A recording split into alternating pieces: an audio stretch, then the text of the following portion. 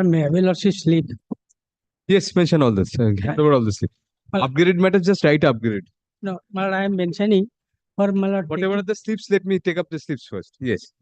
I am mentioning for getting a leave to move the application by this Friday. Urgency is this on the visual. Leave is granted, it will appear at the top tomorrow. Leave this. Friday. Yes. Friday. Not tomorrow. No, Friday. This Friday. I'm granting you leave tomorrow. It will appear tomorrow. Yes. All right. My lord. Hand over the slips. Yes. Two matters, inclusion, little urgency. My lord, in one matter, it's under the Insolvency Bankruptcy Code. It can only appear under the upgraded heading. No further upgrade. Your Lordship, I'm passing that. I told all of you, if it is upgraded, you're praying for upgradation, right? Upgrade. Lordship, the matters are not in the list. Even then. Even then. My lord, may I permit to mention, my lord? My name has not been recorded in the order sheet, my lord. And why are you mentioning on and on? I mean, hand over the slips. I told all of you. I had already given the names, my lord, but then. Call on the list, please. My lord, may I have your lordship kindly to file a writ petition, my lord? Leave for writ petition. Why leave? My lord, the work order has been cancelled. Why is leave required? My lord, I want to move it tomorrow, my lord. Very well. Topic, kalke topic. My lord, one item for release, my lord. My lord, item number 115, my lord. My lord, we mentioned non-prosecution, my lord. No, kindly, my lord, one matter for release. Can't understand plain English. I am in a difficulty. I am telling you repeatedly, hand over the slips. Please hand over the slips. Don't you understand simple English? You are practicing in a high court of a state. I am just flabbergasted. I am telling you. To be mentioned, item number 1, reconstruction file. Yes, the file. Why reconstruction, Mr. Kankani? My lord, I'm appealing for the respondent number 5. The record is not available, my lord, and your lordship had passed an order on the last occasion on 20th April 2023. Yes. Directing me to serve a notice on the petitioner. My lord, I have done that. And I also spoke to the earlier advocate on record of the petitioner. He says he has handed over a NOC to the petitioner. And my lord, this is the communication to the petitioner, my lord. May I hand it over, my lord? This has also been delivered.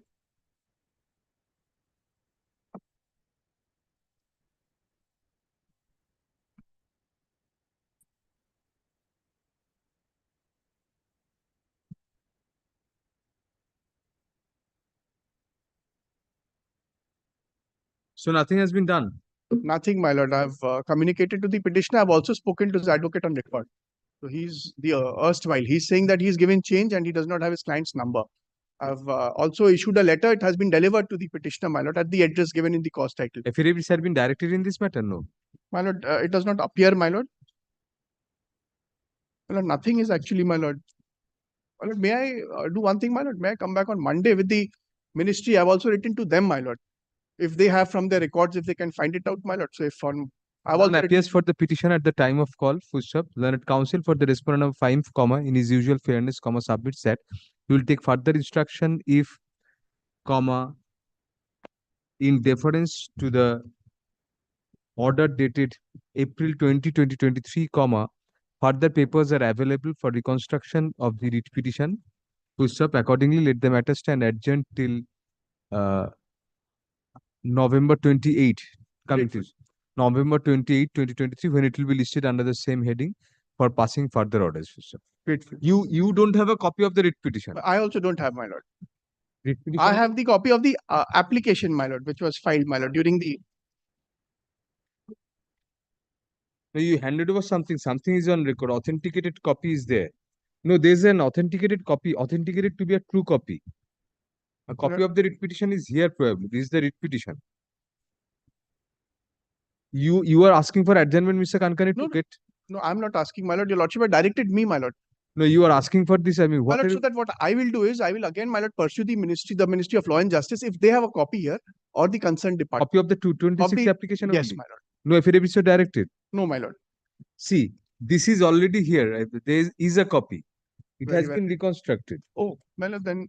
The order take it in, because the writ petition is already here on record. It has been reconstructed. It's stamped. I mean. My lord, then I think. So then a copy of this can be handed over to you. Yes, my lord. Then in that case, I'll apply. You'll have to apply for a certificate. I will. Very well. Order take it in. It transpires from the records that an authenticated true copy of the writ petition filed by the petitioner has been taken on record, and the writ petition has accordingly been reconstructed as per the endorsement dated April 20, 2023 of the Registrar Administration within bracket L and OM, comma of this court appellate side.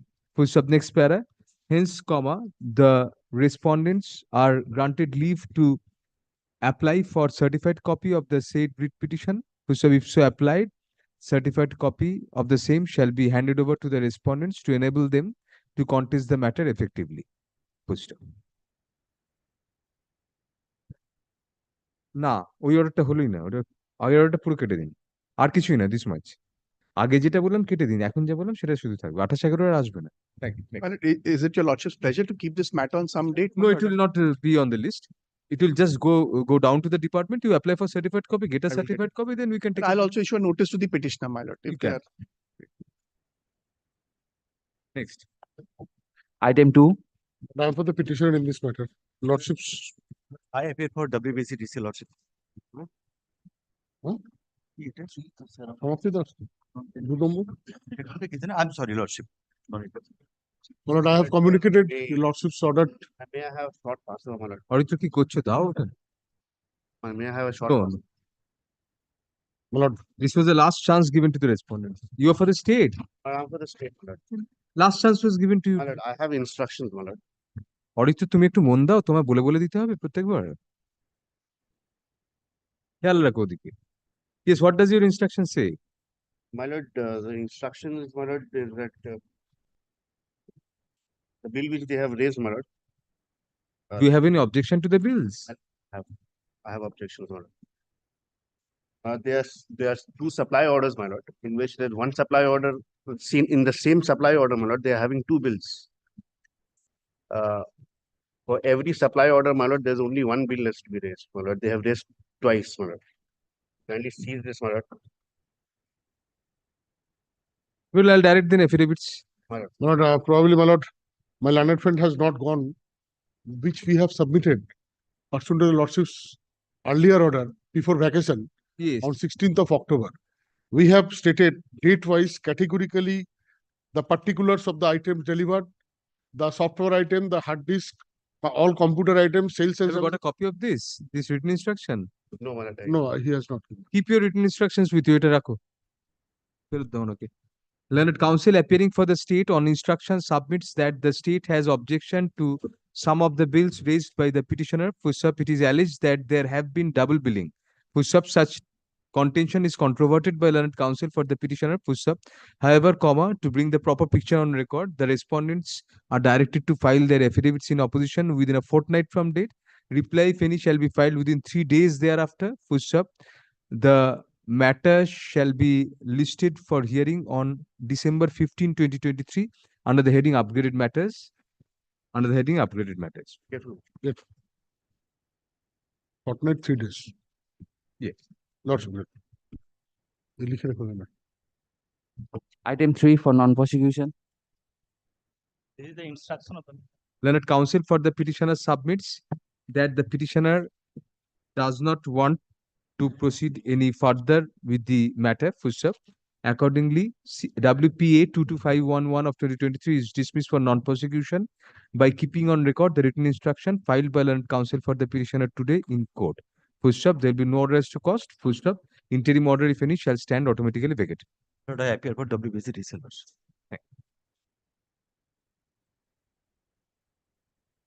Extension of interim order. I Item am number for the 4. petitioner, Mona. What was the interim order granted? Dr. My interim order has already been, and I am praying for extension of What interim. was the interim order granted? My Bills.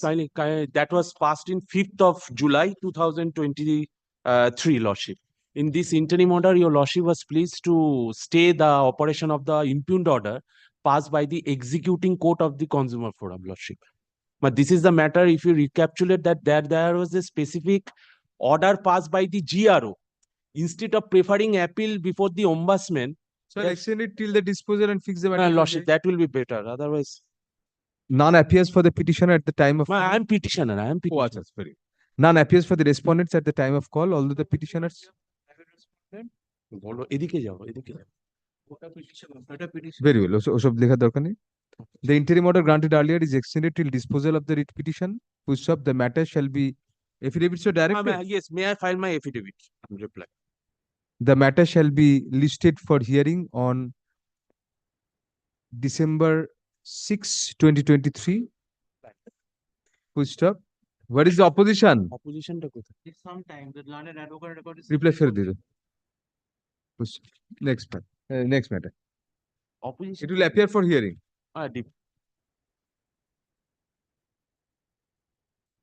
Top matter, item 5. My lord, I appear for the petitioner on Yes. the last May it please occasion, the lordship. your lordship had directed us to place on record the reply to the affidavit filed on behalf of the respondent number 6 by serving a copy. A copy has already been served, my lord.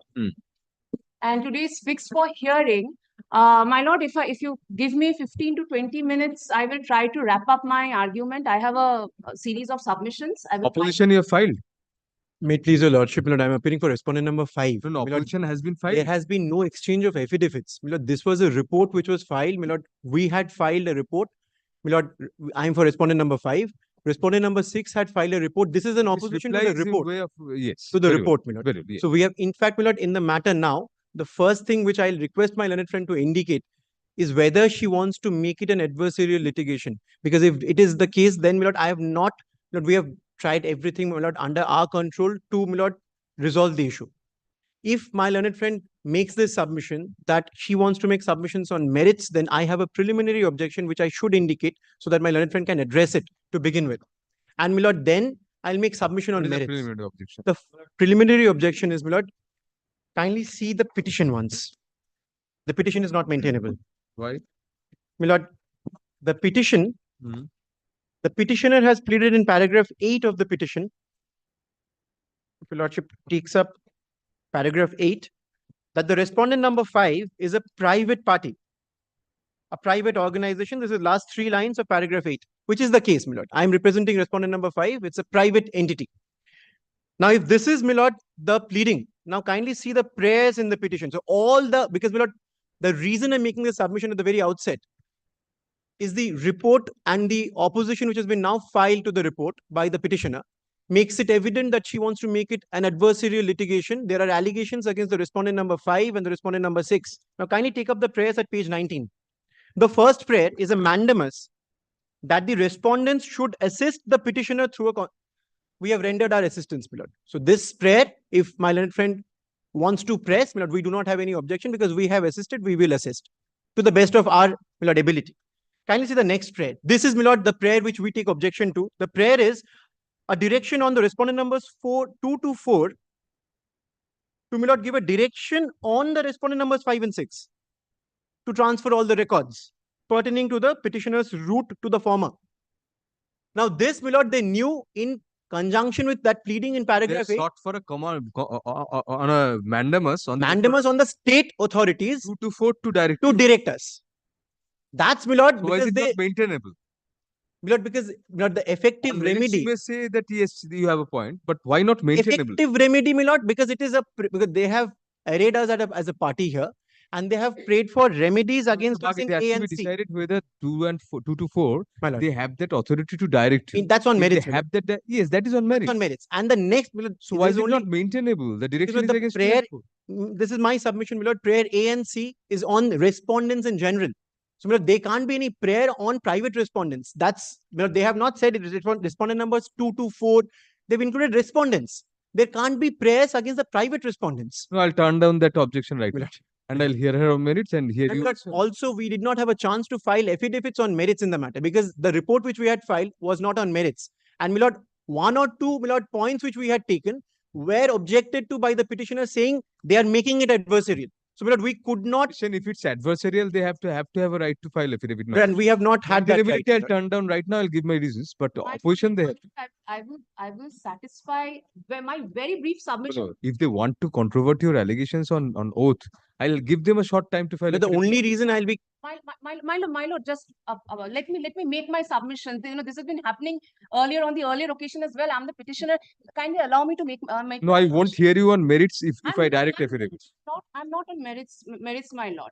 My lord, I'm just, if your lordship looks at this on the first occasion when I had placed before your lordship that my case and your lordship had, and it was submitted in all fairness, it was submitted by the. Tried to cut short the matter by filing of reports. Since the report is itself that has been controverted, naturally you have a right. So let us file directly not- to file affidavits. May I also submit this? The other prayer which remains is also, my lord, not effective anymore. It's a certiorari, my lord, to forthwith transmit all the records which are in respective possession. My lord, We'll we've decide disclosed. that. We'll decide disclosed that. Very That good. also has to be decided on merit.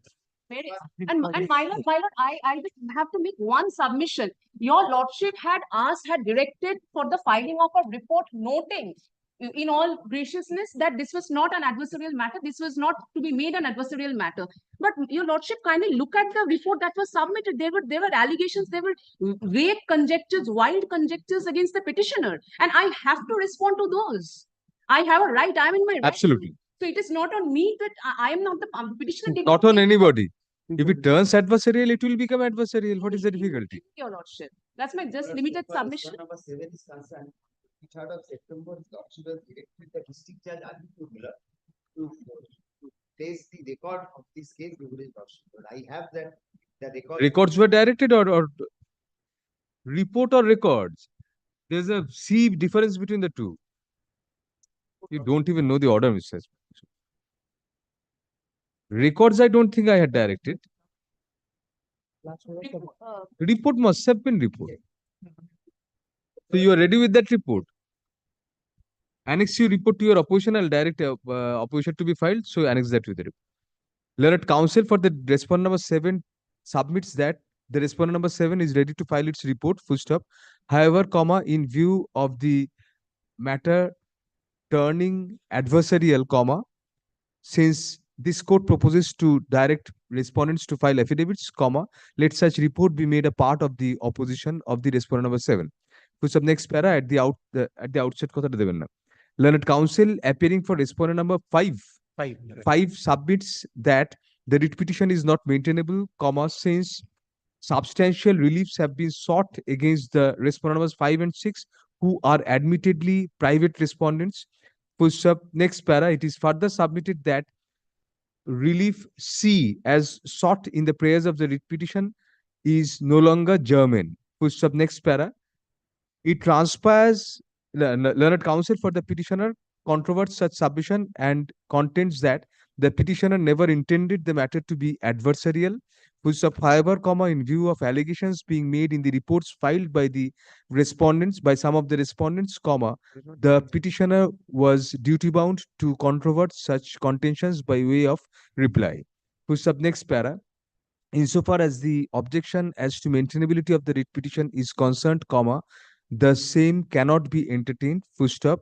Although ancillary prayers have been sought against private respondents as well, comma, the primary reliefs in the writ petition has been sought in connection with the respondent numbers 1 and 2 authorities. Full stop. That apart, comma, the prayers made in the writ petition hinge on a more primary premise of assertion of the rights of the petitioner as enshrined under the constitution, comma, to lead a life worth the name and to search out his roots, comma, having been adopted in his childhood. Full stop. Next para. Hence, comma, I am of the opinion that the writ petition is fully maintainable before this court under Article 226 of the Constitution of India. Full stop. However, comma, in view of allegations and counter allegations being leveled between the parties on certain aspects of the matter, comma, the respondents are directed to file their affidavits in opposition by December 6, 2023. Full stop. Reply, if any, shall be filed by December 13, 2023. Full stop. The matter shall be listed under the heading upgraded matters on December 14, 2023 for final hearing.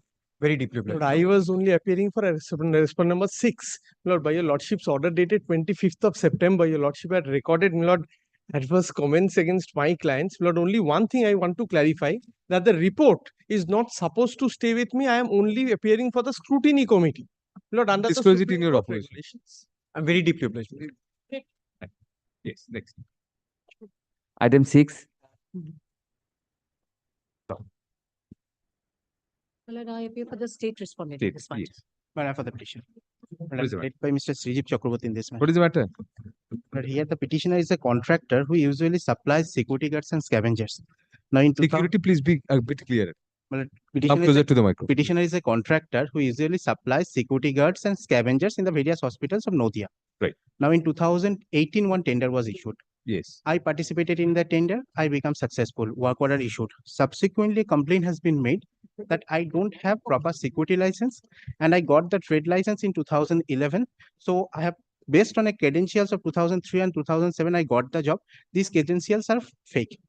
Now, my lord, this complaint was entertained by the authority. Credentials had expired. Credentials was, my lord, I have relied on these credentials. They said these credentials are forged because in 2003 and 2007, I don't have the trade license because I got the trade license in 2011. Now this complaint was entertained and finally all the work orders was cancelled.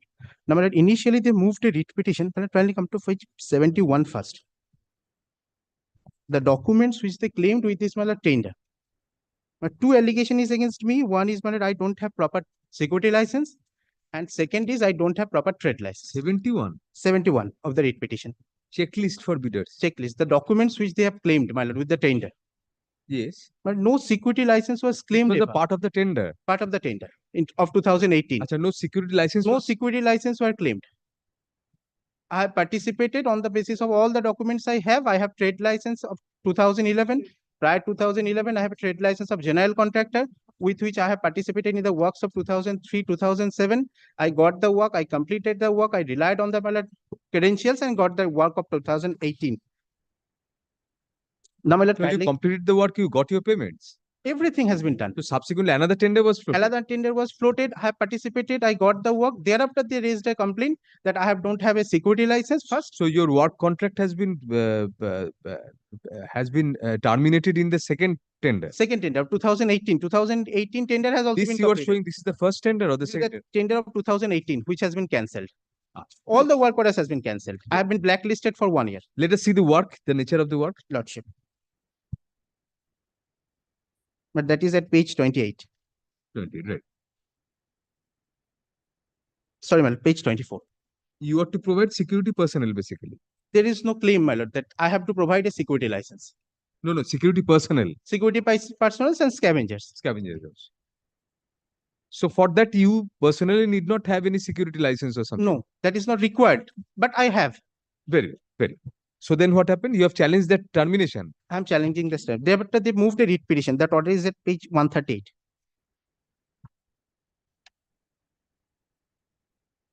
Yes. That writ petition was rejected. Thereafter, they moved a review on the ground that subsequently they got some document No, by way of who moved the writ petition? the private respondent 8, whose complaint was entertained Acha. and my tender has been cancelled. Very good. So in appeal, what happened? The review, my lord. Thereafter, they Review. moved a review. Yes. The review was disposed of with a direction to consider a representation. That is at page 172. Representation of the private respondent. Private respondent. But the order of review is at page 189. My lord, kindly come to page 189 Yes, first. no, I'll take it on your submission. So Gotcha. where is the representation? That is at page 172.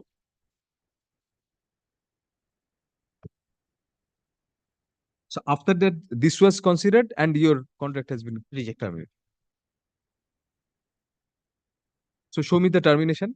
But first termination, First termination means how many terminations? first terminated, I have challenged, sent back to the authority, again terminated. But that is at page 199. Oh, there are 3 or 4 rounds of litigation. This is Yes, third my round of litigation. Justice Bhattacharya's order remanded the matter Demanded them. at page 202. 202. My lord. But prior to that, kindly come to page 199.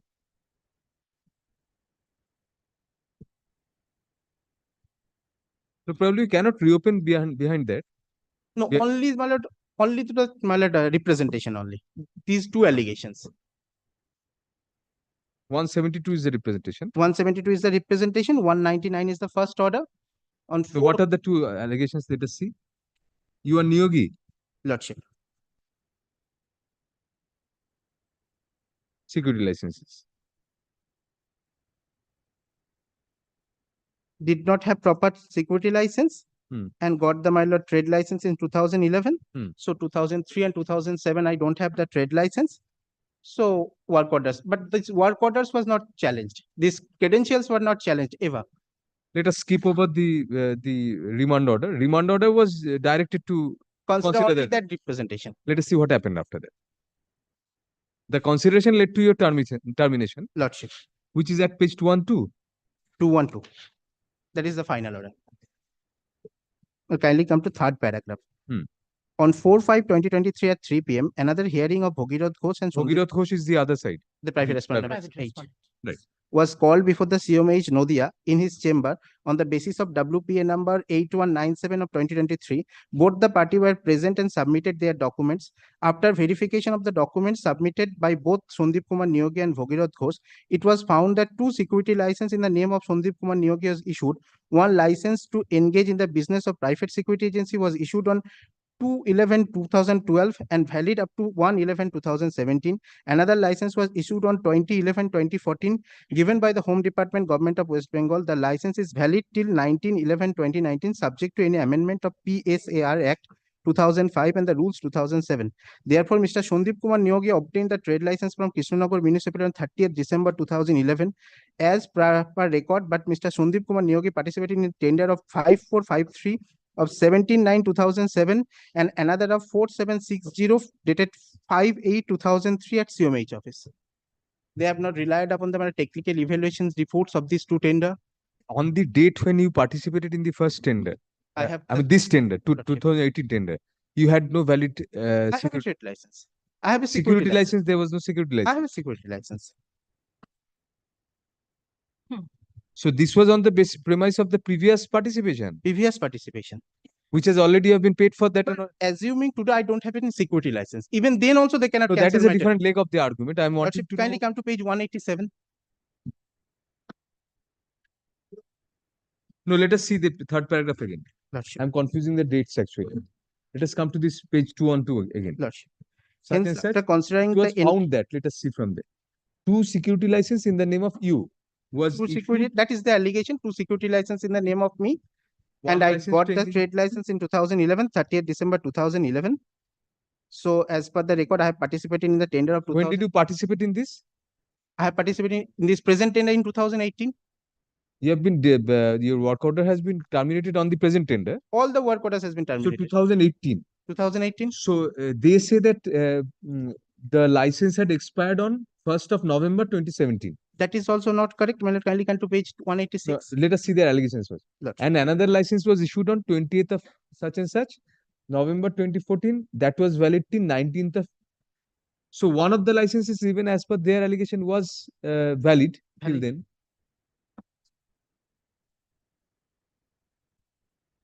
But you say this is also wrong. This is also wrong. I got a security license in 2014, which was valid up to 2019. Subsequently, that has been renewed and it is valid up to 2025. That is at page 187. So let us hear them then. Lordship. Yes. Yes. And so for the blacklisting in concern, without on the ground of blacklisting. Oh, you have also been blacklisted. Lordship. Kindly come to once, the page 199. That order has been affirmed by the subsequent order. So both the order is under challenge.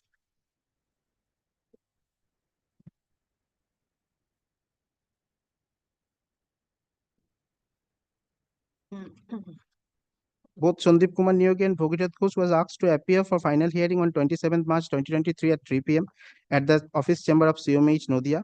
But Bhagirath Ghosh was present, whereas Sandeep Kumar Niyogi did not appear before the above mentioned committee. On observation of all the matters, CMH Nodia decided that all the work orders in favor of Mrs. Niyogi Construction and Company has been treated as cancelled, and Mrs. Niyogi Construction and Company will not take part in any tender under the Health and Family Welfare Department for next 1 year. Yes. What is your answer? Well, I have filed my affidavit in opposition already. I filed my opposition. Lordship, the tender was issued in favor of the. You have filed opposition? I have filed. I have served the copies. Yes. Yes. In the year 2018, my lord. My lord. Got it. Yes. Yes. What is your stand? My lord, challenging that L1 lowest bidder. Yes. private respondent moved a writ petition. There was an order. Then after that, they have gone to the review. In the review application, there was a direction Let us to not repeat the facts. Facts Yes. facts are admitted. My Prem. lord, my Your contentions, grounds. my, satisfy, yes, my lord, my contentions are this. The CMOH was directed to give a hearing to the writ petitioners and the private respondents. Yes. So which have fixed up the hearing. On the first occasion, the writ petitioner did not appear. It was preferred time. He was given time. On the next day, he did not appear. On the final hearing date, he did not appear. Then, my lord, and he was on the second day, he prayed for some time to produce some documents in his favor.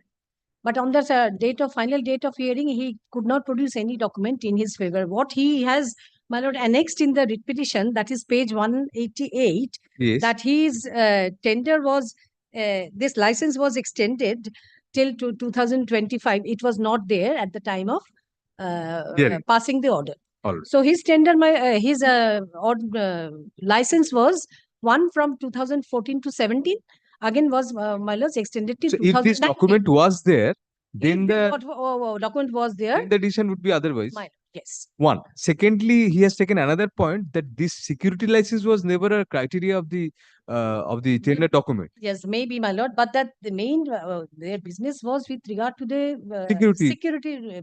and if it was not this government of West Bengal issued this security for doing business, these licenses were there, and he has already in the previous tender, that is in the year 2018, he has annexed that, he has submitted that document. Was it a requirement under the tender document? If it was My lord, not, it is, yes, then my lord, supposing theoretically, then somebody who himself, that entity may not himself has security license, Yes, but he may provide security personnel by outsourcing, by taking from ex-army men, suppose. yes, my lord. I don't have a security license, but I provide those personnel. Well, but main That thing, may my lord, happen, very well happen. yes, my lord, but the thing is, there was a direction to hear the matter in presence of both the parties. So But now I can set he aside don't because want to appear before the after these CMOH. documents are produced, it's unnecessary, it's futile to send back the matter again and for you Yes, to Lordship, decide. on the last occasion, there was a direction for on the petitioner to allow on the respondent to allow him to participate in the fresh tender. I think he has Subsequent already tender has been issued. He had Pursuant to already the writ granted participated. by her lordship. We That have must have been participated. subject to the result of the writ petition. My lord. And one more thing, my lord, this his tenure which was cancelled, that is going to be end, my lord, in some days. I So think. there is some time. That is extended up to my lord 31st December. So you will act Yeah, on the it server was- copy of this order? I'll pass my order right now. Lordship. My lord, Yes, you are the culprit. Busybody, disturbing others' tenders and work contracts. Yes, what do you have to say? Yes, annexed documents. has not even gone into the real issue in the matter. What is the relation? Eligibility criteria, if you kindly look to the tender document, Yes. page 39. It starts from page 24, the relevant page, page 39. This is the current tender document, the one in which he has been. Under which, 2018. yes, Which page should I look into? page 39. 39, yes. Last line, Last line. this is the criteria based on which he was allowed to participate and subsequently Right. declared as L1. Bidder must be recognized security agency Yes. with experience in providing security service in a government hospital or corporate hospital, medical college and hospital and any other institution. So that he must have experience. The intending tender should produce credentials, this is important, of similar nature of a completed single work having minimum value of 40% of the estimated amount put to tender during 3 years period to the date of issuance of the tender notice. Or intending tender should produce credentials to similar nature of completed work, each having minimum 30% of estimated amount put to tender during 3 years prior to the date of issuance of tender notice. The last criteria he has not followed. He has followed. Yes. He has produced 2 credentials of his past work. Right. Now, We have You're probably right. If he has to be a recognized security agency, then he has to have a license from subject to what he says. Yes. Next. now let Hmm. we have challenged this in a writ petition. We have taken this point, but we did not have any records with us. We have taken second point that there is a pending criminal case. Oh. Court has said that so far the pending criminal case that would be adjudicated after trial. But so far this allegation, we don't have any records to substantiate. But we applied under RTI. Municipality, who is the license issuing authority, as well as the other authorities of the Home Department, who issues this license, which has obtained in 2014. Right. But they replied.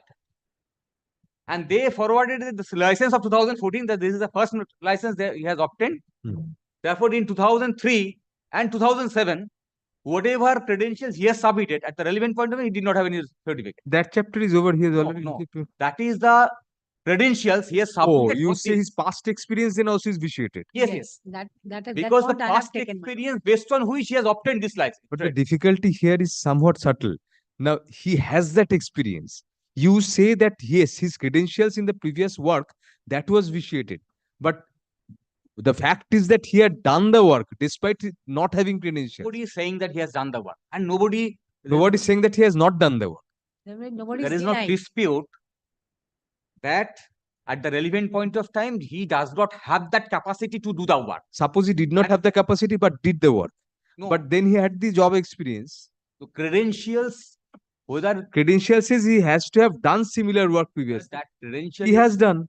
whether that credential he has obtained by playing fraud or not, At that this has stage, we to cannot be, that reopen. cannot be adjudicated by this court. No, And not that is by not this even court, the issue. not even by them in this 2018 tender. No, No, that chapter cannot be reopened now. whatever credential he has submitted.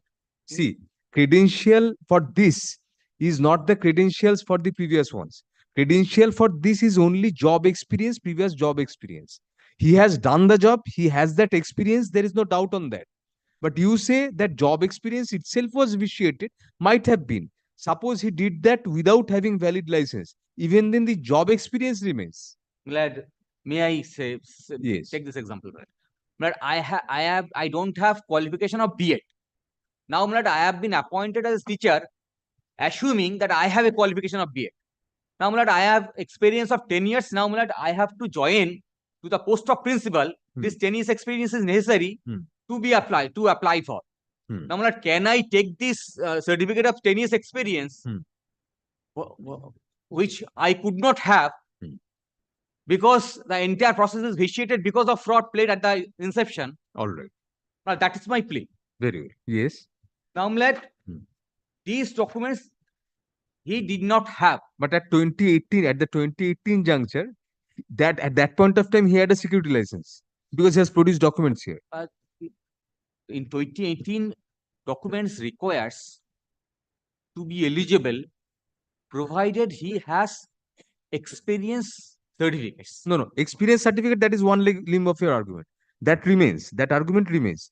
Apart from that, but the other point, you also took a point that in 2018 also he did not have a valid. I have not taken that point. Oh, you have not taken that. No. Your only point is that previous Credentials based on which he was allowed to work.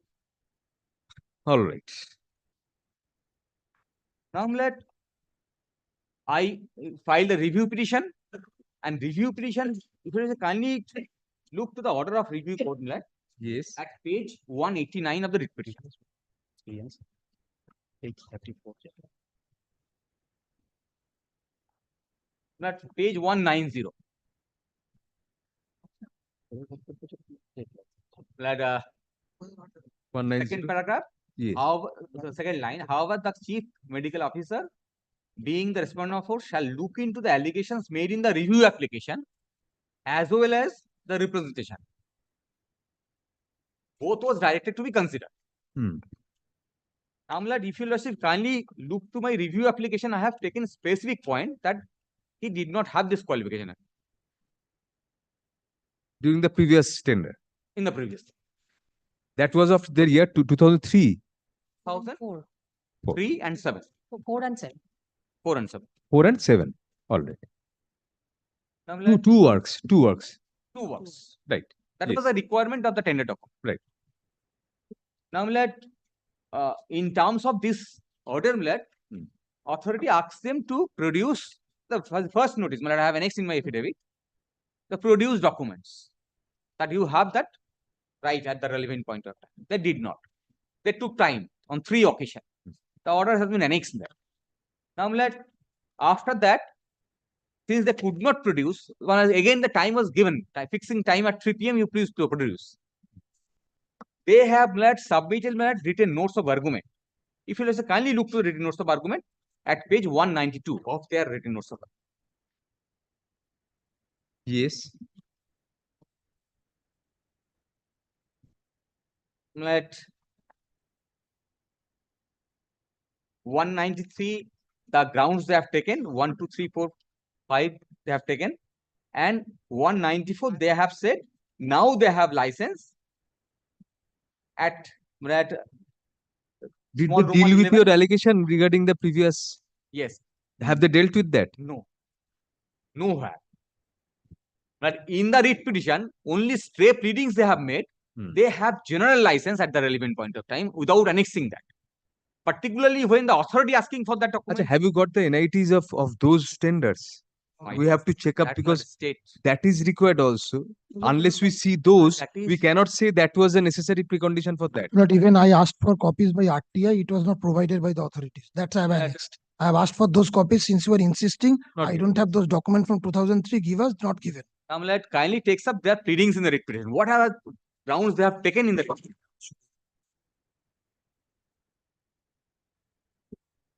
What have they not taken, Mr. Ahmed?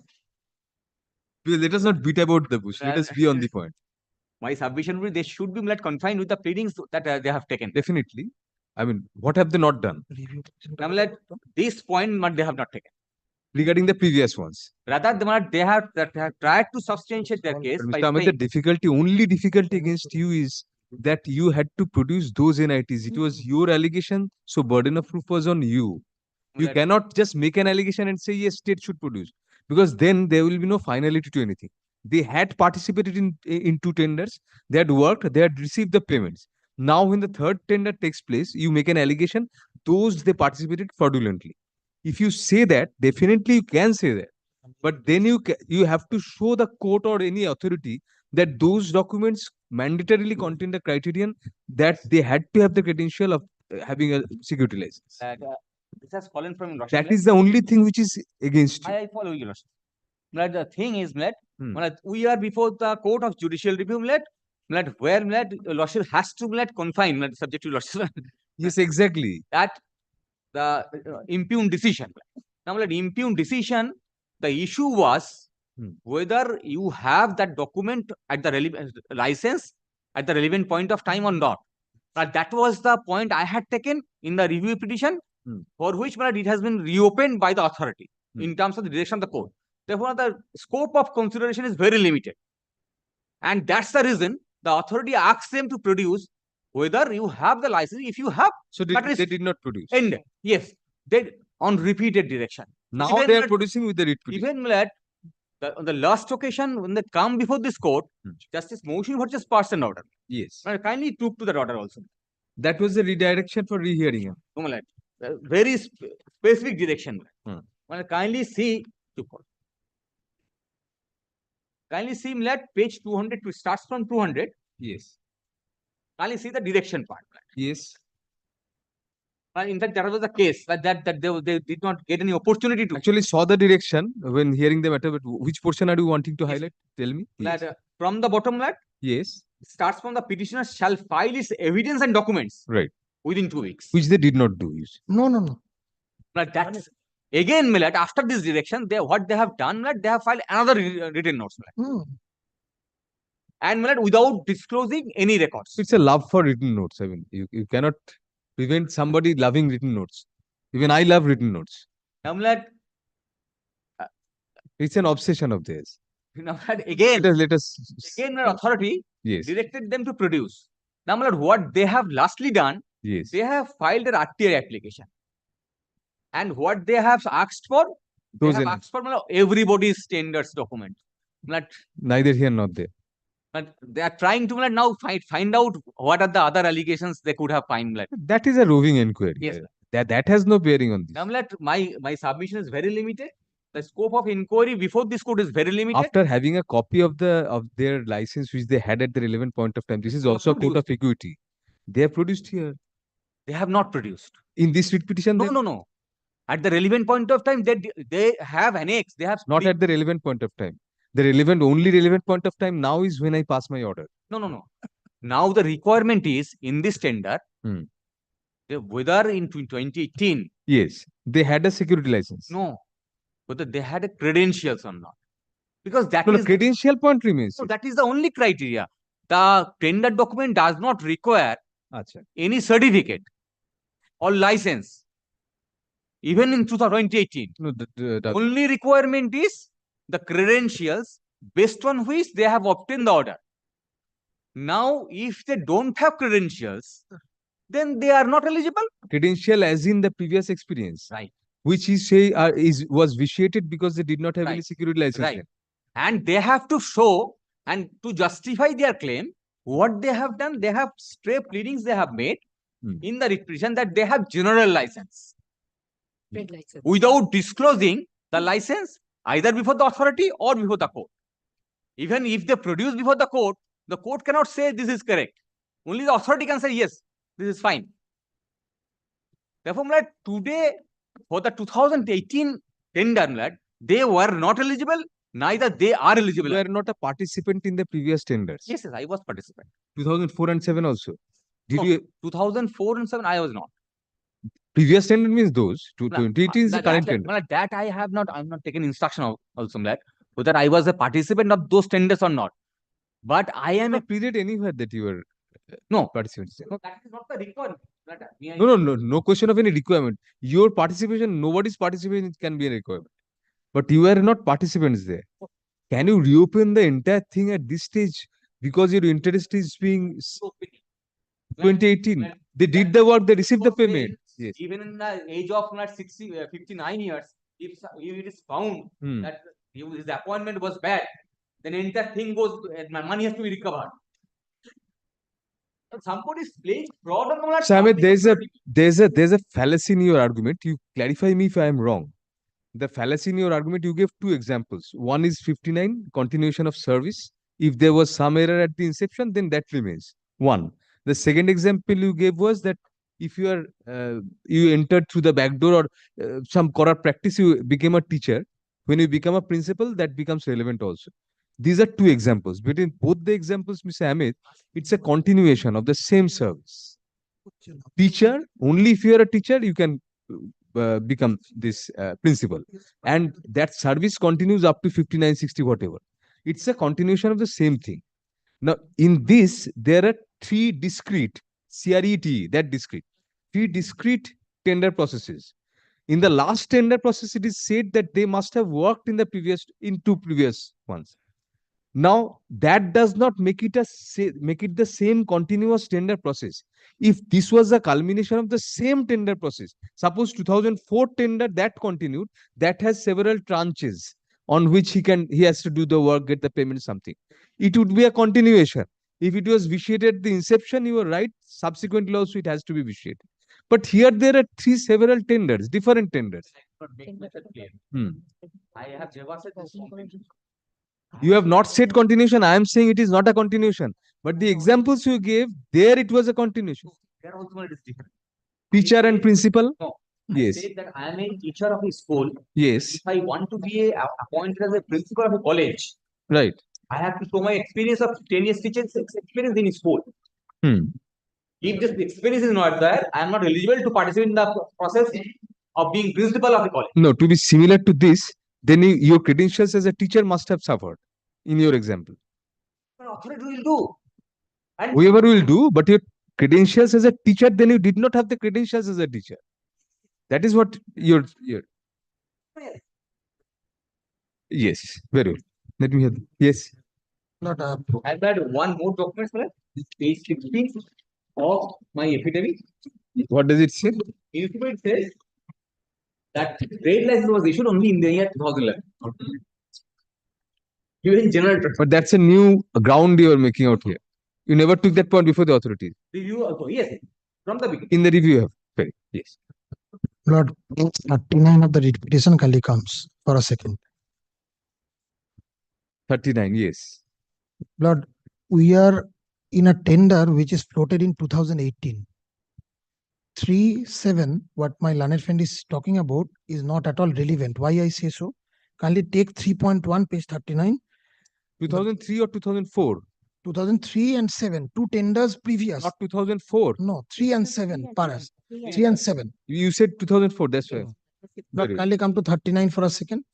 39, yes. Yes, 3.1, bidder must be a recognized security agency with experience in providing security services, government hospital or corporate hospital, and the intending tenderers who produce credentials of similar nature of completed single work having minimum value of 40% of the Come under estimate. the second, B. Yes, last 3 years. So I could have produced credentials of the work which is completed from 15 to 18, not of 2003 or 7. So those have never been produced. Kindly see last 3 years. So 2003 or 7, similar work done in last 3 years, completed in last 3 years. So it must have been some work which is completed between 15 to 18. So 3 and 7. 2003 and 7 becomes redundant. Becomes redundant, number one. Number two, what is the requirement of this tender? Lord, let us just look into. I'm so sorry, Lord. I should have pointed out. Kindly, Lord, kindly come to page 56 and 71 for a second. I'm so sorry, Lord. Sorry for what? But I should have been here, Lord, since the beginning. Lord, just this is maybe a repetition. Just Lord, kindly, Lord. 56, yes. 56. Lord, non-statutory cover contain following documents. Maladas kindly got it? No, Mr. Ahmed is not saying that you have to produce a security. So that's not the He's requirement. not saying that. Very well. So admittedly, page 187, security license is there from 87. That makes me recognized security certificate. So I went there. That was not in the checklist. Now, what was in the checklist? Updated trade license, page 57. Updated trade license, page 57. I produced that. Now, it is his own document that since 2011, I have the trade license. Lord, our rival in trade who could not get the tender, and this work I am doing from 18 till 21, 3 years tender, then it is extended from time to time till 25, I have the tender. A rival in trade who could not get the tender approached the court several times with frivolous objections to Lord terminate my tender. Now, what is being done by the authorities? For a second, Lord, I will not prolong my argument. Kindly come to the first impugned order, which is confirmed by this impugned order. Kindly take Lord 199 for a second. 199. I'm there. I'm so grateful to your lordships. Kindly see what he has recorded. 199. Debarment for 1 year. Lord, no subjective satisfaction, no reasons, nothing.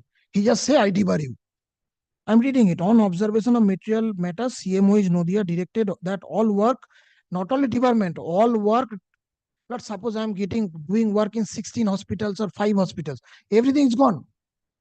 Now take the next order. Take the next order, which is impugned here. Not at page 212. Can I take that? Now this goes one step ahead of the other. Not and whereas, can I allow me to place third paragraph? And whereas at 3 p.m. another hearing of so-and-so was called by CMO is Nodia in his chamber, WPA number so-and-so. After verification of documents submitted by both Niyogi and Ghosh, it is found that 2 security licenses in the name of Sandeep Niyogi was issued. 1 license to engage in the business of private security. On 2nd November 2012, valid up to 17. Another license was issued on 14 by Home Department, valid up to 19. Now, this has been extended till 25. I have annexed. Subject to any amendment in the Act of 2005. Mr. Sandeep Niyogi, Mr. Ahmed's client, Lord, my client, obtained trade license from Krishnanagar municipality. During arguments, your client has changed sides. No, Convinced by his argument. I'm confused by the names. So Niyogi obtained trade license from municipality Krishnanagar from 13th December 2011. So much prior to 2018. Yes. That is recorded. Now, what is not under what ground? Why I have to be banned? No subjective satisfaction. Or my learned friend must have not erosionta diyecho. Judgment. He has relied on 75 Supreme Court, Milord. It's down. For what purpose? From this honorable court, it went to Supreme Court. What is the ratio laid down there? Lord, that there has to be a subjective satisfaction by the authorities that Which paragraph? Give me, I'll. paragraph 20, কোথায় copy আছে তাতে? Blacklisting, regarding blacklisting the. Blacklisting. And there is no ground that why the other tenders have to be cancelled. Where is the fraud? What is the finding of fraud? Nothing.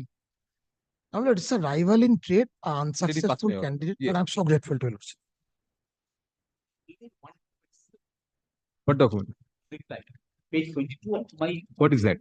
that tender document he has submitted to demonstrate that what he has lacked. He is saying that last 3 years experience, Yes. he has laid on 3 and 7. আমি In the read petition. No, কোনটা বলছি? in my affidavit in they, opposition, they, opposition page টা দে। 22. Yeah, acha.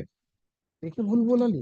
The petitioner has challenged an order whereby the previous order of debarment stroke blacklisting has been affirmed and the petitioner's contract has been terminated by the respondent authorities. Full stop. The petitioner participated in the tender floated by the respondent authorities in the year 2018 and after conclusion of the work, comma, a complaint was lodged by the private respondent on the ground that the petitioner did not have the requisite credentials to participate in the tender and as such, comma, the work order issued to the petitioner was vitiated. Full stop. Next para. There was a previous round of litigation when the private respondent had taken out a review application against an order of a coordinate bench whereby a challenge to the petitioner's participation was turned down. Full stop. Ultimately, comma, however, comma, the authorities took a decision against which another challenge was preferred. Full stop. On the second such occasion, comma, a coordinate bench remanded the matter to the authorities to reconsider the representation stroke complaint given by the private respondent with regard to the work having been awarded to the petitioner, comma, thereby reopening the blacklisting as well as the termination of contract of the petitioner proposed by the private respondent. Full stop. Next para. In the third round, comma, by the impugned order, comma, the respondent authorities have terminated the contract of the petitioner and has retained the blacklisting stroke debarment of the petitioner for a year. Full stop. Next para. Learned counsel for the respondent authorities submits that despite having been given repeated opportunities, comma, the petitioner did not produce requisite documents for which the contract was terminated and the debarment retained. Full stop. Next para. Learned counsel for the private respondent argues elaborately by placing reliance on the provisions of the tender document. Full stop. In the general conditions of contract, comma, which is a part of the 2018 tender document, comma, clause 3.1 stipulates that the bidder must be a recognized security agency with experience in providing security services in a government hospital or corporate hospital, stroke medical college and hospital or any other institution, and that the intending tenderer should produce credentials of work of a similar nature of a completed single work as stipulated therein, or produce credentials of two similar nature of completed works as stipulated therein, comma, being respectively to be of the minimum value of 40% and 30% of the estimated amount put to tender. Push up, it is submitted that the petitioner had participated in two tenders floated respectively in the year 2003 and 2007, comma, during both of which, comma, the petitioner did not have the requisite credentials. Push up, it is submitted that even the trade license was obtained by the petitioner only in the year 2011, comma, that is after participating in the said two tenders for the years 2003 and 2007.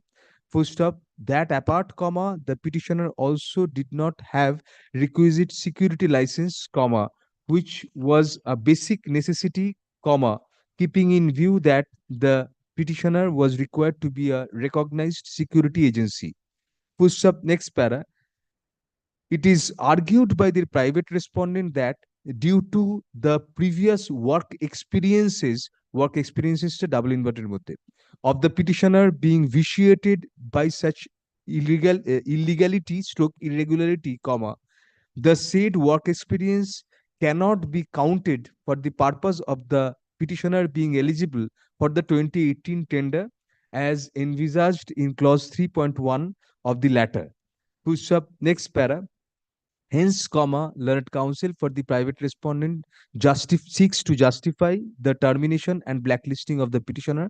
Push up next para. That apart, comma, learned counsel for the private respondent submits that once the petitioner's credentials were vitiated, comma, all subsequent participation of the petitioner in the tender processes, comma, including the 2018 tender, comma, are automatically vitiated. Push up next para. Even the petitioner, comma, it is argued, comma, in the writ petition, comma, made general averments as to the petitioner having general trade license. Push up next para. In reply, comma, learned counsel for the petitioner contends that the previous work experience was restricted to the 3 years prior to the date of issue of the 2018 e-tender notice and, comma, as such, comma, could not cover the period of 2003 and 2007. Push up next para. There are several components of the present challenge, comma, the primary being that the petitioner was allegedly ineligible for participation in the 2003 and 2007 tenders. Push up next para. First, comma, the said chapter cannot be reopened at this juncture at the behest of the private respondent, comma, since the private respondent had no stake in the said tender processes. Full stop. Not being a participant in the said tender processes, comma, or at least having shown to be so, comma, the private respondents cannot seek a reopening of the said tender processes at this juncture, comma, particularly since the petitioner already participated in the said tenders and had done the work under the said tenders. Full stop. Next para.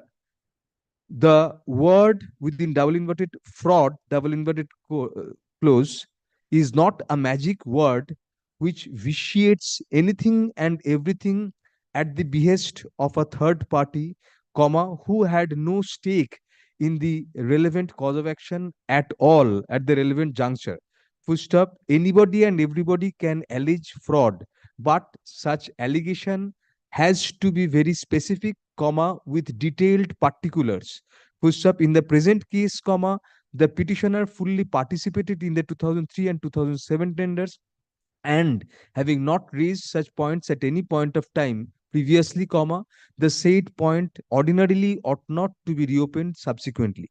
Full stop. Next para. However, comma, the petitioner has sought to make however, the private respondent has sought to make a valid point to the effect that previous lack of credentials might render the petitioner ineligible so insofar as the necessary requisite work experience is concerned for the 2018 tender. Full stop.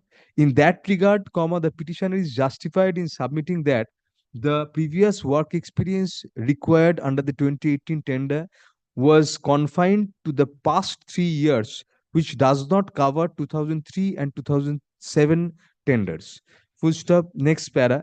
That apart, comma, there is nothing on record to indicate that the 2003 and 2007 tenders had, comma, as necessary preconditions, comma, the production of valid security licenses. Full stop.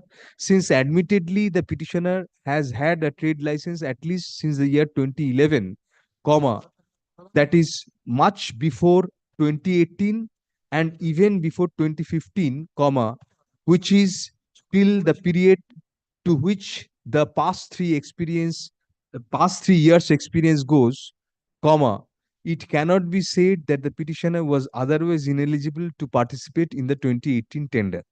Full stop. Next para.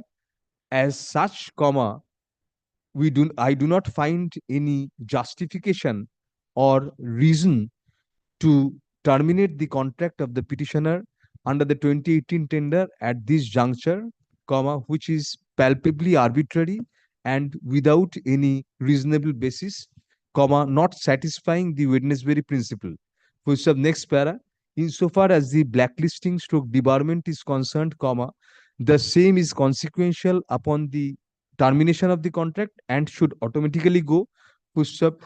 Over and above, it does not transpire that such a stringent action was backed up by solid reasons being given by the respondent authorities in its decision of blacklisting dated March 27, 2023, which was affirmed by the current impugned decision dated May 18, 2023. Full stop. In such view of the matter, neither the debarment nor the termination of the petitioner's contract can survive the scrutiny of law.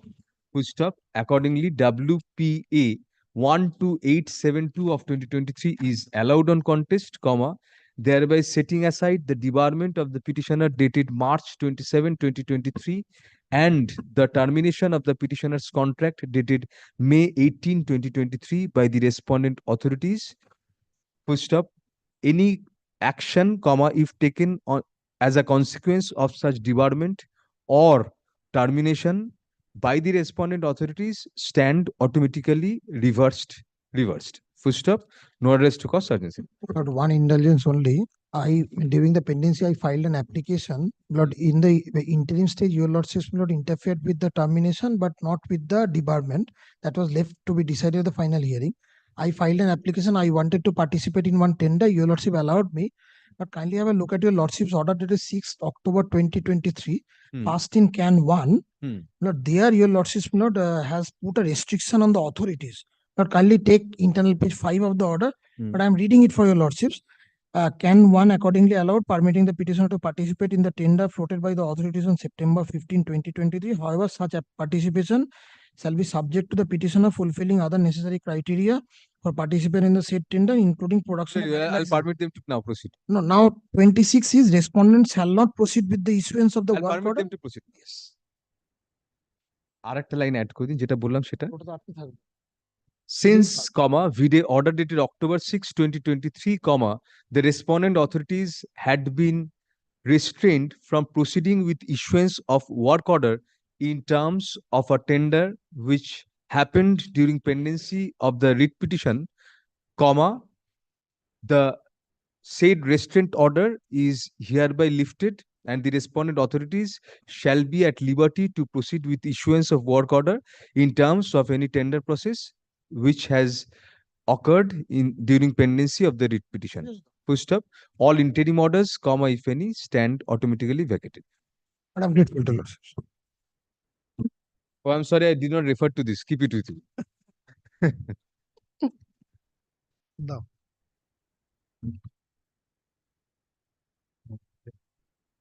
Next. Item 7. Yes, Mr. Lord, I appear for the petitioner in terms of your lordship's last order. Lord, we have once again, my lord, served on my lord the respondent and have also prepared an affidavit of service. But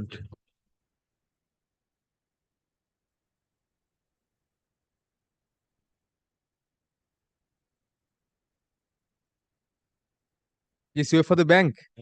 What is your stand? May I once hear again, madam? What I understand correctly is that they say is that the petitioner has wanted. Have you got a copy of the 17th November order? Yes. Have you got a copy with you? You can read that out. That explains what you have to. Yes. What I understood is that the petitioner here is taking wanted to get his guarantee extinguished by way of filing a writ petition. Now, madam, can you see if the writ petition itself? This is the admitted fact, my lord. In 2011, they have issued guarantee. That is on next page 16 of the page 16. It was recorded in that order that they resigned from the post of director on February 21st. The personal guarantee. No, from the director's post, he resigned on 21st February. That is no. At the relevant juncture, there was no occasion of default. Subsequently, 29th August 2011, loan sanction was revised where the petitioner did not feature as a guarantor. It is not revised. It is a fresh sanction. That is the point. That is the catch. Can you see? That is even better. Can you see page 40? So there are two sanctions. One is 2011, another is 2016. So 2012, sorry. In 2012 sanction, that amounts to 5.25 crore. So he has been put on the civil list due to default of the previous 2011. And not that. It's 2011 and 2012 sanction. In totality, there is a suit for recovery of our dues, bank's dues pending before the debt recovery tribunal, being original application number 60 of 2016. They have been added as a respondent number 4 there. No, he cannot be clubbed because he was neither a director nor a personal guarantor on the second. On the second one. I'm not talking about 7. I'm talking about first only. Very good. We are only on the first then. We have filed the application for suit for recovery of our dues in 2016 itself. The suit original application number is 60 of 2016, wherein he has been added as a respondent, being respondent number 4. When did the default occur regarding that loan of January 7th, 2011? No, well, I am a guarantor, so well, they have to really invoke the guarantee. They have invoked the guarantee. That is why you filed the suit. They could have. The thing is that they could have taken all these points there in filing their You have filed a recovery suit yes. for the 7th January 2011 date also, yes. Which is pending. Yes. Original application number 60 of 2016. So they can take all these points in the WS in tribunal below. Well, I don't even know whether this was ever served on us. But what I can definitely do is, if my learned friend gives me a copy of what is the plaint, I can look into it. Because if there is an invocation of the guarantee, that's a different matter. But if the guarantee, because I cannot be sued in my capacity as director. The borrower is the company. I was only a director. I can be sued as a guarantor. Now, whether they have invoked the guarantee and therefore you have a coextensive liability, Mr. Shah. No, as a director, no. As a guarantor. As a guarantor, yes, but provided they've invoked the guarantee. Today, that is a question of fact to be decided in the suit. No, let them serve. Suit is pending. No, let them serve a copy because we have no intimation, no notice. I don't even know whether this copy has been served ever. Well, let me, yes, serve a copy. Has got a point. If you have not invoked that guarantee, why put him on the civil list as a guarantor? Suppose there is no invocation guarantee, there cannot be suit also. The suit will go. We file a suit. Let the suit court. No, suit remains against the borrower. No, against all. Once the account becomes the NPA, the yes, against all. So we cannot. Have you got a copy of the plaint of that suit? Can you, because that is your main defense, can you file a short affidavit within a week, enclosing that suit, plaint and whatever? Please do that. Mr. Shah, I'll direct them to file an opposition within a week. I'll give them 10 days. I'll give you 10 days for 2 weeks. Suit is pending since 2016. I'll put it at the as an upgraded matter after that. Very well, very well. I'll file my reply within 3 days. Yes, I'll give you 3 days on. Learned counsel for the bank at the outset, contents that a suit is pending for recovery of the debt taken by the borrower on January 7, 2011, where the petitioner was a personal guarantor. Push up as such, the publication of the name of the petitioner in the civil list is justified. Push up learned senior counsel controverts such allegation prima facie and submits that unless there was a specific invocation of the guarantee with regard to the loan dated January 7, 2011, in any event, the petitioner's name could not be put up on the list in such capacity.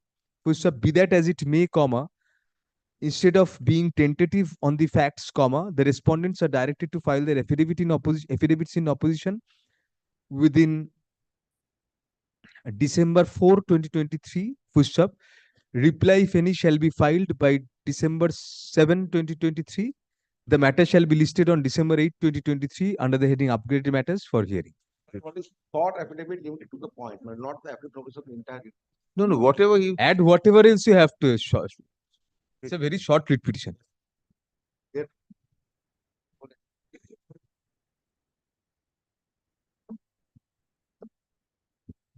Item 8.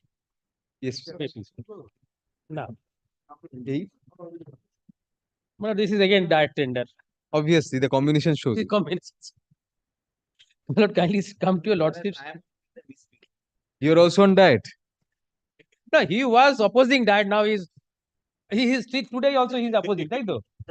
But kindly come to your lordship's order at page 56. Very short point I will make. Kindly come to page 56. 56 years. Yes, your lordship's order. Yes. Or if you lordship kindly hurriedly go through your lordship's order.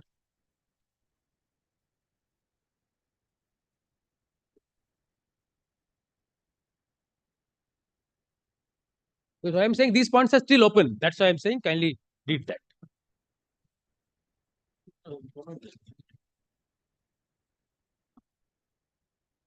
Maybe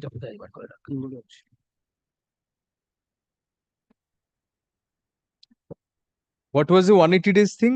You had quoted current yes, current because rates. if it is beyond that, the rate will be different. I cannot quote. Not I, anybody cannot quote. Life of the tender is 180 days. The outer limit is not 180 days. No. Was not 180 days. You said it should be 180 days. Because otherwise, the rate will vary. Now, my lord, can you come to the left? You participated in the tender. Can you come to the last portion of your lordship's order, paragraph 15. Yes. Consideration and paragraph 15, the outcome of the said consideration shall be intimated to the participants immediately thereafter. This was the order of my lords. My first submission is. You had participated in the tender. Participation originally when this writ petition was filed. Yes, yes. Then your lordship directed.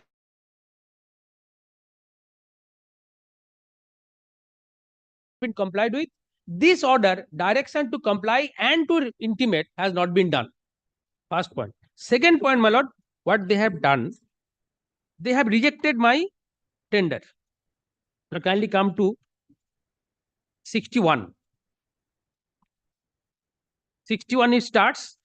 Kindly come to 63 last.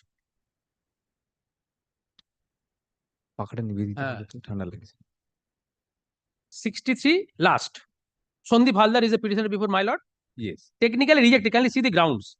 Terms and condition is not signed and sealed as per tender clause memo number such and such, such and such, such and such. Well, kindly come to the clause of the tender. Maybe double. It's 20. Kindly come to page 20. Maybe kindly come to second paragraph of the tender. The tender document. Oh, sorry. Ditch. 20 years. Yes, kindly come to third paragraph. Third. The tender document can be downloaded from the website of the West Bengal government e-procurement stamp such and such, and in such case, the same may be signed. Can you mark the may? What is this? This document I have to download and file it along with my documents of tender. What I have done, I have signed all the documents which shows my credential. I have not signed this document which says is maybe, because this is the requirement to be fulfilled. The fulfilled document I have signed. Tender application forms were given, hard copies were also given, and I have to download it. I have downloaded it. No, downloading was not the only method. No. Hard copies were also given. So this may relates to this. If you download, then that. Yes, I have downloaded it. Then that may becomes. I downloaded it. Then that may become shell. If you download, you have to do it. Mr. Vasu, tender documents can be downloaded from the website of the such and such, and in such case, the same may be signed. I've downloaded, so it is maybe. If it's downloaded, that may be signed. That I'm saying. You have signed. And what is this? You have signed. Yes, all documents I have signed. What did you not sign? The downloaded document. Tender form. And what is tender form? What is the purpose? This tender form says that you, for the participation, you require to fulfill this criteria. The criteria I have shown that I have filed and signed. Very good. So this is the requirement. So what is the necessity of signing? Only for not signing that tender, that form you have been. And my lord, sorry, my lord, in supplementary affidavit, this document has not been annexed. Now in supplementary affidavit, I have annexed those documents which I have filed. Every page is signed. kindly turn once. Any document, all are signed. Application side. So Kindly these come are the to two grounds. this. You are challenging this rejection also, Yes, because now they will say, and nothing has been intimated regarding this. no, now they will say, when you have tender has been rejected, you cannot say anything.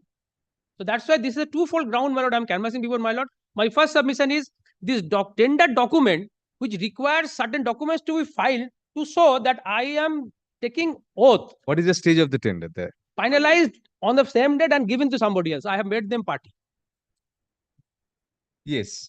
You are for the authority. Yes. What is it? But I start with Mr. Mujumdar is appearing for the successful. Probably. No, successful. Yes. You selected, no? Selected. Now, would kindly come to the order. 56, my lord's previous order. Yes. My lord, page 58, hard landed counsel for the parties. My lord, would appreciate there are 20 leaders who had participated. Initially, technically, all of them were allowed. They had raised objections. They had come to the court saying that we have not considered those objections raised by me. Now we had, in terms of this, my understanding is, in terms of this order, we have considered and had downloaded and uploaded. No, you have to intimate to them. No, I'll show that we have uploaded 20 because there was a deadline also. Within 17th, we had to disclose. We had to complete the entire process. My lord, will find that direction is page 59, last paragraph. Page 59, last paragraph. My lord, that apart the response shall also ensure the tender process shall be finalized as expeditiously as possible. Thereby positively by 17th. You had a month. My lord, may I interrupt, my lord? One thing I've forgotten, my lord. I am aging, I think so. So I should have, because successful bidder is here. What was the subject matter of challenge there before, my lord? My lord, kindly come to my objection. 45, 56. No, 50. Kindly come to page 40. Kindly come to my representation earlier. Start from 44. 43 starts. My lord, kindly come to, not the entirety, I will show to your lordship. 49, one page. Serial number 8 is a successful bidder. I objected to these things. What things? Page item number 8. Income tax clearance certificate under section 143(1) of the income tax of last 3 years has not been submitted. Your lordship will get it at page 23 of my brief. What is not there. This was the shortcoming of the successful bidder. Then annexure A has not been certified by the authorized CA firm. Who is Shondip Haldar? Your client? My client. I have objected to that these are the candidates who participated in the tender who was not fulfilling the criteria. Their bid should be rejected at the threshold. That was the consideration they are required to consider, directed by my lord. Then checklist not been certified by the authorized CA firm. Turnover certificate has not been certified by the authorized CA firm. These are the shortfall of the today's successful bidder, which my lord directed to be considered and intimated to us. Now, my lord, when they are successful, now my lord is also to consider whether they are fulfilling this criteria, which I was objected to at initial stage. And I can give the pages also. Page 23. Your lordships can look into. First. Kindly come to 23. Yes. Kindly come to page 23, Roman 12. Attested photocopy to be uploaded of income tax clearance for 3 financial years, such and such and such. Otherwise, the bid is liable to be rejected. Then, my lord, kindly come to page 39.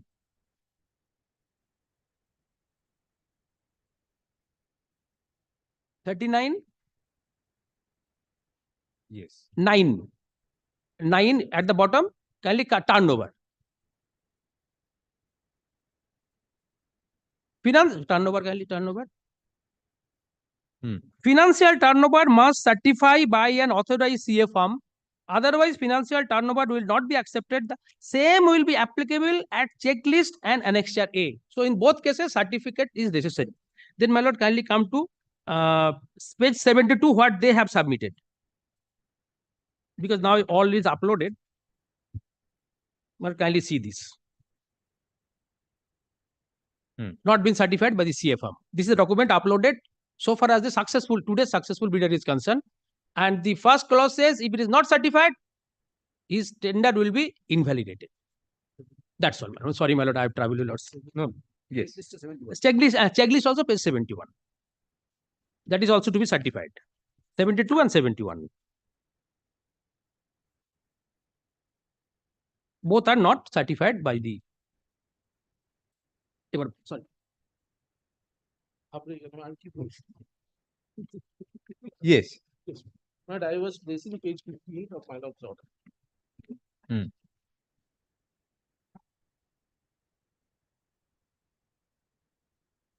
Yes, 50. Hard Landed Council, paragraph 9. 10. The petitioner has raised certain grievances in his representation.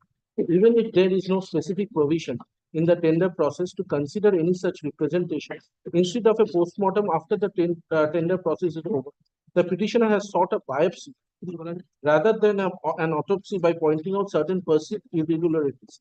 It is no doubt in the event any order is passed or the representation is considered, the respondent authorities are definitely required to give an opportunity of representation hearing to all the persons against whom allegations have been leveled in the said representation. However, for the ends of justice and to ensure transparency in the tender process floated by the state authority, it would be appropriate if the representation of the petition is duly considered by the authorities.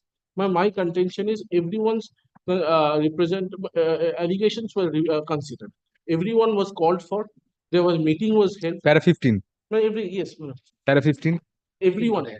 Para 15. Yes. The outcome of the said represent shall be intimated to the participant immediately thereof. But we have uploaded. The.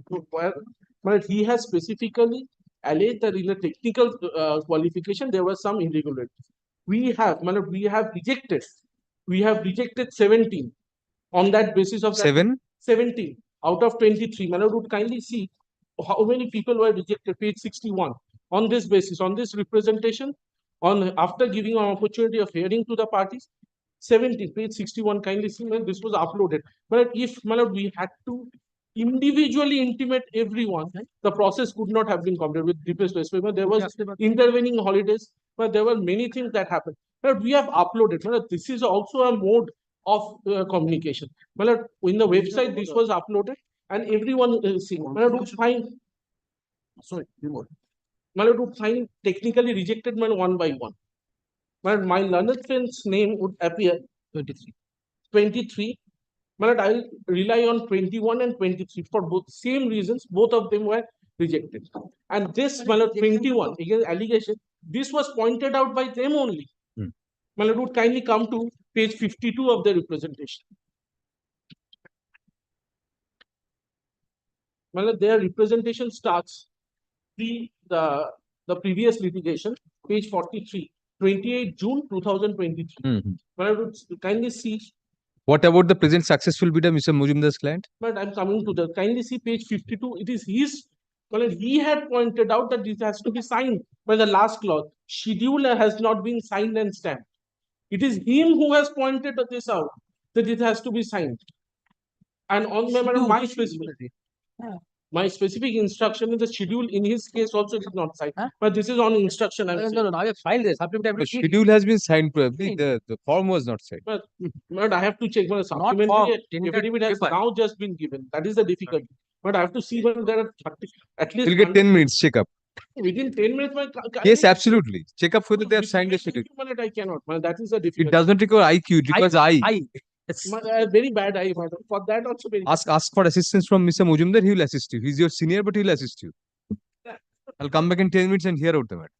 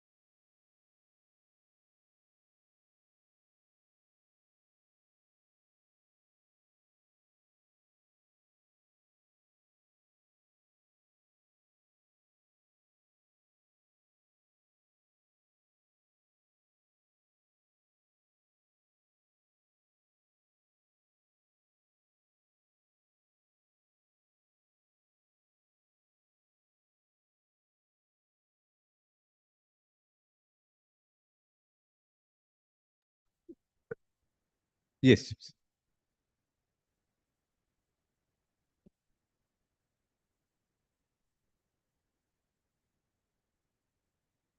Yes, Mr. Chakraborty. Not admittedly terms and conditions will not. We have rejected of that. But that clause is my legislator has already relied upon at page 20. My reading of this clause is that it has to be signed, or else authenticity will suffer from some kind of whether or not it has been downloaded from that particular website or not. Because the specification is it has to be the form, the terms and conditions. Let us see the second paragraph once. Please read it out. Page 20. The tender documents can be downloaded from the website of the West Bengal. No, the previous paragraph. The tender documents comprising of terms and condition of contract which will govern any contract made along with the tender application form, other relevant documents are included. If you are in a position to quote for the contract in accordance with the requirement stated in the attached schedule as per the terms and conditions, please submit your quotation by e-tender. The tender documents can be downloaded from the website of the West Bengal government e-procurement system, so and so, and in such case, the same may be signed. But How do you explain this may? these are ultimately these are a prerogative of the employer how they are interpreting the clause. Yes, subject to correction, but it says from the website. If you have downloaded, you have to sign it. But this word may, it's a strict, we are not hitting a statute for subject to correction. But ultimately, the employer decides. But it is not that I have decided this clause against him only for this petitions. But whenever I have found it is them who has detected this clause, that see, if it is not signed, you cannot accept. I have acted on this and I have executed it in respect of all the other participants. It is not a case of favoritism. It is not that I have only used against him as a tool.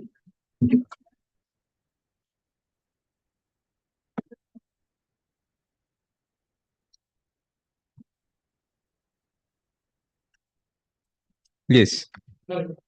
Second, all the others were found to be not qualified, that has been rejected. Kindly just page 61 kindly.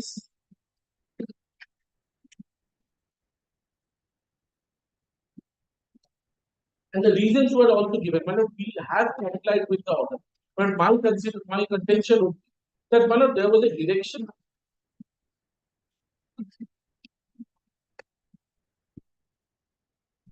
The one which they did not sign, that is the application form. Form, the terms and conditions. That contained the terms and conditions also. That page only. That page 20. One on that. I have asked for the instruction into the schedule, which is part of the term and condition, whether it was signed or not. Yes, that is there. No. We'll check up the supplementary affidavit for that. We'll come back to that. It's 61, yes. Whoever has been rejected, specific reasons have been given. Yes, that has been given. If in an ideal situation, it maybe everyone individually should have been given. But May not be, yes. Outer limit was had already decided that everything has to be done. Thereafter, that financial had to be open. There was a lot of draw of lots had to be conducted. But the entire process took some time. 1 month, my lord's order is at Seen my order. October. Yes. Everything had to be done within 17th of November, and after giving opportunity of hearing to all the parties, 23 bidders had participated. Everyone came. Everyone had came to the hearing. Let us see what they have signed. Let us come to the supplementary affidavit. What have you not signed, Mr. Basu, in your supplementary? 20. That is the downloaded copy. That is the requirement. Or it can be as a question paper. I have answered. Question paper I have not signed. This is the only thing. If I simply this page 22 of the writ petition, the entire thing has. So page 20 is signed. 20 of supplementary affidavit. No. That is different. Page 20 of the writ petition. Oh, acha. Page 20 of the writ petition is a question paper. And answer, I have to produce all my documents in support of my credential. Those documents has been signed. Only question paper has not been signed, which say may. Now consider the implication of may. One specific instruction from page 22 of the writ petition, nothing was signed. Page 22, the terms and conditions. Madam, file Yes, yes. terms and conditions, if nothing was signed. That's a part of the. Nothing was. Hmm. Hmm. Subsequently, my lord would find page 30, but whether this was signed or not, because this is of some other contract. Page 30. Page 30 is of some other contract. So whether they, in their case, whether they have signed this particular page or not, that I have to verify. Page 4, page 4. Page 4, that supplementary. Supplementary page 4. Tender pursuant application. But my lord is asking for your lordship can get at page 4 of the supplementary affidavit. Tender application. Well, at least they accept that field annexure A they have not signed. Which is page 30. No, page 30. But kindly see, their page starts from page 4 of the supplementary, which is annexure B. Yes. So till annexure A, they have not signed anything. That is what I am here saying. Till annexure A, they are not signed. Yes. Well, madam, we have applied this universally to all the participants. Great. This is all, Mr. Chakra. Mr. Mujumdar. Yes. Right. Take page 109 of the supplementary. This document has to be signed with contains the terms and conditions of the contract and all. This is the page 20. Terms and conditions of supply service of that at ESI hospital. That you will also file at page 22 of the writ petition. This page 20 start. Find at page 110. Page 22 of the writ petition is also the same thing. So they have not signed this. They have not signed the terms and conditions. So that's the basic contract, you say. And trying to take another so much. Just for loss and constituting and economic back to page 20. And 20 of writ. oh, yes.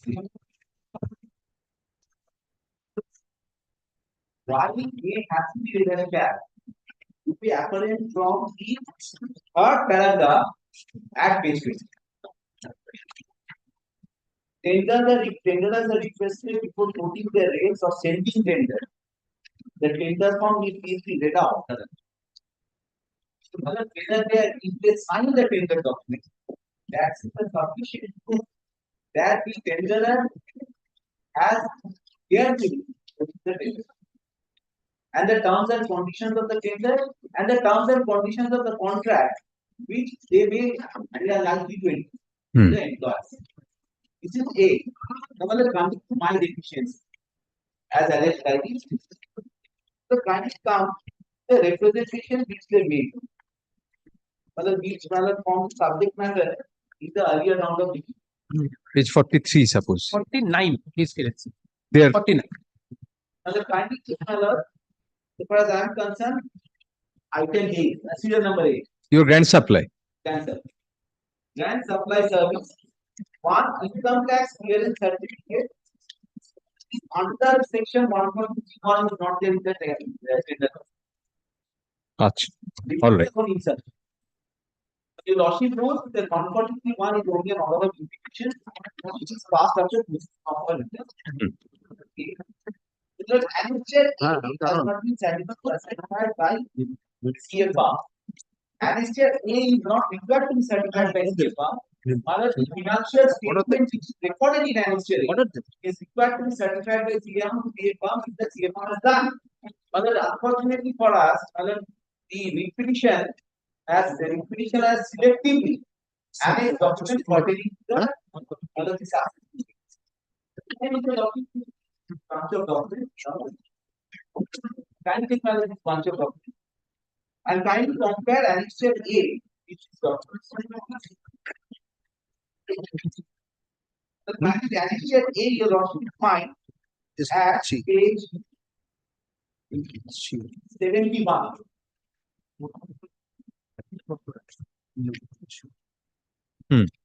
The question but an inquiry said whether there is a departure from the actual financial statement in annexure A. The kind compare the figures which have been cited in annexure A with the camera company. It was uploaded, but not unfortunately, mother is demanded for that increase their profit charge.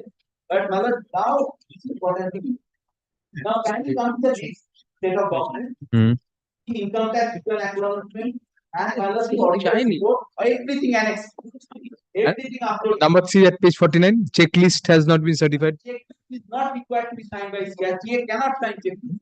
In their case, the checklist has been signed by CA. The checklist is the document, the bidder has to sign, and we have signed. And what about 4 turnover certificate? Turnover certificate, mother candidate, mother will also be fine. In first document annexed A, mother next one, the Pancha handed up, you also. Yes. As I see the following turnover from the supply of diet for patients, the government hospitals as well books of accounts produced before us for verification. Mother for 3 financial years, mother now kindly say the third page over of compiled Pancha document. Mother the auditors report is a lot of fine. For all the relevant assessment years together with the balance sheet and profit and loss.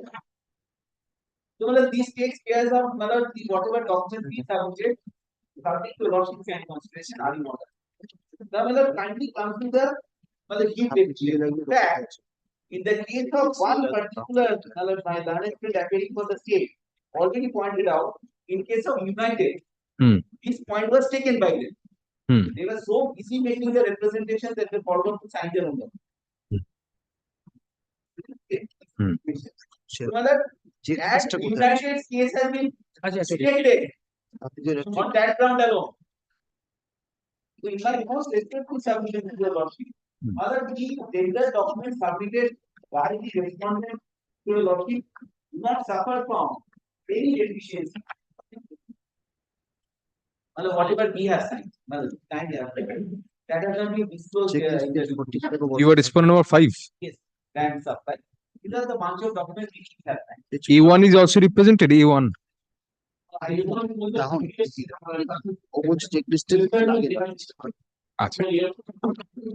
So A1 is no longer A1. So you will find from the document which we are. Yes, yes. Each and every page has been signed. So how do employers understand that the tenderer will adhere to the condition if they do not sign the terms and conditions document?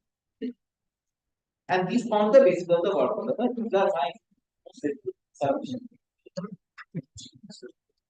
I take the last point first. No, Mr. Chakutu wants to add something. Yes. Well, may I just indicate para one PBBT page 39.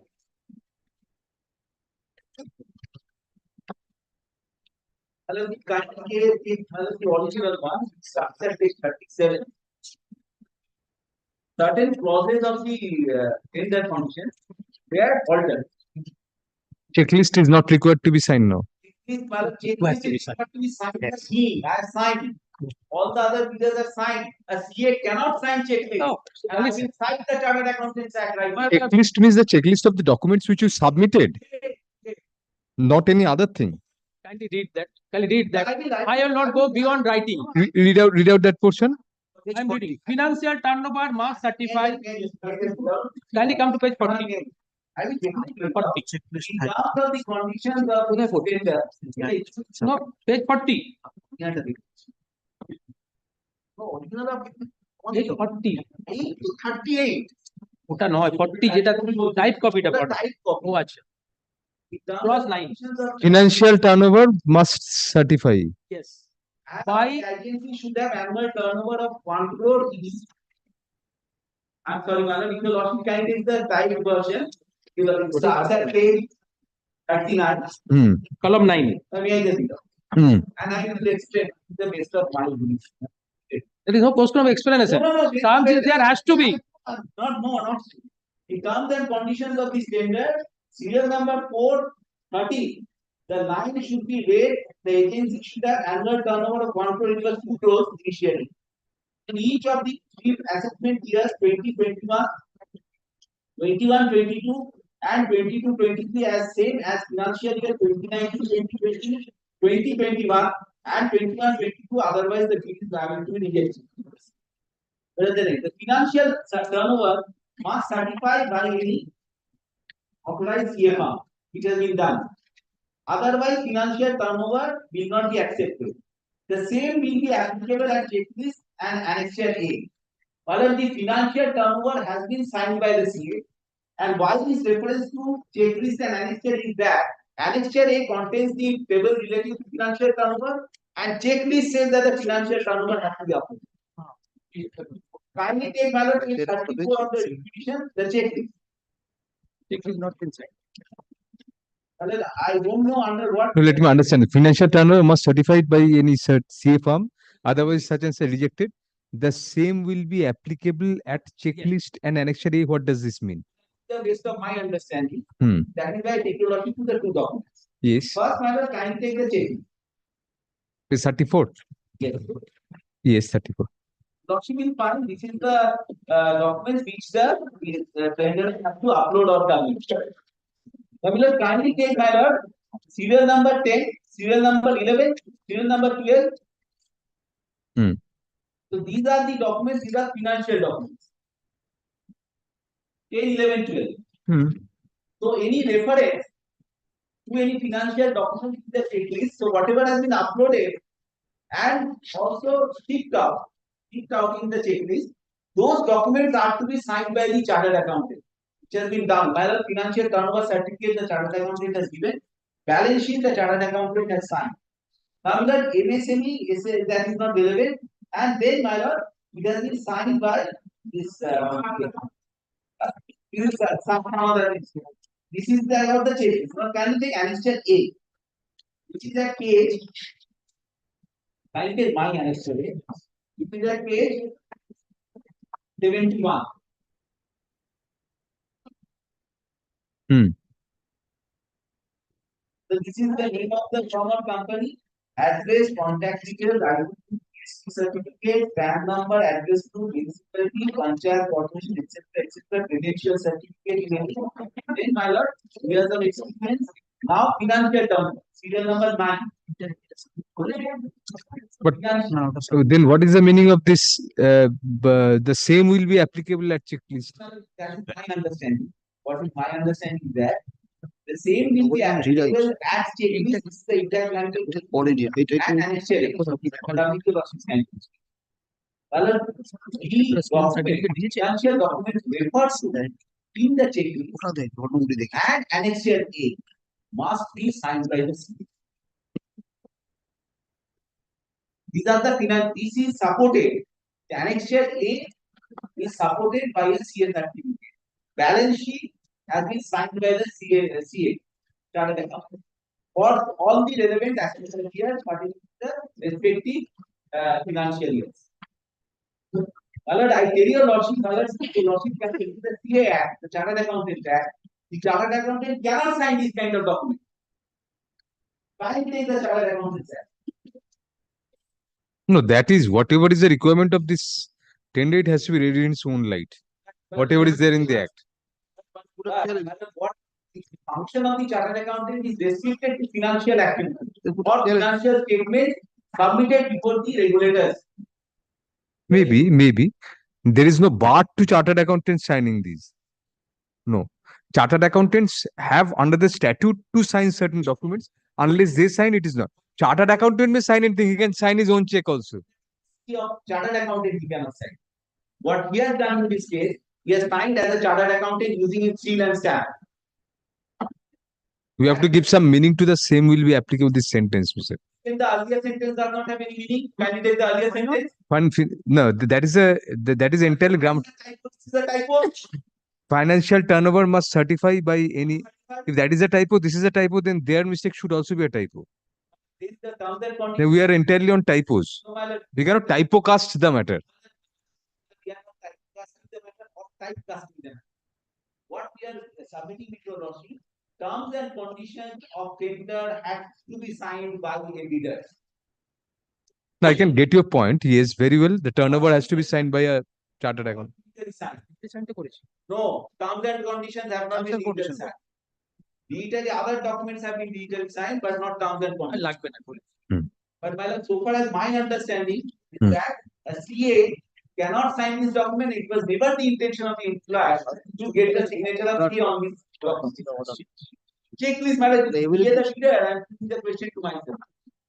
Will CA take the responsibility of any misdeclaration? All right. Yes, Mr.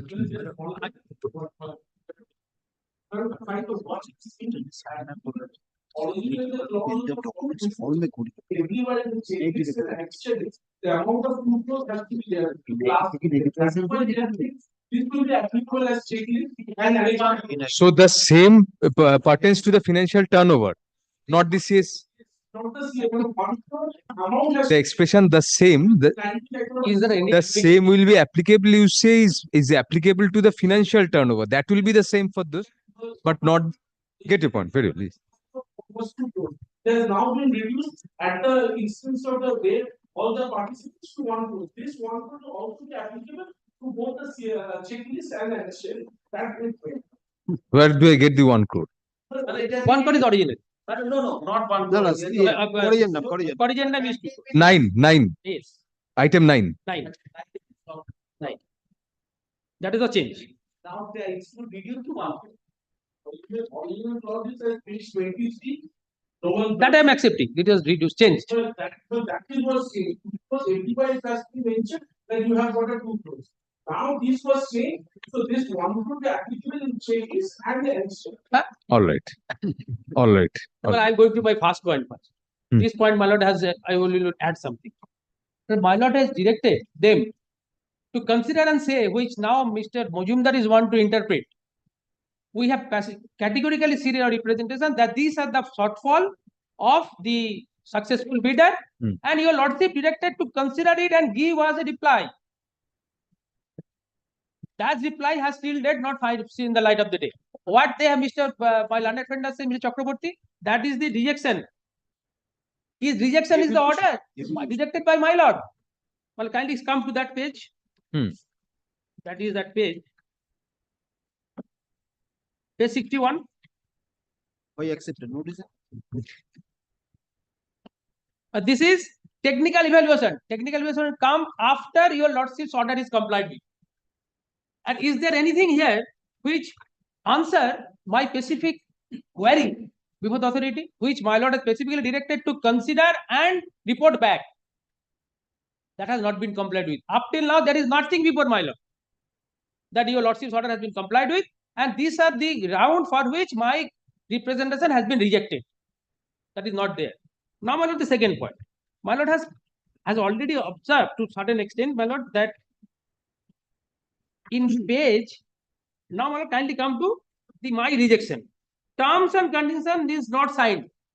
Terms and conditions will be a binding effect in contract where I will be signing the contract. Contract is required to be signed, otherwise it is invalid. Now, this tender document, which it says that you have to fulfill the criteria as made out. I have fulfilled the criteria as made out and signed all the documents in support of my tender. If your lordship see that the requirement is must be to achieve a goal, the signing has to achieve a goal. What is the goal? That whatever document you are filing, that should be authenticated by you. You take the responsibility. But so far as the question paper is concerned, my lord, this is a question paper. Pardon me for using the word. This tender paper, the first page is the question paper which I have to answer. Answer is signed. Question paper need not be signed. Coupled with the fact, my lord, third condition is said it may be signed. So if these two taken into consideration, my lord, my tender cannot be said to be invalid.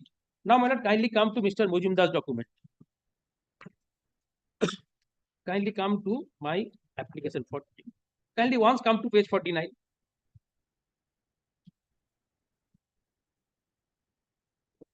Income tax clearance certificate. Well, kindly rest. Certificate issued under this section. It is not there, I admit.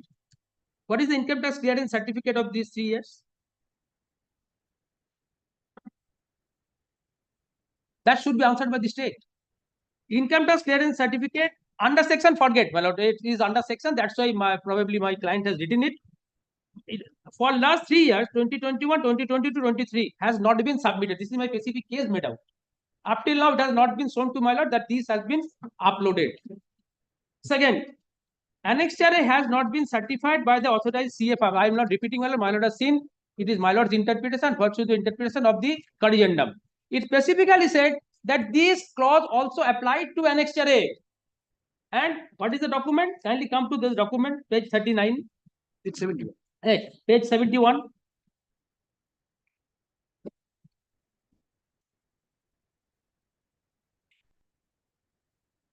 This is the document, page 71. Specifically says it cannot be required. It is simple language, simple English, nothing, no interpretation necessary. Page 71, signed by the, not signed by the CA. This is the document uploaded now. It is, everybody can get it. And then also, my lord, checklist, that page 72, not signed. It says specifically it has to be signed. And this is our specific grievance. The authority who is required to be considered by your lordship's order, not been done. Turnover certificate, page 72, my lord, kindly see. Not been signed. 71, 72. Not only that, for the first time I'm canvassing this point. This is the point canvassed earlier, your lordship directed to consider them specifically. Not been done. Now today they are trying to give some interpretation when there is required no interpretation because language is simply clear. To not state. And everybody, my lord, accepted that in pre-bid meeting. So these are all my submissions, my lord. I repeat that the document, which is the question paper, the tender document, need to be signed. That's why the authority issuing the tender use the word specifically may. That's the reason behind it. That's all. Learned Senior Counsel for the petitioner contends that the previous order of a court of this court in WPA 19281 of 2023 dated October 19, 2023 has been flouted. First up, the petitioner had taken out several objections to the tender process, comma, in respect of which this court had directed by the said order that the respondent authorities should consider the representation of the petitioner within a particular period and the outcome of the said consideration should be intimated to the participants immediately thereafter. First up, next para, it is contended that the outcome was never intimated to the petitioner at any point of time. First up, next para, it is, thus, doubted as to whether in compliance with the said direction, the authorities took into consideration the objections raised by the petitioner at all. Next para, it is also pointed out that the petitioner took certain specific objections as to the outer limit of the tender being required to be 180 days, to meet the actual requirement regarding current rates with the expected rates as indicated in the tender. Push up that apart, several irregularities committed by the private respondent number 6 in the tender were also glossed over, GLO SACD, by the respondent authorities. Push up next para, Learned Senior Counsel argues that over and above, the petitioner's technical bid has been rejected on a frivolous ground altogether, full stop, by placing reliance on the invitation to e-tender dated May 11, 2023, it is highlighted by Learned Senior Counsel that in case the tender documents are downloaded from the website of the West Bengal government e-procurement system, the same within double inverted may, double inverted close, be signed and submitted as per the in-tender procedure mentioned thereafter. Post up, the expression within double inverted may, double inverted close, lends a discretionary color to the said requirement. full stop. Hence, comma, since the petitioner did not sign the downloaded document, comma, the petitioner's bid could not be altogether rejected, full stop. In particular, comma, it is argued that the petitioner signed all relevant other documents which were required to be submitted by the bidders. Full stop. Next para, learned counsel for the state points out that it was not possible for the respondent authorities to intimate individually the outcomes of the considerations, comma, semicolon. However, comma, in terms of the order dated October 19, 2023, comma, the respondent authorities duly considered all the objections raised by the petitioner and, comma, in fact, comma, in consonance with such consideration, comma, 17 out of the 23 bids were rejected. Full stop. Next para, learned counsel for the state places reliance on paragraph 16 of the order dated October 19, 2023, where the court had directed that the respondent authorities shall also ensure that the tender process shall be finalized as expeditiously as possible, positively by November 17, 2023. Full stop. Next para, it was, comma, thus, comma, not possible to physically communicate the outcome of the consideration to each of the participants, comma, it is argued, full stop. However, comma, since the outcome of the technical evaluation was uploaded on the concerned website, comma, containing the reasons of rejection and acceptance in the remarks column for each of the bidders, comma, the direction of this court was substantially complied with.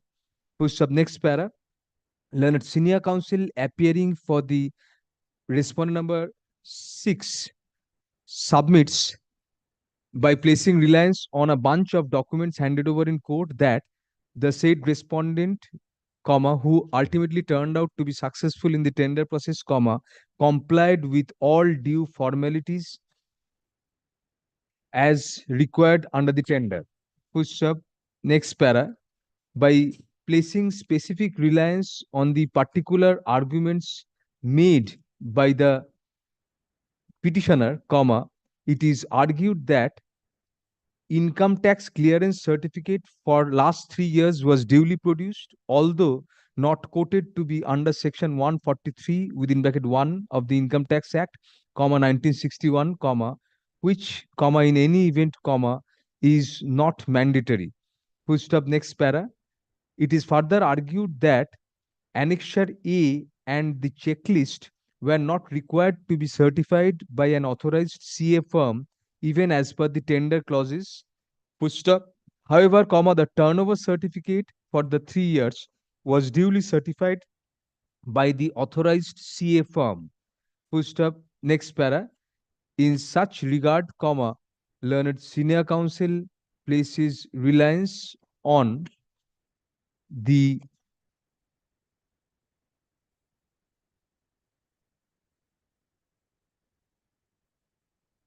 what is that corrigendum?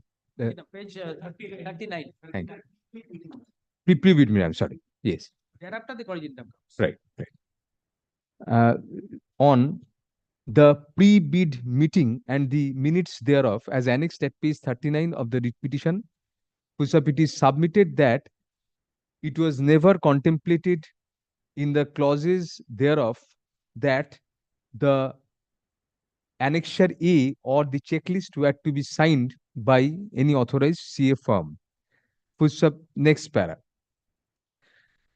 The first argument, heard learned counsel for the parties, full stop. The first argument advanced by the petitioner is that the order dated October 19, 2023 was not complied with. Full stop. Next para. However, comma, the argument of the state is more acceptable to the extent that it might not have been possible for the respondent authorities to communicate the outcome of the consideration of the representation of the petitioner individually to each of the 23 bidders. Full stop. That is all the more so in view of the specific direction in the order dated October 19, 2023, to the effect that the tender process was to be finalized positively by November 17, 2023. Full stop, next para. In any event, comma, detailed reasoned orders were not directed to be given by the respondent authorities in the said order by this court. Full stop. In any event, comma, the respondent authorities are not expected, comma, akin to courts of law, comma, to pass reasoned orders on the representations and complaints made by the bidders. Full stop. The technical evaluations sheet annexed at page 61 of the writ petition clearly discloses that in the remarks column, comma, detailed reasons of the rejections of each of the rejected bidders have been substantially given, comma, which is sufficient compliance of the clause in the said order dated October 19, 2023 to intimate the outcome of the consideration to the participants. Full stop. Insofar as the illegality committed allegedly by the respondent number 6 is concerned, comma, it is a cardinal principle of law and well settled by several courts, including this court and the Supreme Court, comma, that it is the employer, comma, whose reasonable interpretation of the clauses of a tender document are to be given effect to. First up, it is not for the court to sit in threadbare judgment over such interpretation given by the employer. First up, in the present case, comma, sufficient justification has been given by the respondent number 6 and the respondent authorities insofar as the eligibility of the respondent number 6 is concerned. Full stop. Insofar as the income tax clearance certificate is concerned, comma, the respondent authorities are of the opinion that those were submitted and supporting documents have been handed over in court today by learned senior counsel for the respondent number 6. Full stop. Perusal of the pre-bid meeting minutes, comma, in particular, clause 9 thereof shows that the agency should have to have an annual turnover of rupees 1 crore in each of the 3 assessment years, that is 2020-21, comma, 2021-22 and 2022-23, as same as financial years 2019-20, comma, 2020-21 and 2021-22. Otherwise, the bid is liable to be rejected. Full stop. Such requirement has been fulfilled by the respondent number 6. Full stop. It was further mentioned in the said clause that financial turnover must be certified by any authorized CA firm. Full stop. In the present case, comma, as evident from the documents handed over, comma, the turnover for the 3 relevant financial years have been duly certified by a chartered accountant firm. Full stop. Next para. The next sentence thereafter in clause 9 of the minutes says that otherwise financial turnover will not be accepted. Full stop. Thereafter, it is stated that within double inverted, the same double inverted clause will be applicable at checklist and annexure A. Full stop. Next para. Contending arguments have been advanced by both sides as to the interpretation of the expression within double inverted, the same double inverted clause, full stop.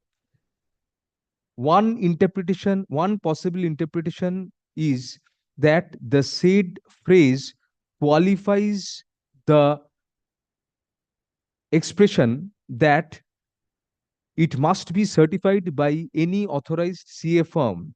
Full stop. The other interpretation is that the said phrase qualifies within double inverted financial turnover as indicated in the earlier portion of item 9 of the minutes. Full stop. Next para.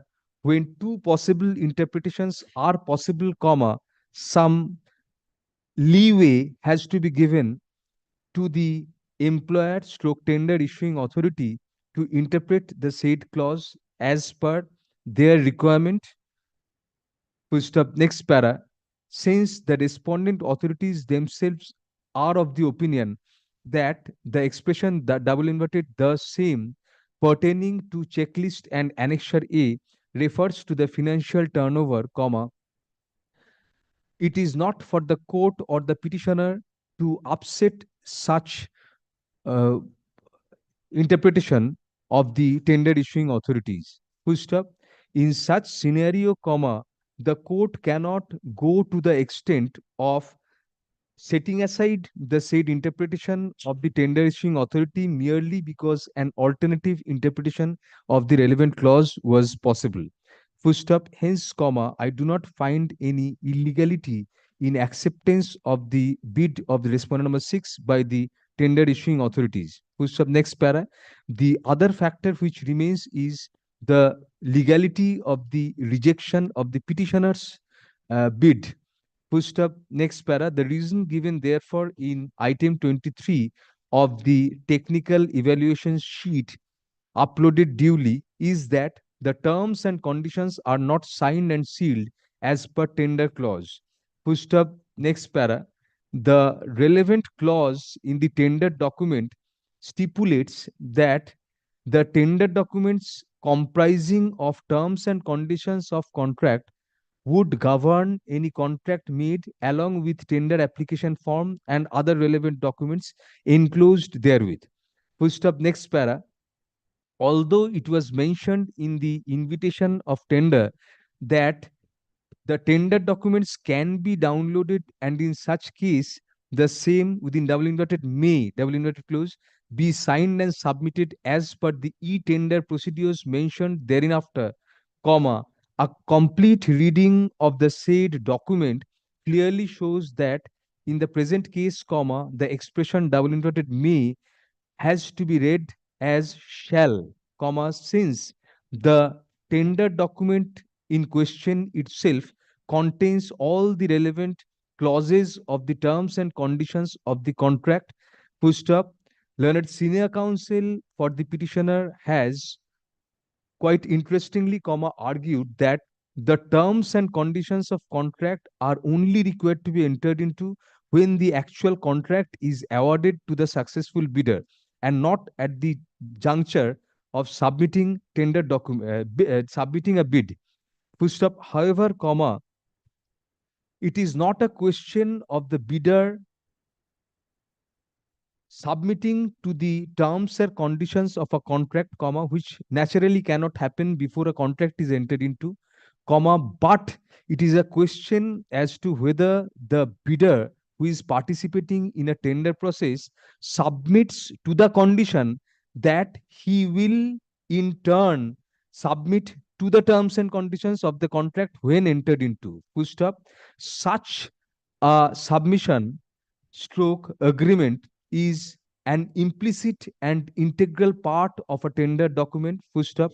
A bidder, comma, when participating in the tender by submitting his bid, comma, has mandatorily to agree that if and when a contract is awarded to him, comma, he will agree to the terms and conditions thereof as indicated in the tender document itself. Full stop.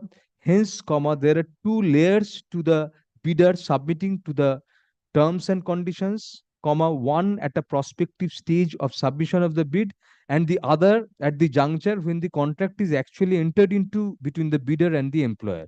Full stop. Taken from such perspective, comma, it was an incorrigible error on the part of the petitioner not to sign the document, comma, which not only was the tender document but also contained the prospective terms and conditions of contract which the bidder would have agreed to enter into once a contract was awarded to him. Full stop. In such context, comma, it cannot be said that there was any irregularity on the part of the tender issuing authorities or the respondent number 6, who is the successful bidder. Full stop. Accordingly, WPA 26163 of 2023 is dismissed out contest without any orders to cost. 6 যেখানে যেখানে বলেছি 5, I was in doubt, that's why I was just thank you. Respondent 6 যেখানে যেখানে বলেছি 5 হবে, sorry.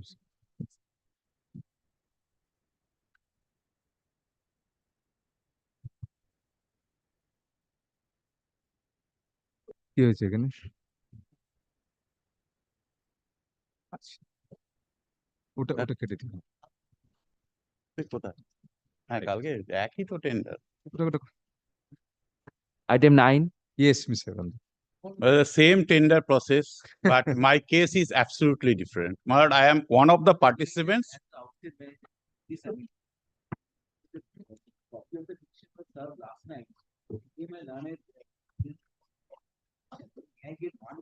Yes, yes, absolutely. When should I take it? So, Bandhavate? Tomorrow, if let it remain in the position. Oh, definitely, definitely. An adjournment is sought by learned counsel for the respondents. Let the matter stand adjourned for the day and shall retain its position in the list. My lord, we have filed the affidavit of service, kindly record it. Affidavit of service filed today be kept on. I'm grateful. Only one difficulty period. My junior will not be available tomorrow. That will be day after tomorrow. So Mujumdar has Mujumdar, I will mail it. I don't have info. day after tomorrow. Yeah.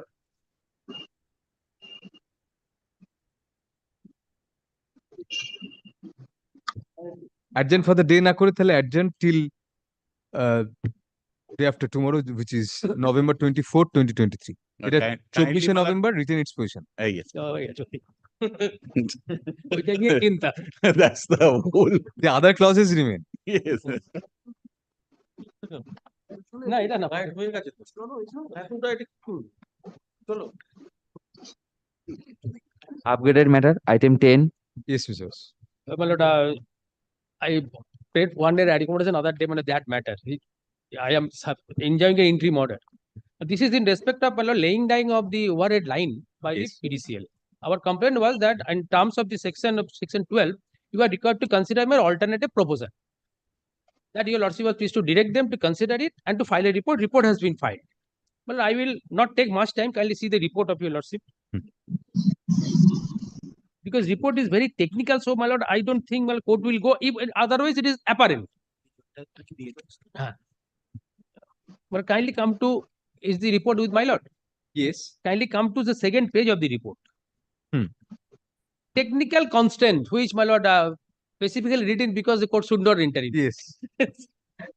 Land of the petitioner is situated just opposite to dead and tower end tower of such and such, such and such, such and such. 13 kV gantry with the permission of premises of 32 kV station is fixed in a position which is finalized during the inspection period of the subsection.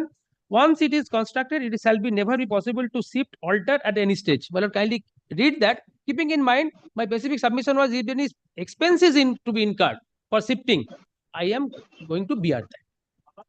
Well, the dead end such and such, as per the such guideline, the respective dead end tower constructed periodic youngster and angle 0 degree with the substation gantry. But my lord will not find any reason why it cannot be altered.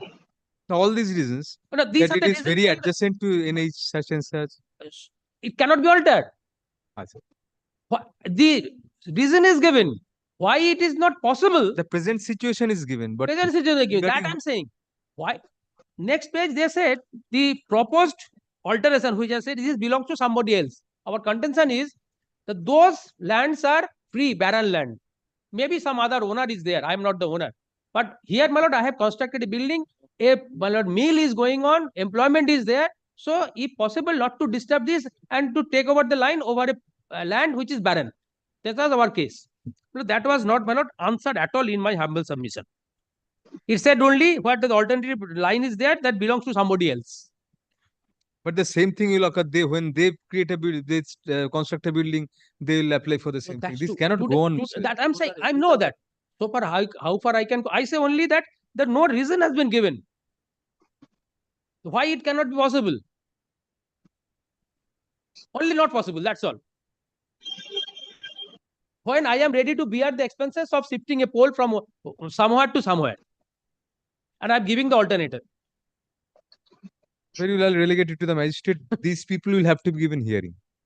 These Babun Tamli and all, whose lands are there, they will have to be heard. Yes, yes. They have to be heard. Yes. These are the adjacent owners, Mr. Panja. Page 4 of your report. No, it will not be No, your purpose will be served. By what now, my lord, what is my submission is kindly take trouble to see rule. Rule 80. Electricity rules or what? Electricity rules of 56. 1956 rules. 56 rules. Yes. 1956 rules. That is prevailing today. Can you take my copy? 56. Because in subsequent amendment it says till such time rule is not framed, this rule will be governed. I'll show to you, Lordship. But kindly come to rule 80. If this is complied with, over by two-storied building, I will not trouble you, Lordship. Clearance from building of height and extra high voltage lines. So this has to be complied with. This has to be complied with. So it is already there. Building is there. Oh, building, it is being constructed there. Like there is being constructed. So if the 80 feet clearance is section 80 is complied with, I am safe. My business can continue. Employment will not be disturbed. Yes, Mr. Panja, fair enough. That is the picture of this building. Many things have been said. Is absolutely incorrect. Naturally, Mr. Basu. No, when I am here, what types of argument is being made? Probably my husband is not aware.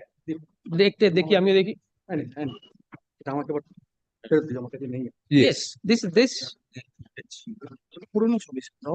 The construction is almost touching, it appears from this angle. This is, I can bring the photograph today is complete. This is old photographs. At least in now, here is what two-storied is there, constructed. Yes. Then what they want to say, they will not comply with. I will not make any submission what they want. I will request my elephant, can you take your seat? So that Michael, so to you, this rule is applicable today. No, he is admitting, Mr. Panja. Yes. Will not be after getting the entry order not to charge the line. When I submitted at that point of time, that project is complete. Just waiting to charge the line for few minutes. Entire district. That is the project. Entire district is suffering from low voltage. No, this building was constructed after you took your line. I'm showing to you. Long after. And below. Yes. Till today, the building is not being sanctioned. Second, because he purchased the building after the notification was Building or land? land. Long after he purchased, before that notification was there. So if he constructs a building after your line is taken, then he cannot claim advantage of 80. That is what I am saying, Lord. Not only that. Lord, he purchased the land after the notification, and I started the work. He took the risk. Today, Lord, the building is not reached. The plan has not reached. Till today. What they have done, Lord, they have obtained a puja, not to charge the line. What Lord, whatever I am saying, I can place the document here. They started very quickly to construct the building and all these things. Now, Lord, there was an interim order by SDGF not to proceed construct or not to construct. They have violated. I informed them that he will be cannot. Now, Lord, second SBJM order was at the behest of whom? In connection with what? You had applied. That was under what? What not provision? to construct the building. Under what provision? 144 was there. 144. Yes. Now, Miller, the second time, as soon as it expires, my lieutenant can take. Naturally, yes. Immediately, I opted out. Third, he also has gone through. This project is to solve the problem of acute power shortage of entire Dakshin. As a result, we must charge the line under the just before this Durga Puja, suffered. And that is why they asked us to complete the project. We to complete the Good, get it. fourth point is this, that the most of the complete towers have been erected. Lines are erected. There are two charges. That's why they had the option to Public interest, in public interest. direct notice দেয়া হলো না তারপর Lord had the occasion to Yes, electricity is in public interest of the, anyway, cite your judgment. there was the specific order from the Supreme Court that is, after completion and all these cases, Amendment of TPI. Cite it. I am not against. Please cite the judgment. What are you waiting for? You cite the judgment. No, because he is bowling like some. Let him do whatever. You cite your judgments. Milord, the first is Milord 2013, 8 Supreme Court. Three amendments. Yes, Milord. Page 78. এই দুটো কঠোর অর্ডারেই বলছে যে ওরা কাজ শুরু করে আর আগে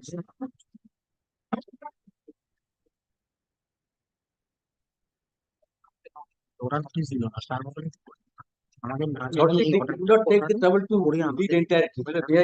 Point out the তখন আমরা Please do. 13.8 SCC 320. Milord, this paragraph 24.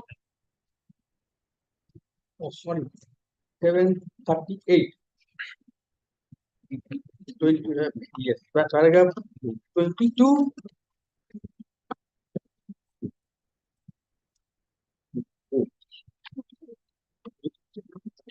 '23, 24, 25, and onwards.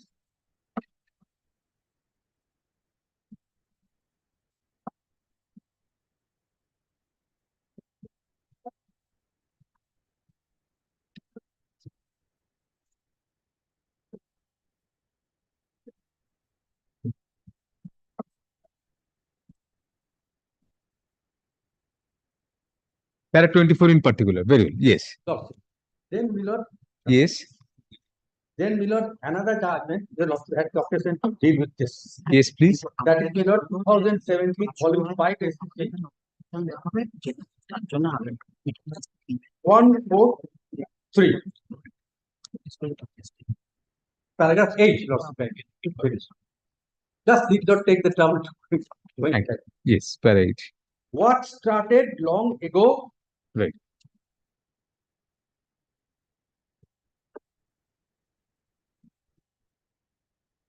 Most of the not possible to change the language. That's the language.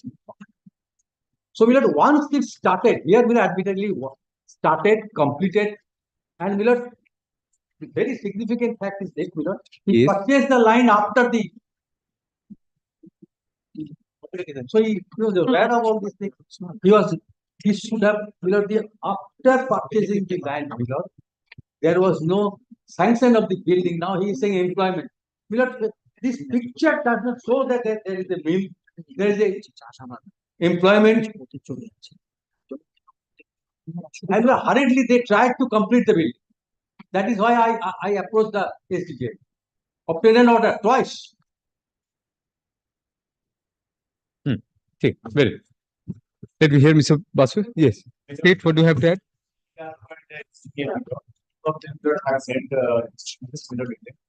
The sum substances that they differ with the petition. The date for conversion period of the power after the gazette notification period of the power utility. Yes. That is one point to be taken note of lordship. After gazette notification of this project. Yes. What is the bar? Project এর মধ্যে sir কোথাও specifically লেখা আছে conversion তো হয়েছে conversion হয়েছে কিন্তু ওখানে লেখা ছিল না আমার দাগের উপর দিয়ে যাবে কিন্তু নোটিশটাও আমরা দিয়ে দিয়েছি Cancellation of the conversion permission. User নাম লেখা ছিল স্যার আমার প্রপার্টির কথা ছিল না এই এটা এটা কোনো প্রপার্টির ইয়ের কথা ছিল না স্যার শুধু লেখা হচ্ছে কোন মৌজাগুলো দিয়ে যাবে? STL mirror on the prayer of the mirror LGL and NRO. Could you please repeat that last point? Yes. এই যে sir The mirror, the 144 mirror section. Yes. মৌজার কতগুলো এখানে লেখা আছে। মৌজা দিয়ে যাবে, কোথা দিয়ে যাবে সেটা পার্টিকুলারলি লেখা ছিল। On the prayer mirror made by the LGL and NRO. 118 number page. Subdivision land and additional office. To maintain which of these are correct. Right. Okay. And because there is a contention that maybe Battacharya was well with okay na was thought to be contended that HTL and HTL are one and the similar notification of আমাদের ভুল। May I not submit that? Yes, yes, absolutely. Yes, Mr. Basu. Now, my lord, kindly come to. Mr. Pada, please take your seat. And yes. Kindly come to page 94 of your lordship's brief. Kindly come to 95, last part, one paragraph. It starts with "Be that as it may," your lordship's order in the earlier round. This is on 5th April 2023. 94 it starts. 95. Be that as it may, yes. Be that as it may, although the writ petitioner may be premature to a certain extent, since no work has been undertaken yet on the petitioner's land, the court cannot shut his eyes in the fact of satisfaction. Then what my lord has said, such as disposed of to give a prior notice to the petitioner in the event they seek to start any work on the property of the petitioner. No notice has been given. No notice has been given. Then, my lord, this order was obtained. And prior to that, my lord, conversion made, building sanction plan, construction made. So there is no bar of conversion. There is no bar of granting any sanction plan. There is no prohibition anywhere in the law. And what is the, my lord? And now, my lord, kindly come to the notification. This is the notification. Where? See page 118. Yes. What it is said? নিম্নলিখিত মৌজা সমূহের মধ্যে দিয়ে প্রস্তাবিত লাইনটি টানা হবে। Absolute vague so far as my land is there or not, nothing is there. 3 moujas has been given. Right. So it cannot be said that my construction is beyond sanction plan or without any conversion. So if today my building is constructed when no line, as your lordship has recorded in your lordship's order, no my lord, line has been drawn over my land. So my lord, they now cannot say, and your lordship has recorded specifically, no construction, no work of the WBS has been commenced, specifically said. So I have constructed on the basis of sanction plan. So today I can claim that you should comply with section 80, rule 85. Rule 80 of the 56 rules. If this is complied with, everybody is saved. Right. Learned senior counsel appearing for the petitioner contents. A report filed today by the WBSCTCL be kept on record. Full stop. Learned senior counsel appearing for the petitioner. I have prepared a rejoinder. No. Rejoinder. Not now. After hearing is over. I will not rely on it. Just No, not after the hearing. Learned senior counsel for the petitioner contends that the said report is as technical as possible, but nowhere does it indicate clearly that there is no alternative route for shifting the high tension overhead line from over the petitioner's property. may I have my lordship? Yes. Learned senior counsel further argues that in the least comma, rule 80 of the 1956 rules is required to be followed insofar as the requisite distance from over the petitioner's property is concerned. Full stop. Learned senior counsel argues that in terms of a previous order of this court dated April 5, 2023, the WBSCTCL was required to be given a notice to the petitioner before undertaking the work, which was never done. Full stop. Next para. Learned counsel appearing for the WBSCTCL places reliance on the judgments reported at 2013 8 SCC 738 bracket namta debe and 2017 5 SCC 143 namta debe to impress upon the point that once a work/project has been undertaken, the same is not generally upset by the High Court. Full stop. Next para, it is further argued that there is acute power shortage in the district of Dakshin Dinajpur, which has been sought to be met by the present project. Full stop. As such, comma, an order to the contrary shall affect the public interest at large. Full stop. That apart, comma, the petitioner purchased the property after the notification of the project was published and cannot claim any equity as such. Full stop. There is no sanction of the building being constructed by the petitioner, comma, it is argued, and orders have been passed under section 144 of the Code of Criminal Procedure, restraining the petitioner from carrying on with construction, which has been flouted. Full stop. Next para. Learned Counsel for the state contends that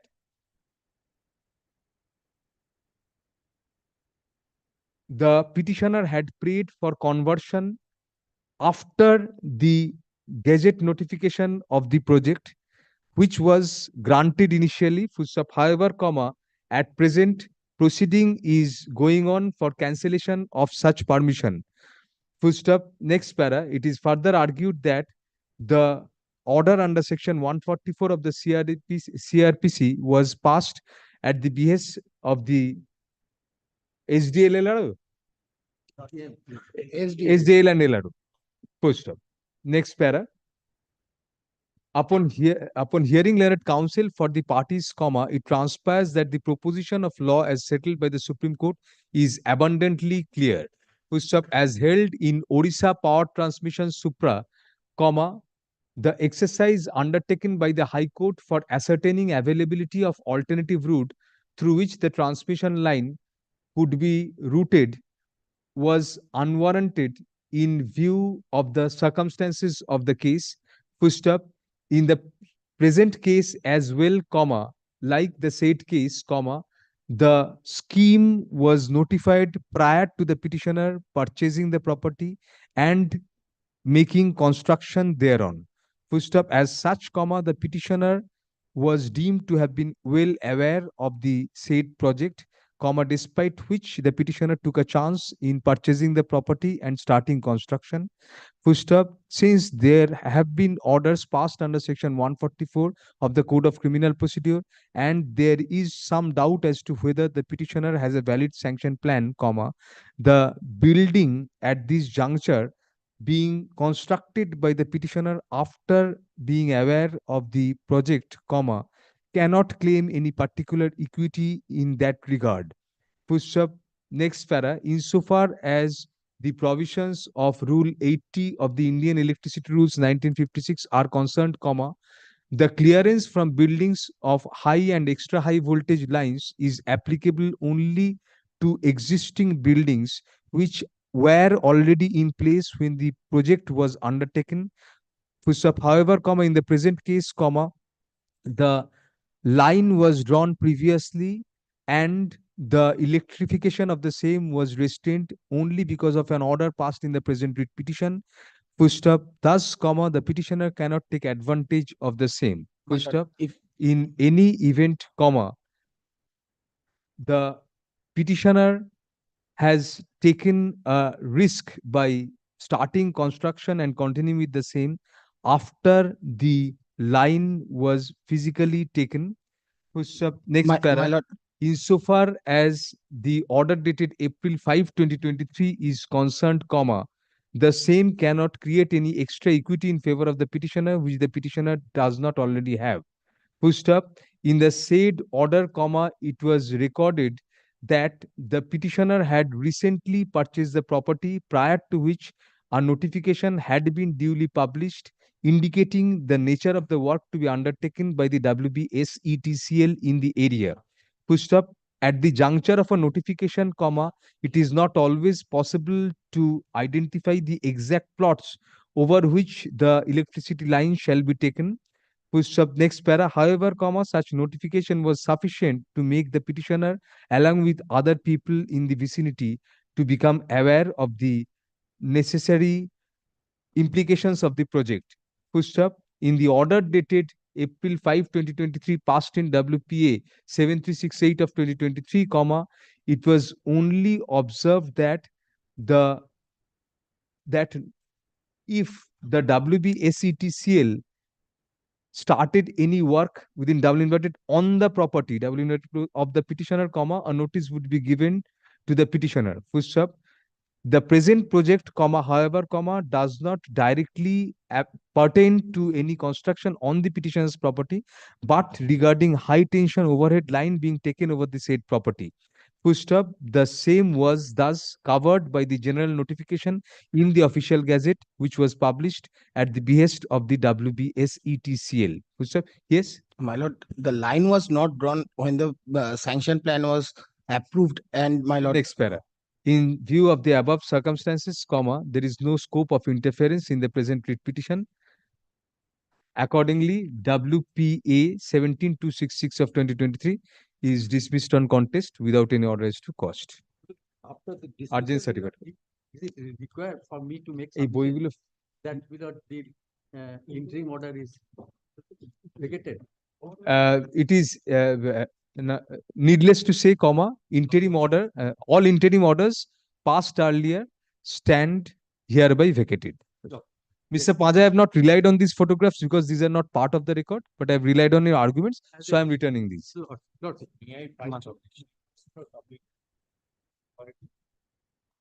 You keep those with you as instructions, Mr. Galib. I have recorded your submissions.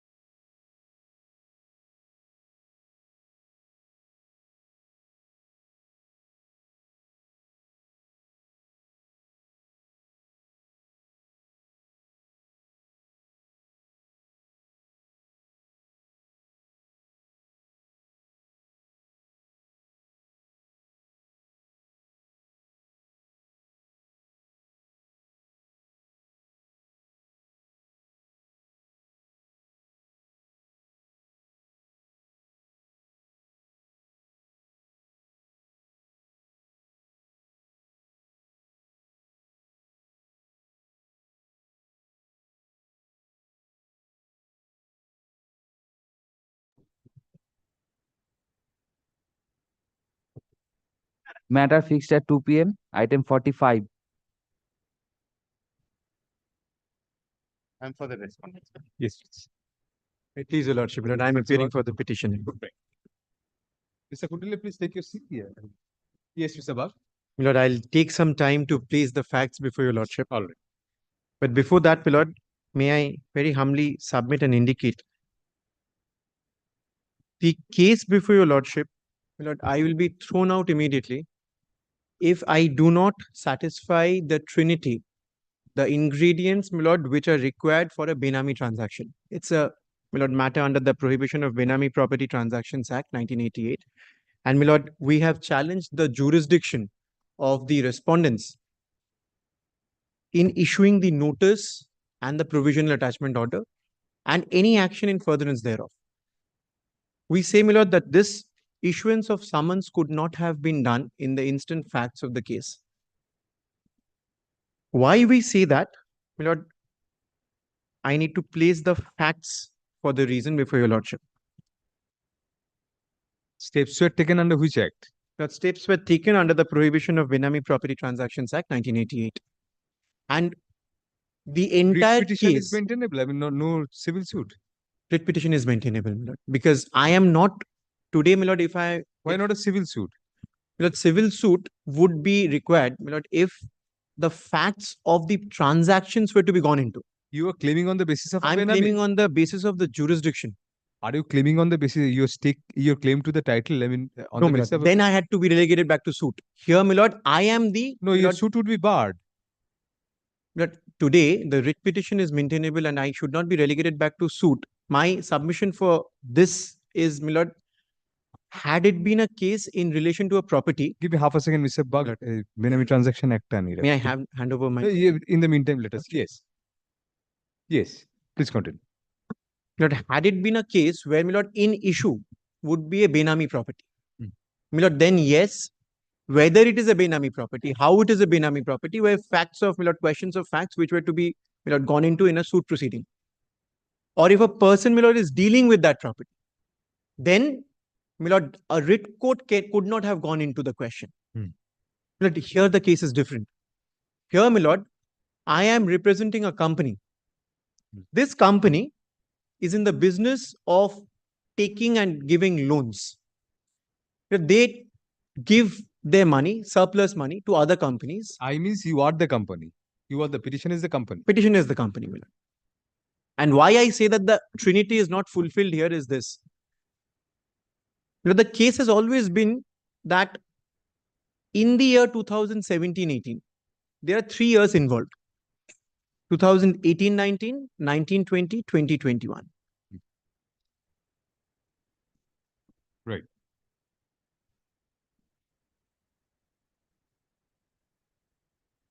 My Lord, I begin with the fact that in the year 2017-18,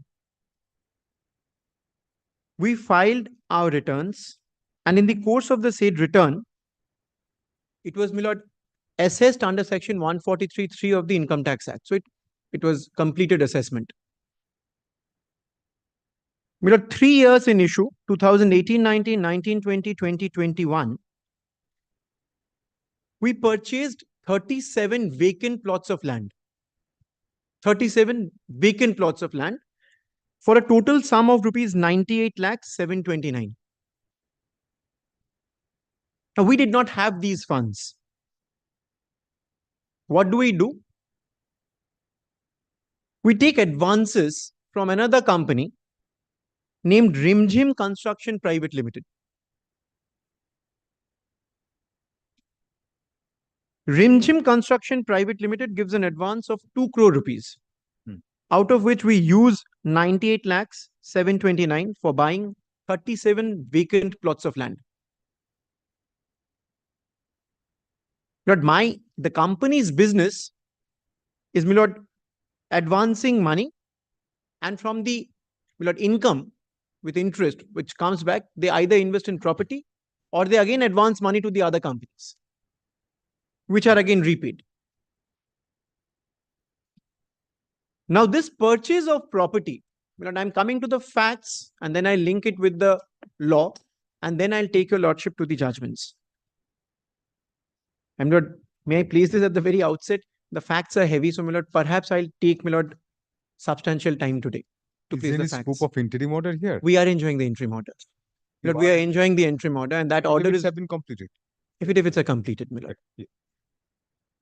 Or if your lordship pleases, my lord, because today perhaps I'll take the entire time till 3 o'clock, my lord, to place the facts, because I'll take your lordship, this is 13 volumes, and my lord, kindly don't go by the volumes, because my lord, I'll indicate the very specific pages. Do we have any other working Saturday?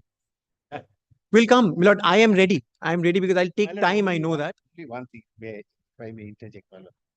My lord, what my lord has to see whether in the given circumstances, the statute gives him, this is an adjudicating proceedings that is there. He is participating in the adjudicating proceedings. Today, whether writ lies or not, there are judgments, my lord. Adjudicating proceeding before which authority? Before the Benami authority. We are not participating. And that is our case, my lord, because we say it is without jurisdiction. So the moment I participate, I lose my challenge to jurisdiction. That is why I'm before your lordship. He has an alternative remedy. A pat on the point, there are judgments, my lord, of this court also. Calcutta High Court, Madras, Madhya Pradesh, Rajasthan. The alternative remedy, if, my lord, I accept the jurisdiction. I do not accept the jurisdiction. Today, So, my lord, he can go before, since at the stage when the interim order was passed, at that point of time, from that time, there is a stay. Proceedings have not been able to continue. But there's an adjudication proceeding under section 26, which is going on, which he ought to have participated. it is not going on, my lord. It is also covered by the order, my lord, because any proceeding. Going on in the sense that it's pending. It is pending, indeed. But it has been stayed by the order. Stayed by the order and on the basis of the very submissions which we are making now. And my lord, these submissions are very relevant because if these submissions are accepted by your lordship, then my lord, they do not have a jurisdiction at all. In fact, I will go by their notice and indicate, my lord, and place, and I'll try and canvass submissions to the effect that whatever they are alleging are actually allegations under the Income Tax Act and specific allegations No, under certain section prima facie 68. case was made out, which is why the stay order was granted. No prima facie. Obviously, it was made And out. they have not preferred an appeal against this, my lord. So let us hear out the matter.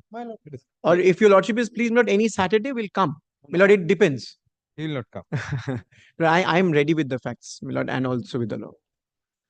In fact, my lord, this is perhaps one of the first matters. In fact, my lord, I don't think he will take more than an hour. If I know Mr. Bagh well, he will not take more than an hour. I will take another half an hour. So, my lord, Let us start the matter. Sometime we have to take up the matter. So why not today? Let us take up it. Next matter is, I am appealing for the respondent, Mr. Mohammed led by Mr. ASG Malad, ASG. I am saying not to refer. He is Lamba train. CPM, in any event, I will be taking up original side matters at 3 p.m. Should I release the other matters? Kindly do so, my lord, because I'll take that. Then I'll release the other matters. Appellate side matters are released for today. At 3 p.m., I will be taking up the original side matters. No fixation. All other matters are released. Appellate side. Yes. Lord, we purchased 37 properties, 37 vacant plots of land with the amount which we have received from a company. This is very important, my lord. Rimjim Construction. There is no, my lord, similarity in the shareholding, or my lord, there are no common directors between the petitioner before your lordship and Rimjim. So it is not a sister concern. It is not in any manner related to the petitioner company. No common directors, nothing. It was a working transaction, my lord, by which they advanced us this money and we were supposed to repay this. I'll take your lordship to the pages where, my lord, the bank transactions have been indicated as to how this money has come in. This money comes to our account, the petitioner's account. We then invest in these properties, 37 vacant plots, and we purchase it. That's the first ingredient, my lord, because had Rimjim directly invested in the, my lord, the vacant plots, and had those sale deeds been registered in the name of the petitioner, then the case would be different. Was there any agreement in writing between Rimjim and you? Nothing in writing, bank transactions on record. Only bank transactions? Yes, bank transactions. In fact, the bank transactions I'll rely on to indicate that I could invest the money only when the money came from Rimjim. It was given by Rimjim to you as a loan according to you? As an advance. All right. As an advance. Now, advance has various connotations. Now, advance may also mean NIMJIM will take a claim to the land. No, in the nature of a loan, because I was supposed to repay it back. So it can't be, my lord, that they have a stake in this. In fact, the case which is now sought to be made out, that is the reason, my lord, I'll take your lordships. My lord, I'm sure my learned friend will have. Correct, that is not what has been said. I'll indicate from the documents. I'll indicate from the documents. Today, since my lord said this, pointed out, that might have been, that's why he's now saying it's as a note. I'll indicate that, my lord. It has been in the books, it is an advance. All right. Even if it is an advance, I'll take my worst case and I'll indicate Very well, that how advance, yes. we purchase this properties and the title deeds of these properties are with the petitioner. Petitioner is in possession of these properties. You purchased in your name? We purchased in our name. Deeds with you. And not only we purchase in our name, my lord, we have paid from our accounts. It is not paid from the account of RIMJIM. Paid from our accounts, purchased in our name, and the title deeds are with us. And the reason I'm indicating these, my lord, I'll fall back on a Supreme Court judgment which has been followed time and again, my lord, where 6 ingredients are set out. I fulfill each one of them, which says if these ingredients are fulfilled, then you do not fall within the ambit of this act. Property purchased in our name, title deeds are with us, we are in possession of the property. Now, my lord,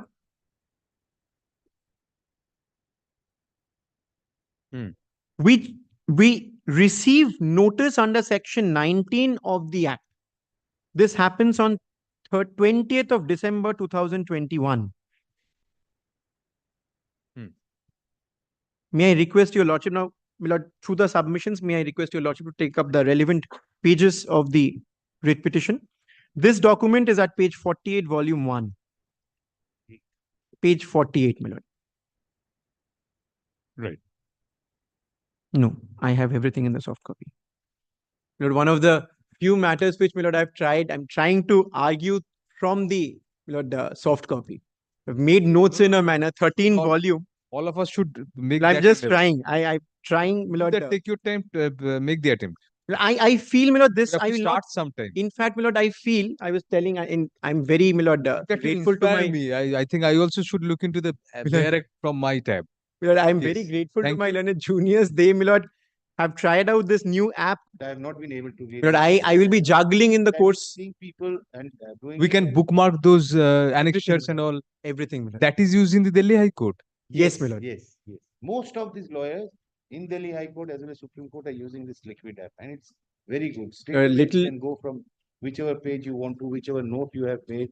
Which Mr. Bagh is also. So I have 13 volumes of the brief here, all marked. I mean, I can just swap in between the pages and the volumes. What's the name of the app again? Liquid? It's liquid text. All right. Liquid text. Thank you. Yes, let us start. Yes. My lord. Thank you. This document is at page 48, volume 1. 48, yes. Proceedings under section 19 of the act, the summons. Nothing indicated here. It's only indicated whereas your attendance is required in connection with this. We have been invited, my lord. We have been asked to attend on 27th December 2021. And the reason for this attendance is in one line, recording of statement on oath. That's all. And then the threat that if you do not do this, then imprisonment.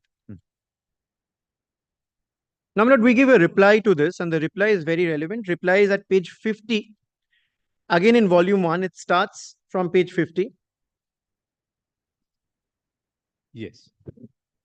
And it goes on till page 688. Because, my lord, we have given reply. With the reply, all the documents. Now, what documents have we disclosed? My lord, kindly take up page 50. The first point is summarized sheet giving details of investment in property done as on date, along with source of fund is enclosed. Herewith, all the aforesaid investment in property are duly disclosed in the regular books of accounts. So you must have known what was the notice on. Lord, we have disclosed everything because, Lord, we had to go and visit. So, Lord, then we had come. In fact, one of the notice, Lord, where we have replied, we have indicated this, that section 19 was not the first stage. The summons was really not the first stage because they had informally asked us that you give us these details. And that's recorded in our reply. I'll take your lordship to that reply. And we have disclosed it that this is not the first time that you are asking this through a section 19. Section 19 is the formal summons. But before that, you have asked from us, you have taken statements, we have given it to you, and you have not disclosed it in your summons. So we have taken that point, my lord. Now, page 50 is where we say summarized sheet. So we have given the details of the investment in property. We've given the source of funds, everything disclosed, and stated that it is disclosed in the regular books of accounts. Also, copies of the deed of conveyance of all the properties, my lord, have been given, and that is why, my lord, 37 properties, hence the volume, my lord. I'm not taking your lordship through the deeds, except perhaps, my lord, one of the deeds, if I may only indicate, at page 57, because the rest of the deeds are the same, very similar. Page 57, this is between, my lord, kindly see the vendors and then the purchaser. Purchaser is relevant. Krishna Sudama Marketing Private Limited, that's the petitioner before your lordship. Right. So it's not Rimjim. We have purchased it in the name of the petitioner. And payments made. Now we give additional documents. Let kindly see the timeline. Summons issued on 20th December 2021. Reply in January, 5th of January 2022. And further reply by which we give more documents. That's 20th January 2022. That starts from page 689 of volume 4. May I request your lordship to take up that document once. Volume 4.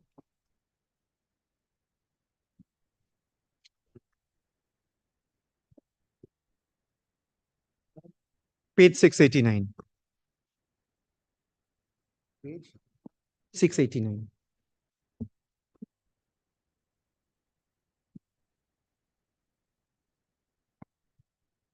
Yes.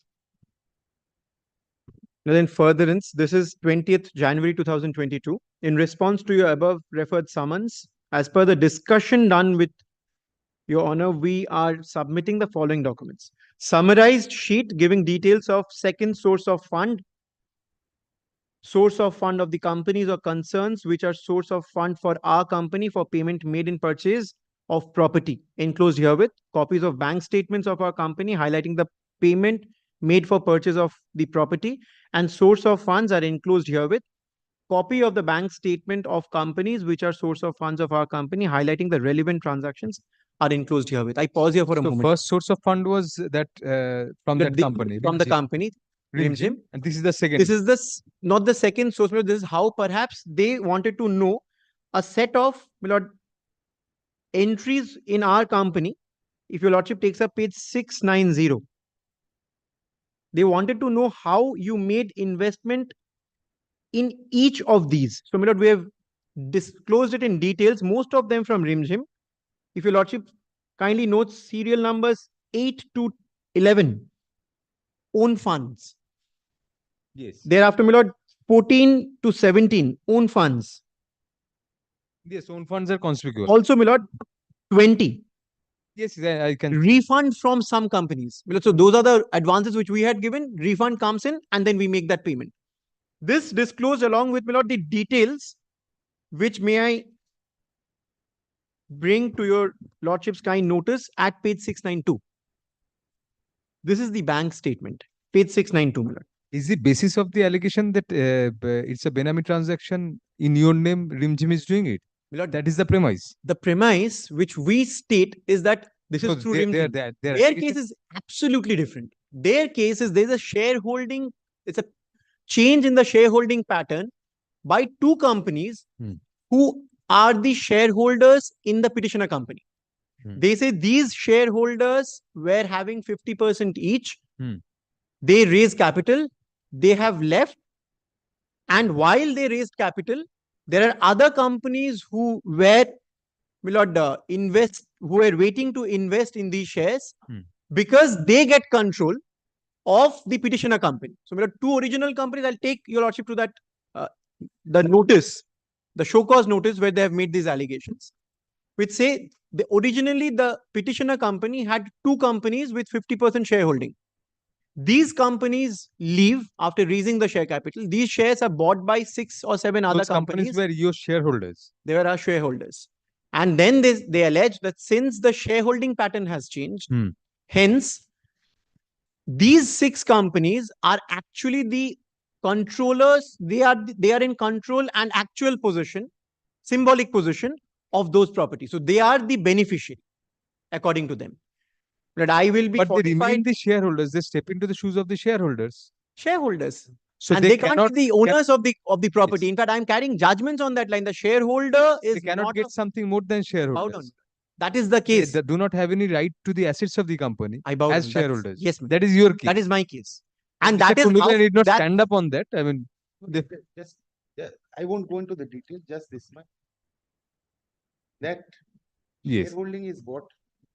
For 25, say for 2.5 crores. 4 persons for 10 crores, say suppose. Now, those persons suddenly go out by selling that for 10 lakhs. And these properties are there after this company is taken over by 2 persons or 1 person, one entity. At a price which is much lower than the shareholding. And there is no reason why somebody which was worth 10 crores be selling it for 10 lakhs, other than making it for the purpose of it.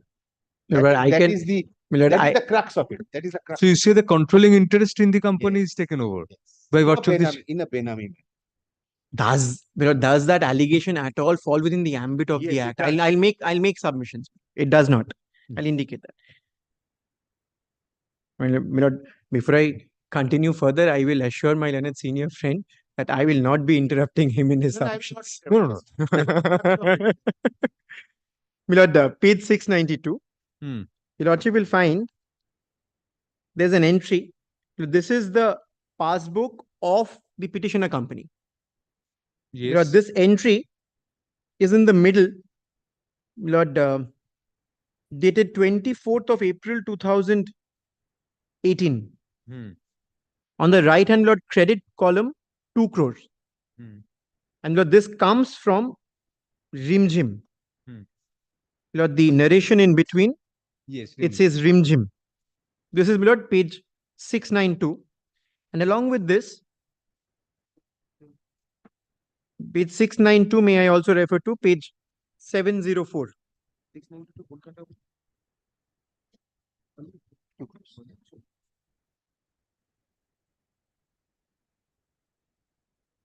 Milord, 79704.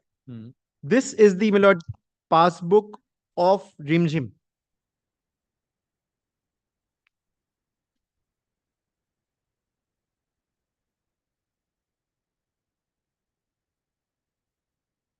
And the amount is indicated here, my lord. Withdrawal. Your lordship will find this entry on 24/4/2018.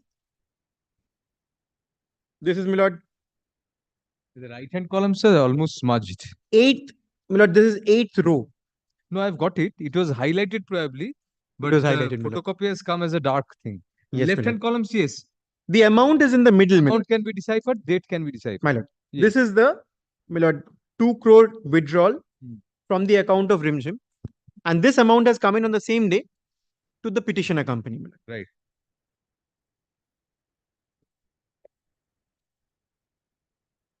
This probably is an undisputed position.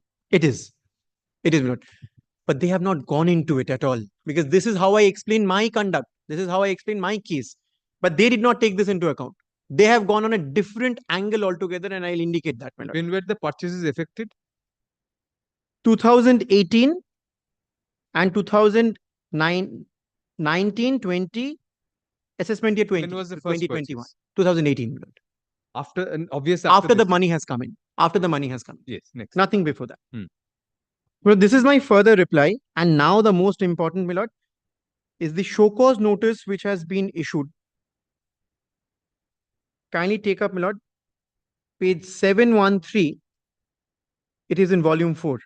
Page 713, my lord. Yes. Show cause notices on 2 different dates. And these are issued under section 24, subsection 1 of the Act, my lord. 2 different dates, 28th March 2022 and 29th March 2022. I'm indicating only one because the rest of the notices, my lord, are similar. Yes. It's only, my lord, 37 in number because of the 37 properties. Where the first starts from page 713. Paragraph 1, my lord, I'll only read out the relevant parts. The first line is very relevant, whereas a reference was received from DDIT investigation unit. So it's an income tax authority who has, my lord, gone into an investigation, and then this report, this reference was received. Paragraph 3 then. The reference was examined in detail and approved of by the learned approving authority, which was obtained under section 23 of the Act on 17/12/2021 and further on 11th March 2022.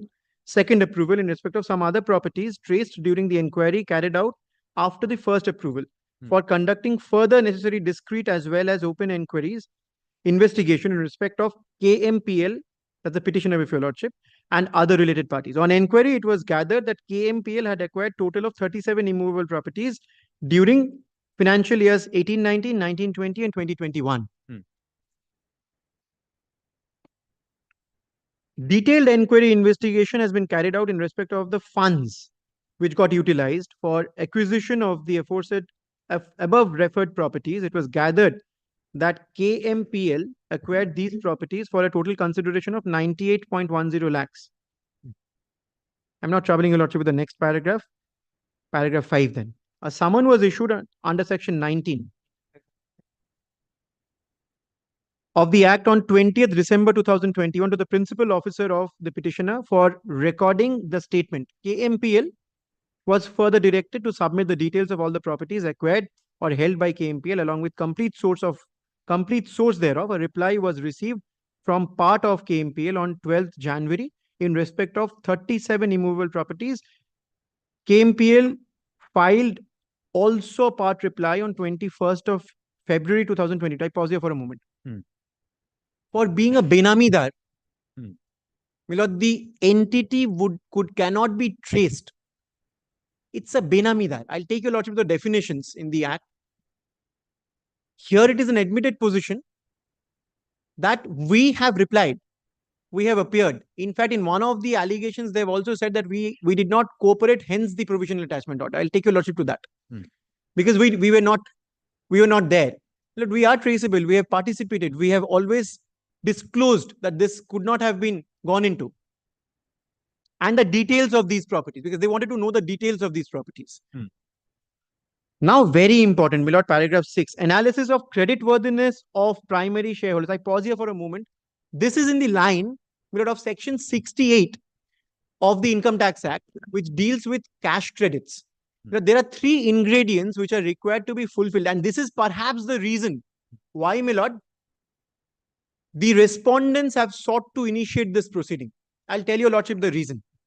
In a case under section 68 of the Income Tax Act, there are 3 ingredients which are required to be, my lord, fulfilled by the assessee to come out of the ambit of 68. First, my lord, is the identity of the shareholders. So whoever is investing and purchasing shares, because 68 deals, my lord, with cash credits, it means, my lord, if there is a sum which I have or my shares are there, my lord, someone has purchased it, to say and see that these are not from shell companies or it is not accounted for, then, my lord, I have to satisfy 3 ingredients. 1, identity of the shareholders. Number 2, creditworthiness of the shareholders. And number 3, my lord, the mode of transaction, whether it is in cash or in a banking transaction through a bank route. My lord, here the issue is the second ingredient. Creditworthiness of the person, of the company, or who's become the shareholder, who's purchased the shares, whether they have the creditworthiness to make this investment. So in this case, whether RIMJIM has that creditworthiness to make this investment. My lord, here they have never... Is that a German factor? I'll indicate why. My lord. Yes. They have, that is the reason they have not gone in this line. Although we have disclosed it is from RIMJIM. They have not, my lord, initiated till then. They did not initiate anything against RIMJIM. Nothing. No show cause notice to RIMJIM, nothing. The reason is this. In Income Tax Act, my lord, they can take one step back. The authorities, my lord, can ask the assessee that you disclose from who is the shareholder, identity, and what is his creditworthiness. So if he has creditworthiness, then my lord, they can't proceed any further. Because then, my lord, they will indicate that yes, I had the money. They can't go one step back and ask Rimjim in this case, where did you get the money from? That they can't. There, my lord, they get stuck. So they have to do it in some manner, but they can't do it under the Income Tax Act under Section 68. They can't. They then try, my lord, through this act, because this act does not have that limitation. They means that these are different authorities. The respondents. But here, these are not the income tax authorities. Lord, the income tax authorities are, my lord, the authorities who will have the powers under this act also. Achha. I'll indicate that, my lord. Hence, my lord, they wanted, my lord, to catch hold of, my lord, the petitioner in some manner. And this is perhaps the route. Hence, and why I'm submitting this, my lord, kindly see the next paragraph. Analysis of creditworthiness of primary shareholders. Creditworthiness is not an issue in Benami Act. Benami Act does not look into the creditworthiness of an, my lord, entity who has made the... Benami Act goes by 3 ingredients. There has to be a Benami transaction, a Benami dar, and a beneficial owner. 3 ingredients, my lord. And I'll show in this present, my lord, fact situation. I have disclosed, the petitioner has disclosed that the petitioner is the beneficial owner. They choose to disregard it, and they choose to believe that there is a beneficial owner who is not known. The identity of the beneficial owner is not known. That's their contention, which we'll find, my lord, from the... this notice we have given a reply to, and to that they have also given a reply. It's all from these documents, my lord. So, analysis of creditworthiness of primary shareholders. From the documents and information received in the reference, as well as the documents available in public domain, as well as from the documents collected through inquiry after obtaining approval under Section 23 of the Act, it is noted that KMPL, which got incorporated on 24th February 2012, issued 5 lakh shares on 31st March 2012 with a face value of ₹1 and an unreasonably high premium of ₹499 per share. I pause here, my lord. Maybe this is correct, perhaps.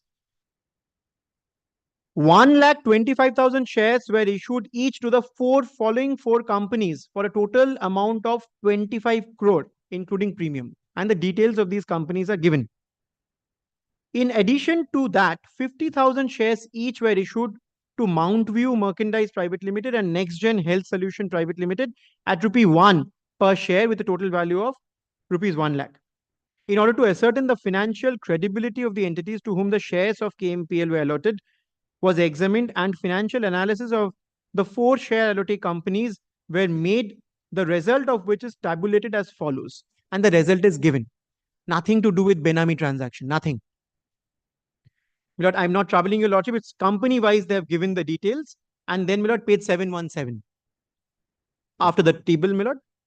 From the above financial analysis of the 4 allotee companies, it is clear that. So this is the finding. All these companies were formed in a planned manner, ranging in a week of formation of KMPL during February 24, 2012 and March 6, 2012. Each allotee has raised capital by issuing shares at a high premium and has acquired bogus share capital from another set of paper companies with premium only to provide accommodation entries to another set of companies, including KMPL. I pause here. Accommodation entries. So the case is, which they are seeking to make out is accommodation entries, shell companies. 68 angle, my lord. None of the 4 companies has any revenue from operations and have filed loss each year since incorporation of subsequent 6 financial years analyzed. Thus, these companies had no fund or creditworthiness of their own for entering into such high transactions. From the above analysis, it could be made out that all the companies are having huge share premium in their balance sheet, hardly pay tax, as the gross income is very less for the years observed with hardly any fixed assets. These are all characteristics of a shell company, which are used to as a conduit to introduce unaccounted money in the books of account. So even if I'm company act proceedings against you? No, my lord. There isn't. None that I'm aware of. Any? Lord, may I take instructions on that, because offhand I should not make wrong submissions. Yes. Just ask the client if there's any proceedings on the Company Act which is pending against the petition. No. Cross check. Yes. It is also interestingly noted from the filed returns that the return of income for the incorporation year, assessment year 2012-13 of the 4 LOT companies as well as KMPL was filed from same computer as evident from the IP address shown in the ITR acknowledgement. The IP address for filing the same in all the 5 entities is this.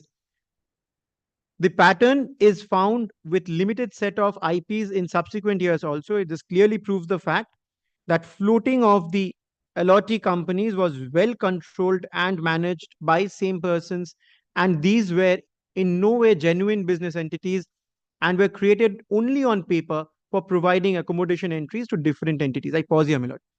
If this is the allegation, they have their remedy, they know their remedy. In this proceeding, this is not the remedy. This they cannot proceed with on these allegations. These allegations and findings. Kindly see, my lord, analysis of shareholding pattern. Now they go into the analysis of the shareholding pattern. As on 31st March 2012, the shareholding, as per the data provided by KMPL with MCA, was as follows. It's given, my lord. However, the shareholding was changed. Now, this is very relevant. This is where they try and make their case. Shareholding was changed on 31st of March 2015 onwards as per the following details. There are 2 companies indicated here, my lord. Ahana Housing Limited and Ahana Properties Limited. Ahana Housing Limited and Ahana Properties Limited are together holding 99.98% of the shares of KMPL. As a general practice, this is a trend prevalent in cases of shell companies facilitating money laundering, wherein the liabilities are generally created on paper in the garb of share capital at unjustified premiums shown as received from another set of shell companies, and the corresponding assets are also created merely on paper, either by showing unsecured loans or advances or by investments in another set of shell companies. Subsequently, the initial shared LOT shell companies take exit at a throwaway prices, invariably incurring huge fictitious losses in favor of real beneficial owners, either directly or through the chain of share transactions, thereby facilitating plowing back either ill-gotten or unaccounted funds of such beneficiaries in the books of such entity. Furthermore, as per e-filing database of the Income Tax Department, KMPL is not reflecting shareholding pattern in ITR of any assessment year. None of Ahana Housing Limited and Ahana Properties Limited is reflecting shares of KMPL in their respective ITRs, in spite of being holding 50% shares each of KMPL, 50% shares of KMPL each. Furthermore, income tax returns filed by KMPL are also examined to analyze the creditworthiness of acquiring the properties. On analysis of ITR filed by KMPL, the return of income, the following data is found. I pause here, my lord, before I take you to the next paragraph. Because they are alleging that Ahana Holding and Ahana Property, my lord, they did not have the finances to invest in these 37 properties. The case has always been, my lord, that this is a loan and advance taken from Rimjim. It is not, my lord, that Ahana infused funds. And that's on record. It is also, my lord, it is also the case of the petitioner all throughout that this transaction has happened in the name of the petitioner company. They being the shareholders, in no way they are, my lord, the owners of the transaction. That can't be. And this entire fact situation begs the question that who then is the beneficial owner? Today, if you say, if I go by their, my lord, argument, which is absolutely faulty, I'll indicate why. Taking my case to that notch, if I say, my lord, that these 2 companies walk out by, my lord, having their shares purchased by other set of companies, which I'll come to now, which is their allegation, where the beneficial owners have to be, my lord, indicated. It can't be that the shareholders, because then in that situation, my lord, a company which purchases a property and every time there's a change in the shareholding, that would tantamount to an action under this act. I was wondering, I mean, I am thinking aloud so that Mr. Kundalia can address that later. My lord. I mean, if there is an existing asset, we Lord, can understand that the entire shareholding pattern is changed and there is these sorts of things are done. And by virtue of that, a transfer is effected in favor of those third-party entities. Virtually, they become the shareholders, so the company is controlled by them and the assets are. But here it's a question of purchase of new assets. New assets. Now, then if I say those entities are shell companies, isn't that self-defeating, mutually exclusive with Benami transaction? Because for Benami transaction, there has to be two solid entities. Indeed, my lord. One entity purchases in the name of another. Now, if I say shell companies are created by the original company, then it's the same, my lord. It is yes, it's a mirror image or an alter ego of the same yes, entity. in a sense, yes, you may try to evade something, some other law, but as far as Benami transaction is concerned, isn't it mutually exclusive? I was thinking on that line. So that is 9D makes it very clear. Two? 29D. I'll come to those provisions. That's also their allegation. They have given that, my lord, 29D, 28. These are the definition clauses. So how they are, my lord, in interplay, I'll indicate that. Right. Then what The happens next after? paragraph, my lord, after the table, from the above financials, it is amply clear that the company had no commensurate revenue generation and it had no funds of its own for acquiring such properties. I pause here, my lord. I have not stated ever, even in the reply, that this was through my funds, through the funds of the petitioner company. It's always stated that it's through funds, my lord, which we received from Rimjim.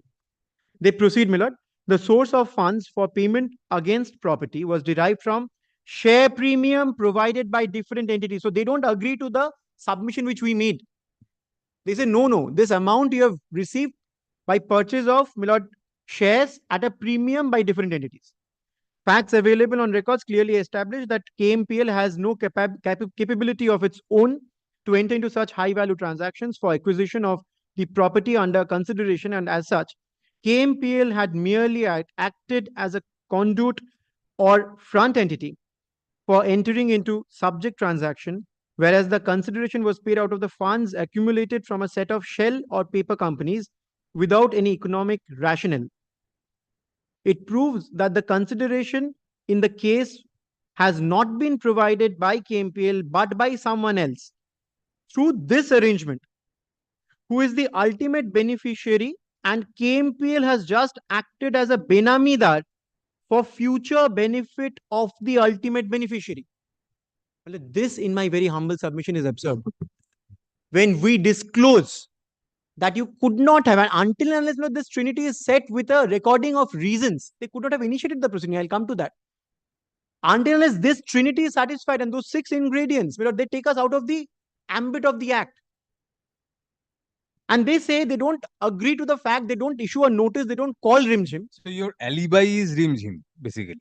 Indeed, my lord. Indeed. And that's, my lord, an alibi which is crystallized alibi. I mean, if I may alibi quote. need not be derogatory. I mean, alibi, Indeed, that's why I said quote. Indeed. Well, Indeed. Next, my lord, after having carefully examined the facts and circumstances and after analyzing the documents and evidences on record, it is concluded that KMPL raised funds through a set of 4 paper entities in the form of bogus share capital with unreasonably high premium. I pause here again, my lord. The amount involved, kindly note, my lord, is 1 CR, less than 1 CR. It is 98 lakhs with those 38, my lord, vacant plots. So, my lord, it is met with Rimjim's loan. Met with Rimjim's loan, and still we have surplus. It's 2 crores, my lord. After having carefully examined, my lord, I'm sorry. Further, those 4 allotee companies raised funds through another web of paper entities in the form of bogus share capitals with high premiums. Furthermore, the complete details of the shareholdings are not disclosed in the respective ITRs. Ahana Housing Limited and Ahana Properties, in order not to disclose the actual beneficial owner, the person providing consideration. Therefore, the person providing the exact source of funds is untraceable in the given circumstance. This is, my lord, kindly note this. This is their presumption. This is the premise on which they seek to proceed. That the person providing the exact source of funds is untraceable. Hence, benamidar. Hence, a benami transaction. But this is very relevant, my lord, because here the fact situation is completely different. Now, what my learned friend was just submitting, they indicate section 29D, which defines a benami transaction. But I'm not troubling your lordship with this right now because I'll take your lordship to the provisions separately, my lord. No, I've seen that, yes. Therefore, considering the overall facts and circumstances of the case, it is apparent that the consideration for the acquisition of the subject property in its name had sourced from a person or entity, the identity of which is not traceable, as per the discussion in paragraph 9. So this is the discussion on the basis of which, my lord, they say that now I have a right to proceed against you under this act. So nothing about Rimjim. Nothing about Rimjim. Nothing about Trim Trim. Also, my lord, the next paragraph is relevant. And whereas in the light of the above discussed facts and circumstances of the case, backed with cogent and clinching material on record, I have reason to believe, this is how they form their reason to believe, that the transaction or arrangement made in respect of the property under consideration in the name of KMPL is a Benami transaction within the purview of 29D of the Act, and the said aforementioned property is a Benami property in respect of which JCPL, it must be KMPL, is merely a Benamidar. So now they say we are the Benamidar. Change of stand, Milord, in the next paragraph, which is why, Milord, in our opposition, in our reply, we have indicated Scots law, approbation and reprobation. That's the reason. Because of this, they say now we are merely a Benamidar, the petitioner before your lordship. Now, therefore, you are requested to explain, since it's a show cause notice, the requirement is, Milord, that you explain this conduct. How did you get the funds? Why so many show cause notices? 37 for 37 different notices. Different properties, Milord. Different vacant lands. So for each vacant land, one property, one notice, Milord. Very. And this, Milord, continues from 713 to 1049. Now the provisional attachment order. Yes. Very interesting, Milord. The same day when the show cause notice, this show cause, you give a we gave a reply. We gave a reply within the time frame. But before that, along with this show cause notice under 24(1), they also issued a provisional attachment order on the same day, Milord, under section 24, subsection 3 of the Act. But may I request your lordship to take up one of those? Have you challenged that here? Yes, Milord. The entire challenge is also to the provisional attachment order, and that is why the stay. To the provisional attachment order and the proceeding itself. And the proceeding itself. All right. Yes. Milord, may I request your lordship to take up one page? It is 1050, volume 6.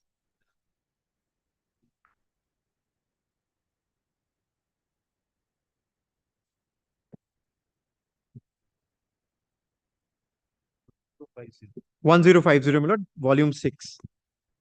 Yes. This is the order of attachment. Whereas a notice under 24, kindly see the date, Milord. The same date, 28th of March 2022. Same day.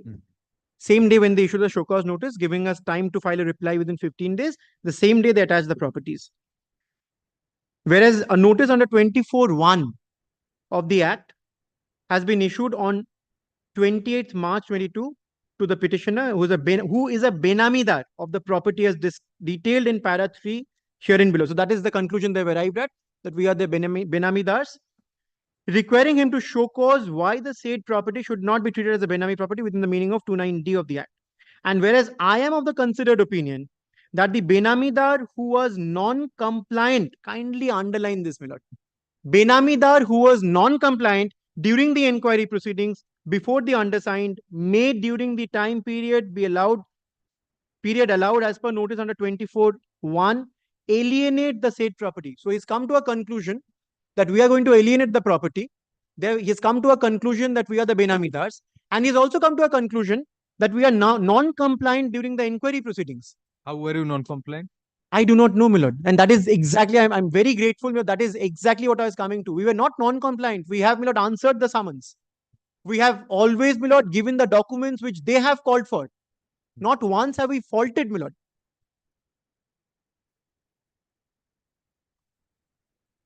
Hence, Milord, then they say,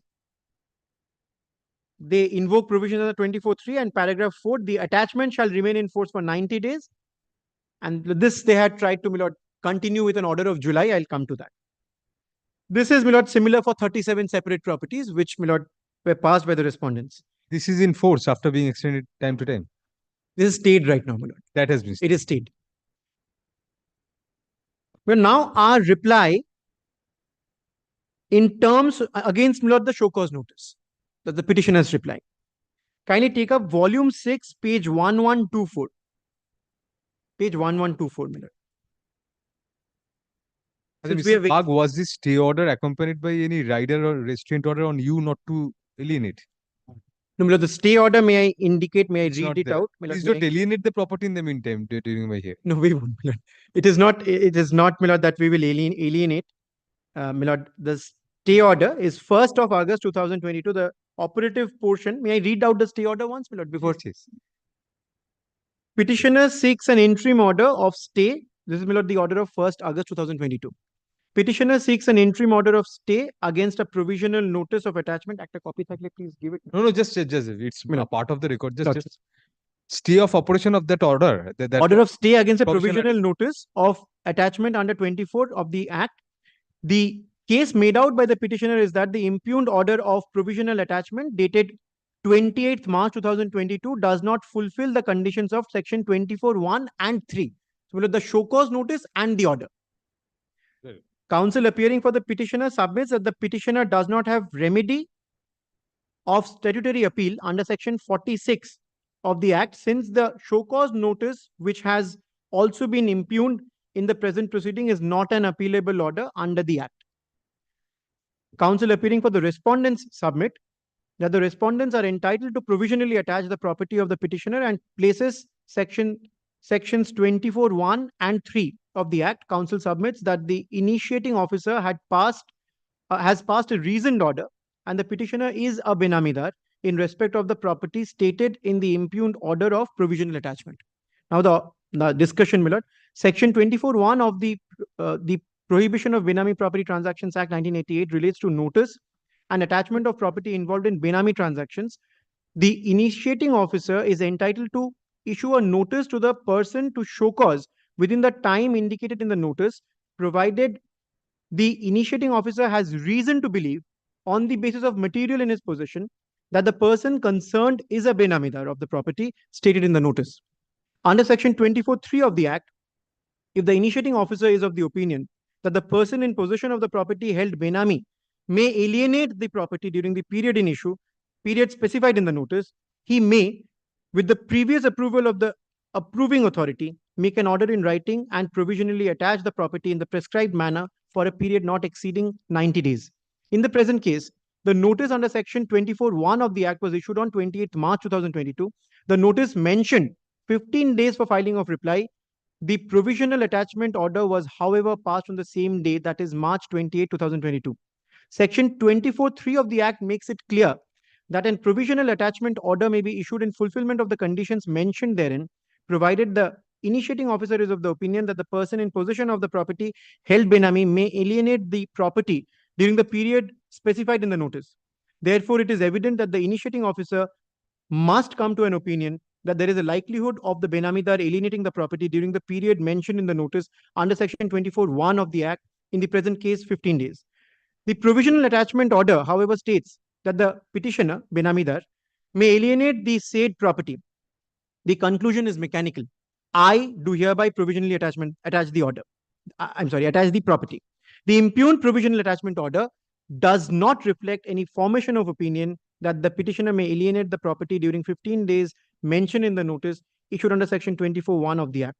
More significantly, since the provisional attachment order was made on the same day of the notice, namely 28th March 2022, initiating officer could not have come to any such opinion at all. Moreover, the petitioner was not given even a single day to respond to the notice under section 24(1) of the Act. But that is the purpose of the provisional attachment. The same date can be given. But without Rather, any it has kind to of, be given. Otherwise, I mean, we will alienate. during the yes. That's the that's why it's apprehension. provisional. But otherwise, the observations were mechanical. Maybe it was absolutely mechanical, Miller, without considering any. This part, hence the cryptic recording that the petitioner may alienate the property cannot have any factual basis. That is the best ground of. Yes, right. The formation of opinion requires a clear recording of facts with the basis of likelihood that the petitioner may alienate the property held benamidar under 24(3) of the Act, which in turn would entitle the initiating officer to attach the property on a provisional basis under section 24(3) of the Act. Apart from a departure from the provisions of the Act, on a prima facie assessment of the facts as discussed above, the basic ingredients which are to form a part of the provisional order of attachment are not present in the notice or the provisional order of attachment. This position was elucidated in Jaidalal Poddar versus Bibi Hazra, 1974, 1 SEC 3, wherein Justice Sarkaria, speaking for the bench, held that the courts are usually guided by the 6 circumstances, including whether a particular sale is benami or not. The notice as well as the provisional attachment order does not reflect any of the 6 criteria mentioned in the decision, including the motive for giving the transaction a benami color, the conduct of the parties, and the Mr. Bagh custody of was title deeds. 29D there in its present form when this judgment was passed. It was in effect, my lord. I'll indicate that. It was, in fact, I have the subsequent judgments which have followed this judgment, and as recent as 2020. 2020. Because the premise is somewhat different because the previous position of the all act the was different. subsequent Supreme Court judgments have followed these 6 ingredients, and they are all after this act, my lord. All after the act, my lord. All right. In the present case, the title deeds admittedly continue to remain with the petitioner, and there are no common shareholders. Regarding or directors. alienation, I can understand there is no prima facie material even Nothing, to no discussion at all, observation, mechanical, apart absolutely from mechanical. Yes. Indeed. Very. In the present case, title deeds admittedly continue to remain with the petitioner. There's no common shareholder or directors between the petitioner and the other company from which the petitioner took loan to invest in purchase of 37 plots of land. Hence this quota and then the interim order. Right. Now, my lord, I was reading, my lord, from the reply of the petitioner, which your lordship will find in volume 6, page 1124. Right.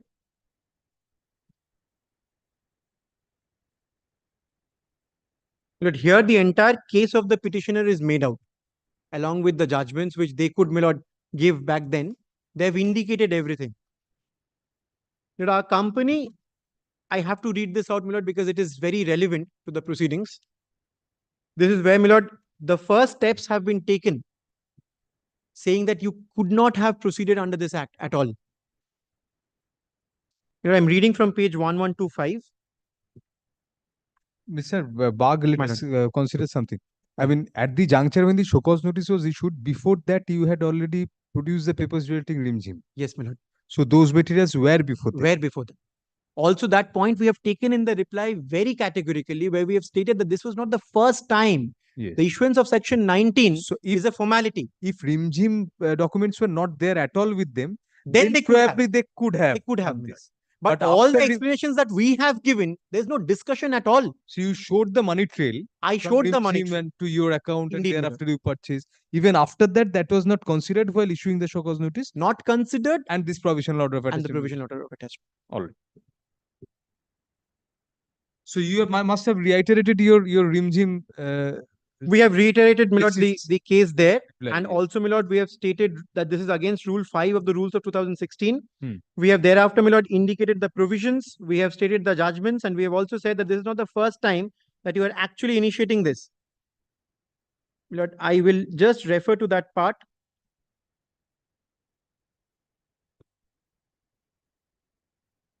Kindly see paragraph 3. In fact, my lord, I will, on the next day, my lord, I'll start with this part. Because if I'm, my lord, to stop now, I'll indicate this. And then, my lord, I'll kindly see paragraph 3.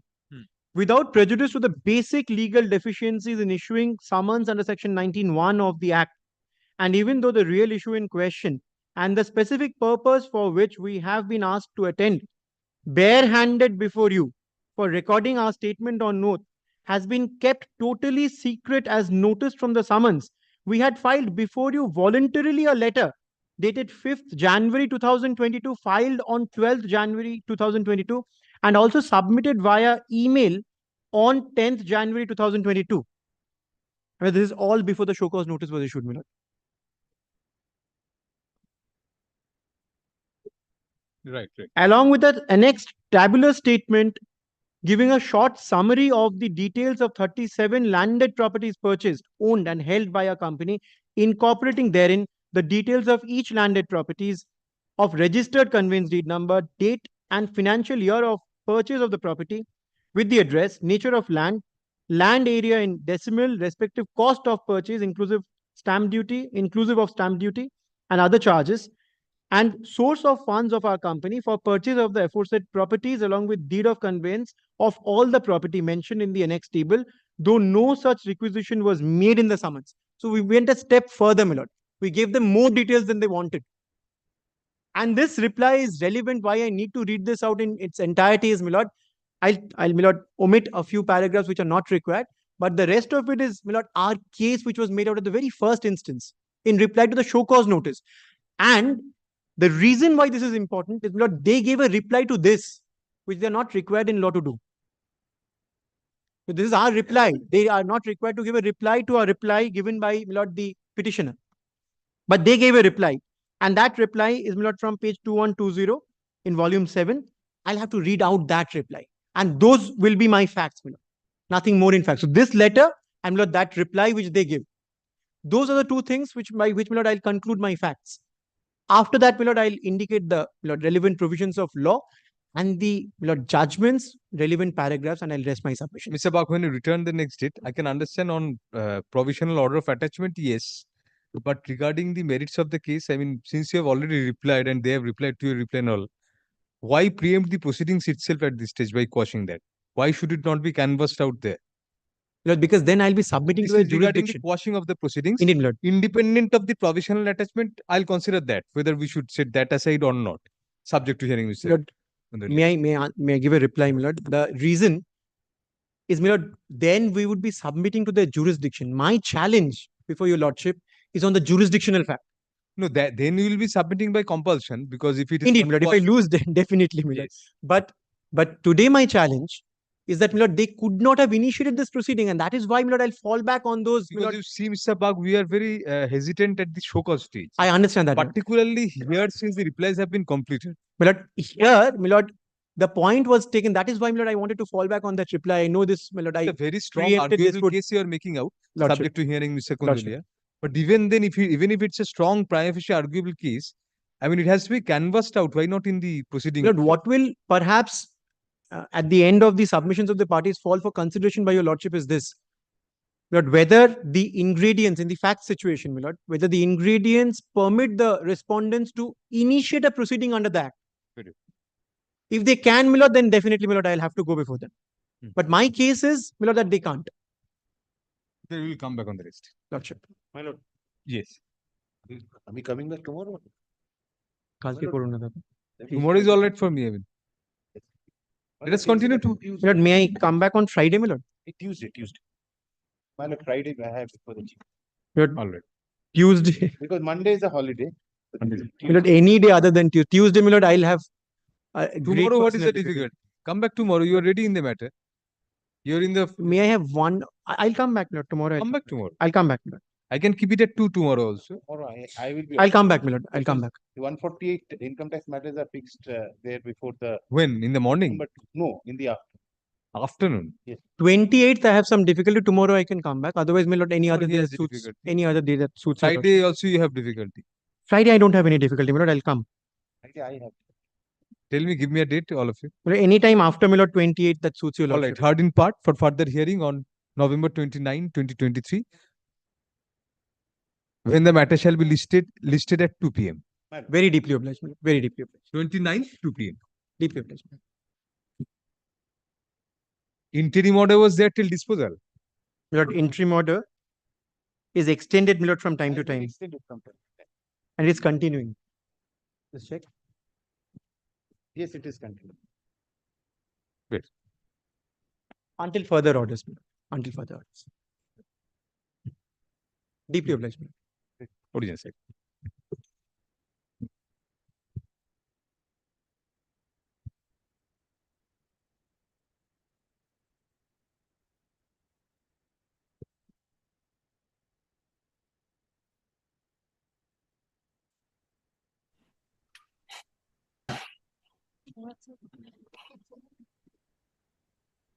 Any mentioning in original side?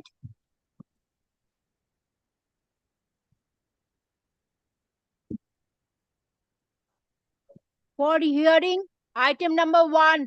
Yes, my lord, though I had, my lord, given your lordship a brief overview when the matter was last heard, since that was more than perhaps 8 weeks ago, kindly permit me 5 minutes just to apprise your lordships of the background of the matter in which we've approached your lordship. Right. My lord, we are a company which is a registered stockbroker with several stock exchanges, including, my lord, the Calcutta Stock Exchange.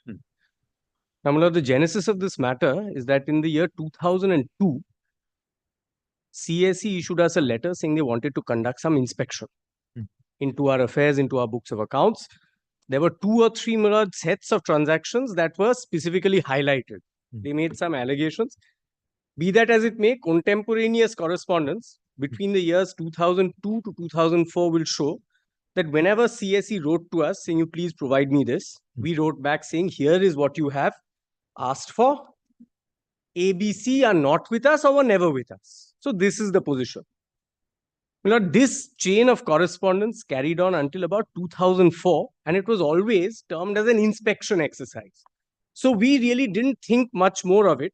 Though, my lord, in the year 2004, we had also filed a suit before the City Civil Court saying that this inspection appears to be a roving fishing inquiry. Please stop it. That suit was pending. From 2004, as the records will show, and none of these are, my lord, submissions from the bar, these are all borne out, there is, my lord, complete radio silence from CSE's side. Now, my lord, the matter again, my lord, gets revived, so to speak, in or around the year 11, 12, 13, where, my lord, we had an obligation to put in a base security deposit. My lord, there's a technical term for it, but basically, my lord, to deal as a stockbroker, we have to have a security margin to, my lord, protect the interests of the exchange. Now, my lord, you wanted it back. We also said that, look, we are no longer interested in continuing with the registration. Please surrender our registration so that we can go about our own business. We don't want to be associated with you. Now, my lord, possibly unbecoming of a statutory organization, at least like the CSE wrote back to us saying that we will, provided you withdraw your suit, only once the legal case is settled, otherwise we won't touch your request. Not slightly preventing the roving inquiry. That's right. So they said you first settle it, you made allegations against us, but not slightly unbecoming of them, because I had a statutory right to demand my money back and to ask for deregistration subject of course to compliance. But there are letters which I will show. CSE said, no, thank you. First you withdraw. In writing, they said in writing? Yes, and there are letters to that effect, saying you first withdraw and settle your legal case. Now, there was a chain of correspondence. But ultimately, we withdrew. Ultimately, we withdrew those proceedings, saying we don't want to fight with you. Now, please surrender.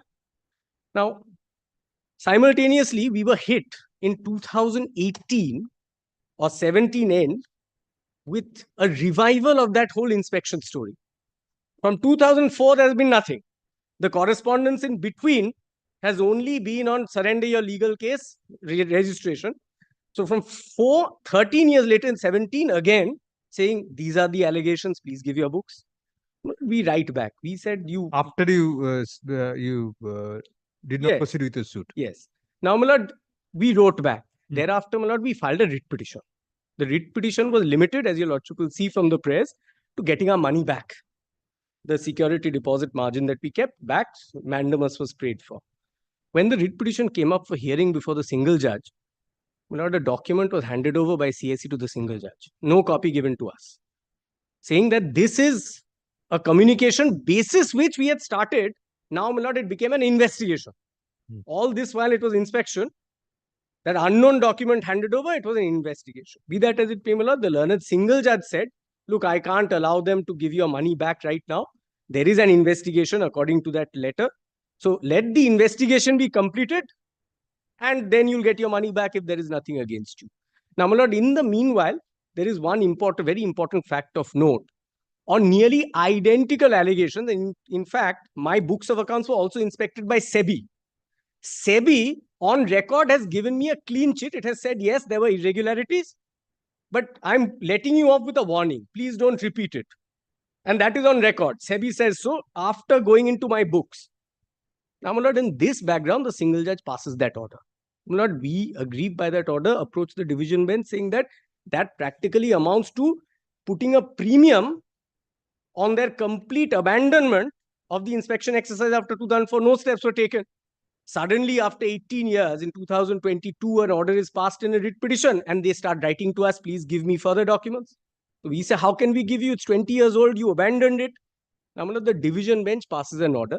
So what was the instigator of that investigation according to them? Yes. Now, when the letter was handed up, we didn't have it. In the course of the division bench appeal, we wrote them an advocate's letter saying, what have you given? For the first time it surfaced that it was a SEBI letter of 2002 asking CSE to conduct again an inspection, not an investigation, inspection into the affairs of several entities, including me. And now SEBI has given you a clean chit. SEBI gave me a clean chit in between.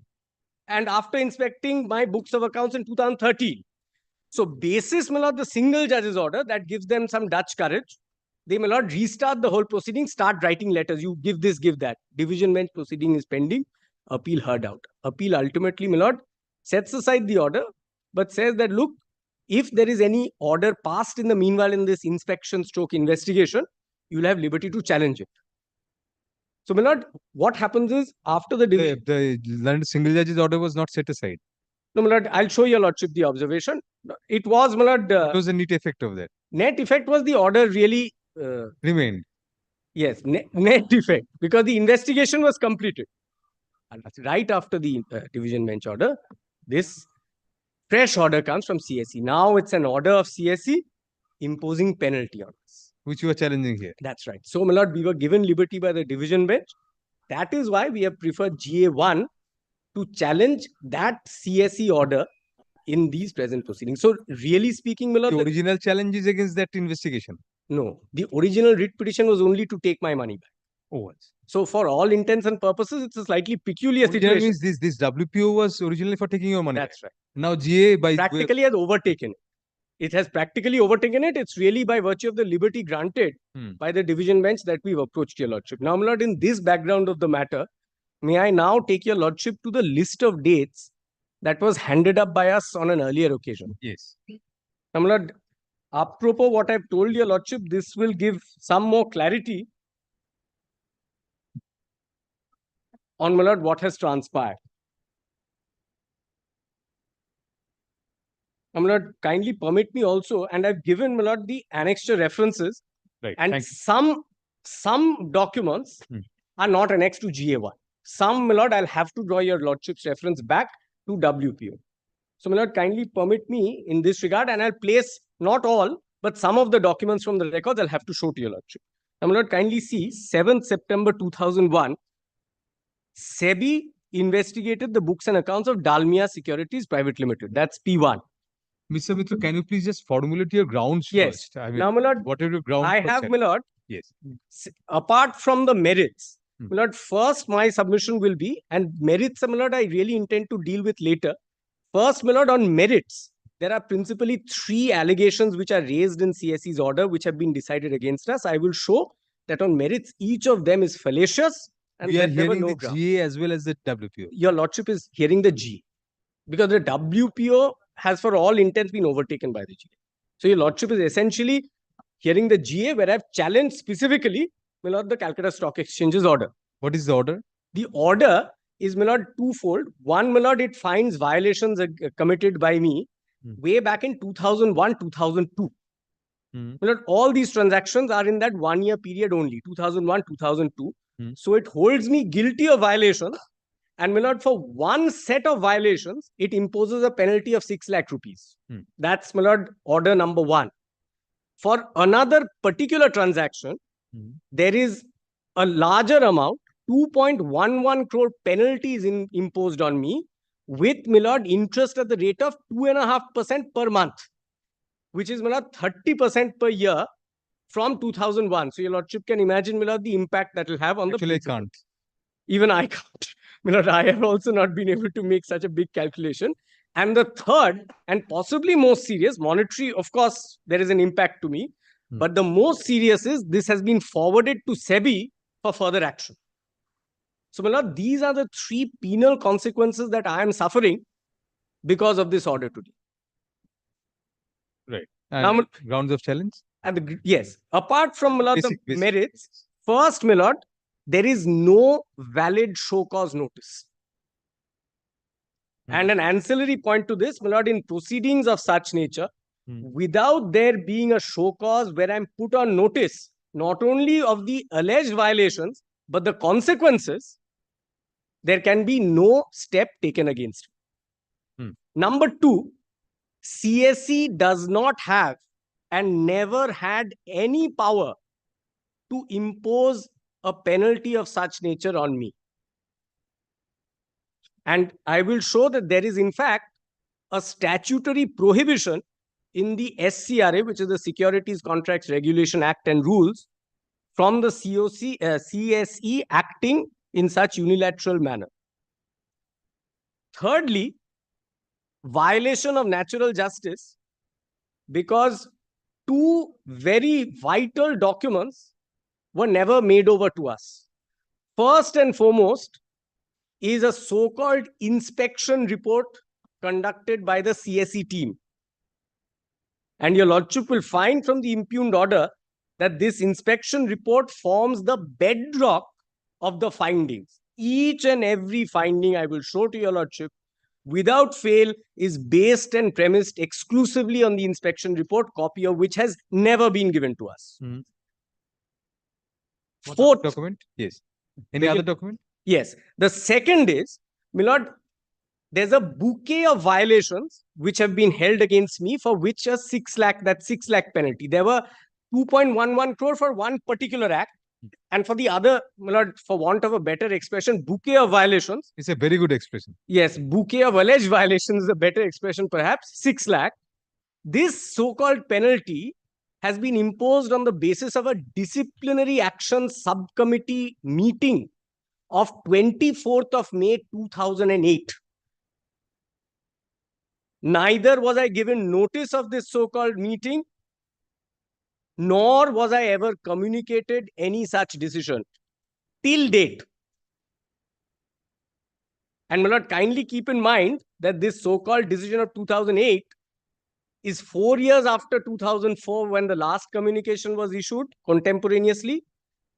10 years after 2008, in 2018, they issue another inspection letter, which by itself belies any conclusivity attached to an earlier matter. They can't possibly ask for documents in 2018 on a matter which has reached finality in 2008. And if they do, my lord, that completely erodes that 2008 decision. Fourthly, my lord, this is an afterthought, malicious proceeding. And my lord, I'll argue institutional malafide only to take advantage of the learned single judge's order. They had no interest in proceeding with it.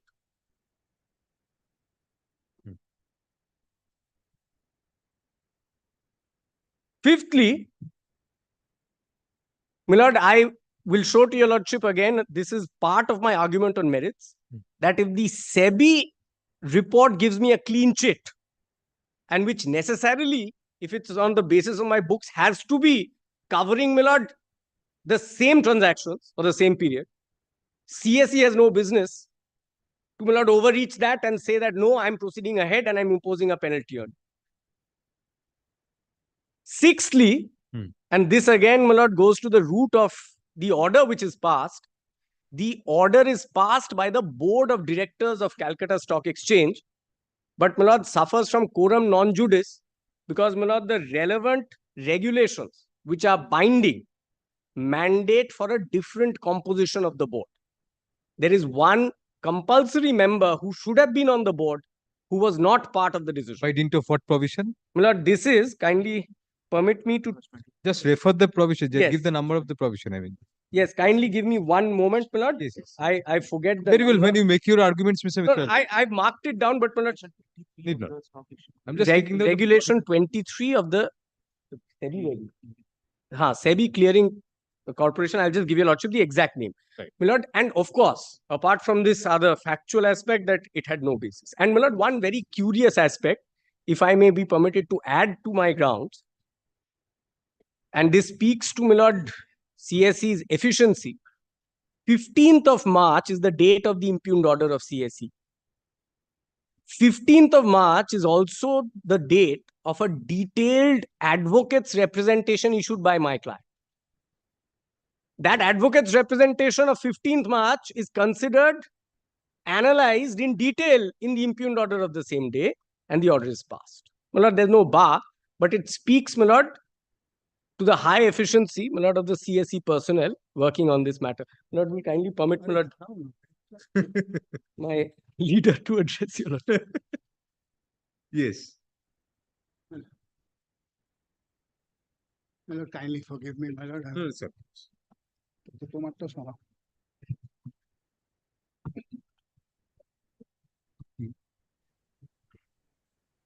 My lord, what my learned friend didn't tell your lordships, my lord, the last bit, my lord, on the efficiency. My lord, 15th March is my lord, the date of the order. But my lord, it is communicated, my lord, on my lord, 1st of April.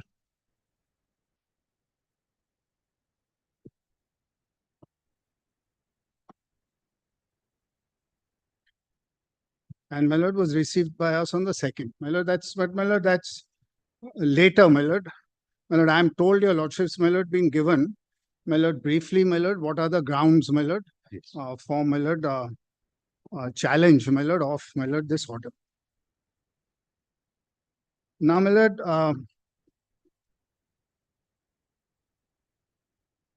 it is, my lord, a situation which, when I, my lord, a list of dates, my lord, I had handed up to your lordships, my lord, on a previous occasion. Yes. Where, my lord, your lordships would find that, my lord, after, my lord, 2004, my lord, there is, my lord, complete silence. And, my lord, there's a resurrection, my lord, in, my lord, 2018 in one letter, and thereafter, my lord, 2022. My lord, when we, my lord, go, my lord, for, my lord, refund, my lord, of, my lord, the excess amounts, my lord, maintained by us, my lord, as, my lord, a security with, my lord, the Calcutta Stock Exchange. That's when, my lord, this entire thing, my lord, starts. Now, my lord, may I start, my lord, at the very beginning, my lord, apropos this, because, my lord, one of the principal grounds, my lord, which we have here, my lord, is, my lord, that there was no show cause, no show cause at all.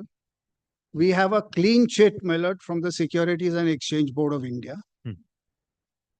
All material, my lord, had been given, my lord, by 2004. And an order has been passed, my lord, invoking various provisions, my lord, of the Calcutta Stock Exchange bylaws, which were never intimated to us. And on that basis, my lord, a penalty, my lord, has been, my lord, levied. My lord, penalty is, my lord, 6 lakhs. My lord, it's not something, my lord, which, my lord, the client, my lord, cannot pay. My lord, it is, my lord, on a question of principle. Everything available. And, my lord, a finding is made as if, my lord, on the basis that we've given nothing. And therefore, allegations are proved. When everything, my lord, was, my lord, there. It's case of, my lord, total, my lord, non-application of mine. Complete, my lord, non-application of mine. Now, my lord, I just want to show your lordships, my lord, how, my lord, this proceeding arose. Kindly take, my lord, the writ petition once. Yes. And, my lord, kindly have a look at, my lord, our prayers, my lord, in the writ petition.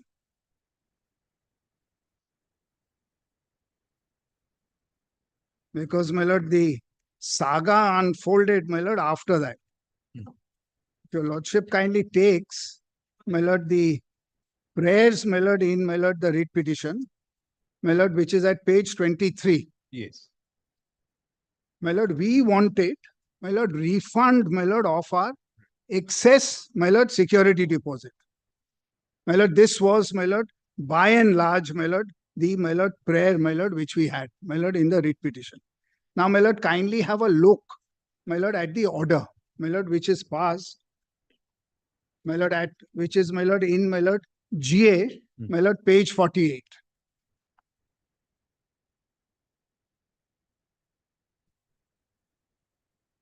Yes. My lord, this is on 2nd of February, 2022. Right.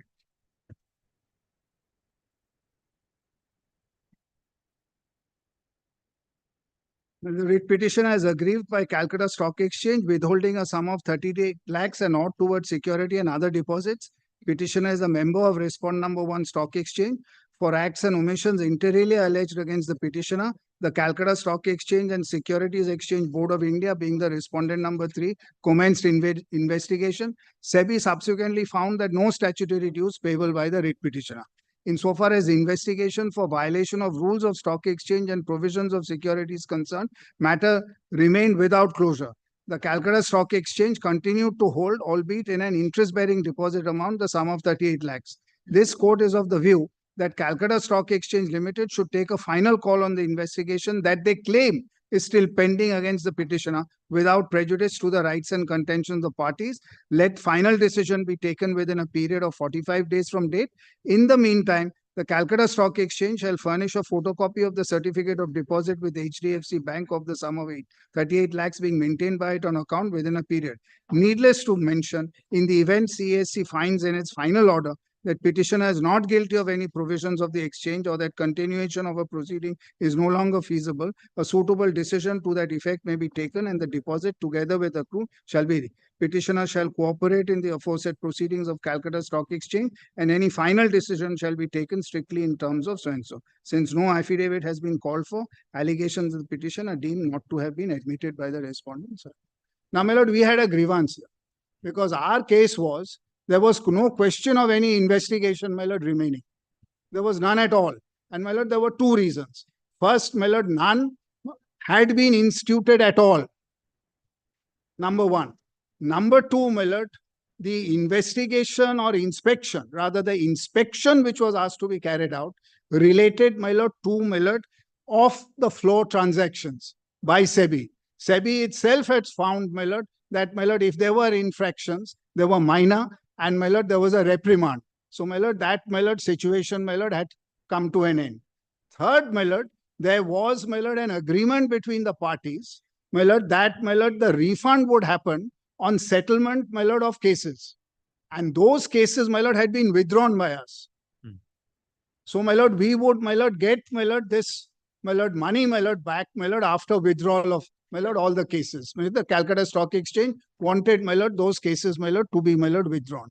So, my lord, we, my lord, went up, my lord, immediately after this, my lord, we get, my lord, a letter, my lord, of, my lord, 7th of February, asking us, my lord, to furnish, my lord, a whole lot of documents. I'll come to that later. I'll just show, my lord, 7th February 2022, page 51, my lord, is, my lord, this, my lord, letter.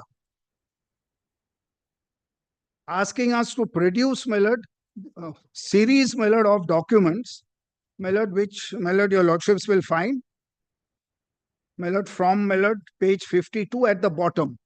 My lord, there are, my lord, 12 sets of documents, my lord, which are, we are, my lord, asked to, my lord, produce. Then, my lord, there is, my lord, a reminder, my lord, on 21st February, which your lordships will find, my lord, at page 55. Now, my lord, we responded to this at page 57. Sorry, my lord, yes.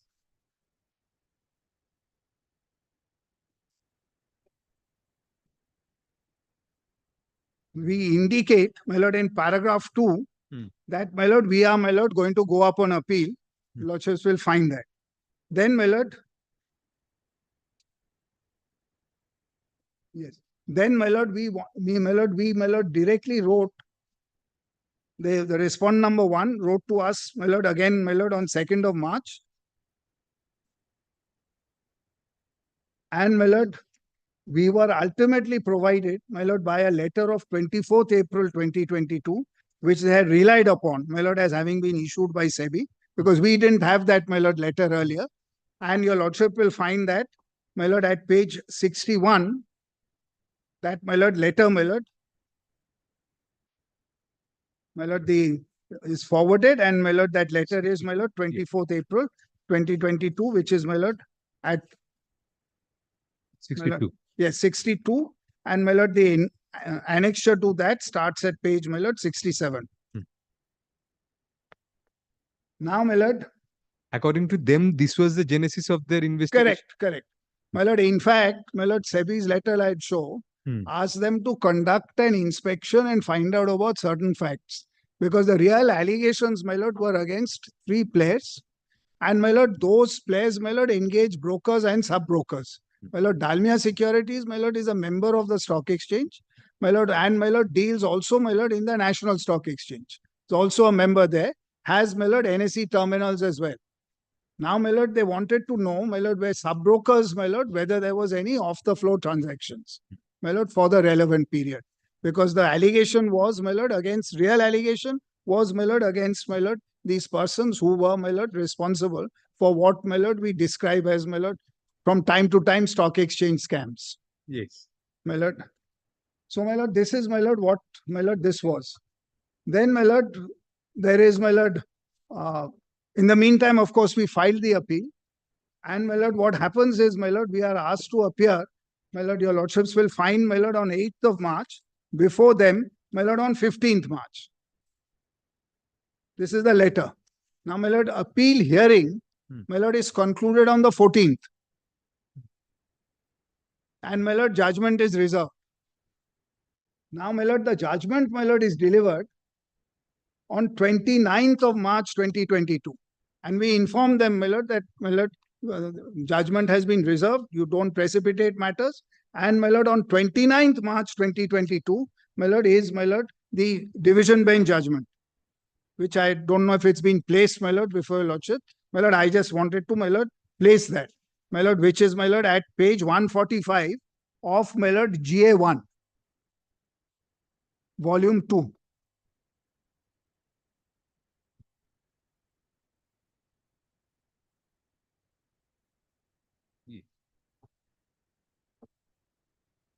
My lord, kindly take, my lord. This appeal is at the instance of the writ petitioner challenging the order of the learned single judge dated 2nd February, whereby so and so with certain directions. My lord, then, my lord, facts, my lord, are recorded. My lord, why, my lord, right at the end of 146, hence he had filed writ petition questioning decision to withhold excess security amount. Then, my lord, para 3, my lord, is, my lord, the order. Now, my lord, kindly see para 4. Submission raised by the learned counsel for the appellant is that no investigation against the appellant is pending, and in this regard, he has referred to the communications dated 6th May, 29th April, 30th April, 7 June, 18 June, and had submitted that only inspection is to be done as desired by respondent number 1. Miscellaneous case number has been withdrawn. Therefore, the respondent number 1 has no option but to process the pending application. He has also submitted that since no affidavits were called for by the respondents, therefore, real picture has not come on record. Hence, the matter be remanded back to the learned single judge for fresh adjudication. The plea of the respondent is that investigation and inspection of books of accounts and record is required to be done in connection with a fraud. Hence, no error has been committed by the learned single judge in passing the impugned order. Now, I'll show your lordships, my lord, the provisions they go under, my lord, and my lord, impose a penalty and ask us, my lord, to recompense the settlement guarantee fund by 2.11 crore is not something, my lord, which is, my lord, alleged to be a fraud. I'll also show that. Then, my lord, having heard the learned counsel for the parties and on perusal of the record, it is noticed that the writ petition has been disposed of without calling for affidavit from the respondents. Heavy reliance has been placed by the appellants on the communication dated 30th April 2013, sent by respondent number 1 to the appellant to the effect that the surrender of membership will proceed after legal case is settled. Similar communications dated 17 June and 18 June were sent. Respondent with a communication of 19th was informed about the withdrawal of pending so-and-so arising out of title suit. Hence, the plea of the appellant that respondents are bound by their own earlier restraint needs to be examined. Therefore, we set aside the order under challenge and request the learned single judge to decide the issue afresh. Meanwhile, 45-day period fixed by the learned single judge to take final decision has expired. Therefore, the final decision, if any, taken meanwhile, can also be placed challenge before the learned single judge. Such a final decision will be subject to the final outcome of the petition. Appeal is accordingly disposed of. Now, my lord, after the order is set aside, this, my lord, order is passed on 29. This so-called final decision of 15th March is then, my lord, dispatched, and the documents are on record on 1st of April. Which we received, my lord, on the 2nd of April. It's not even being put into, my lord, the post box. Because 15 March, we informed them that this is you please hold your hands. Because hearing has been concluded on the 14th. And this is, my lord, what, my lord, happens. Which is why, my lord, we filed the GA, put everything on record, which, my lord, we wanted to. Because on an oral submission, my lord, leave was really obtained to proceed with the so-called investigation, so-called, my lord, inquiry. And, my lord, the order, my lord, was passed. Now, my lord, it is in this context, my lord, that, my lord, two, my lord, issues, my lord, are before your lordships. My lord, first is, my lord, whether I can get, my lord, the refund of the excess security deposit. My lord, if your lordships hold, my lord, that the order is bad, my lord, then, my lord, that has to follow. Because, my lord, that is an accepted position that this is the money I deposited. They put it into, my lord, interest-bearing account. And, my lord, today, my lord, is excess than what I'm required to, my lord, deposit, my lord, as, my lord, a member. So, my lord, the first issue, my lord, I'm going to address your lordship on, my lord, is, my lord, the order of 15th of March. Because if that goes, my lord, everything else, my lord, will follow. Yes, the other rider of the division bench virtually has been rendered academic because the plea of the appellant that respondents are bound by their own earlier restraint. Yes. I mean, that has been rendered meaningless in a sense because Correct. if this Correct. order remains, Absolutely. then Absolutely. automatically. Absolutely. Absolutely. Anyway, yes. Now, my lord, kindly, my lord, take the list of dates once, my lord. Because, my lord, I think, my lord, give the documents from GA1. Volume 1 of GA1. My lord, kindly note one thing, my lord, that, my lord, the first 3 entries in the list of dates, my lord, is communication, my lord, between, my lord, me and, my lord, the, my lord, Securities and Exchange Board of India. And this starts, my lord, from 7th of September 2001. Now, kindly have a look, my lord, at page 73 of, my lord, the GA. 7 September 2001, you are advised to furnish the following details with regard to your dealings at all the stock exchanges. Lordship has it, my lord? Yes, yes. Names and addresses of all your group associate companies, firms, including broking outfits, list of all their clients and addresses, and names of contact persons, copies of general ledger, sub-ledger, client ledger for the periods November 99 to March 2001. Client-wise, settlement-wise, script-wise transaction statement for the period January 1, 2001 to March 31, 2001. Settlement-wise money statement, pay-in, payout statement for the period November 99 to March 2001. Settlement-wise carry-forward ALBM statements indicating separately the purchase carry-forward, sales carry-forward, pure borrowing, vyaj badla, pure lending, share badla, for the period November 99 to March 2001, the settlement-wise total pay-in payout along with details of top 20 purchases, sales, delivery, carry forward relating to groups transactions. Kindly see, all 3 stock exchanges are mentioned. National, Calcutta and, my lord, Bombay. Daily transaction statement for the period February 15 to March 15. Demat statement for pool account, beneficiary account, etc. Details of all spot, off-the-market transactions done during April 1, 2000 to March 31, 2001. Such details shall include names of parties, date of transaction, script name, etc. Details of borrowing, lending of securities other than through stock exchange mechanism for period November so-and-so. Such details shall include name of borrower, lender, date of borrowing, lending, script name.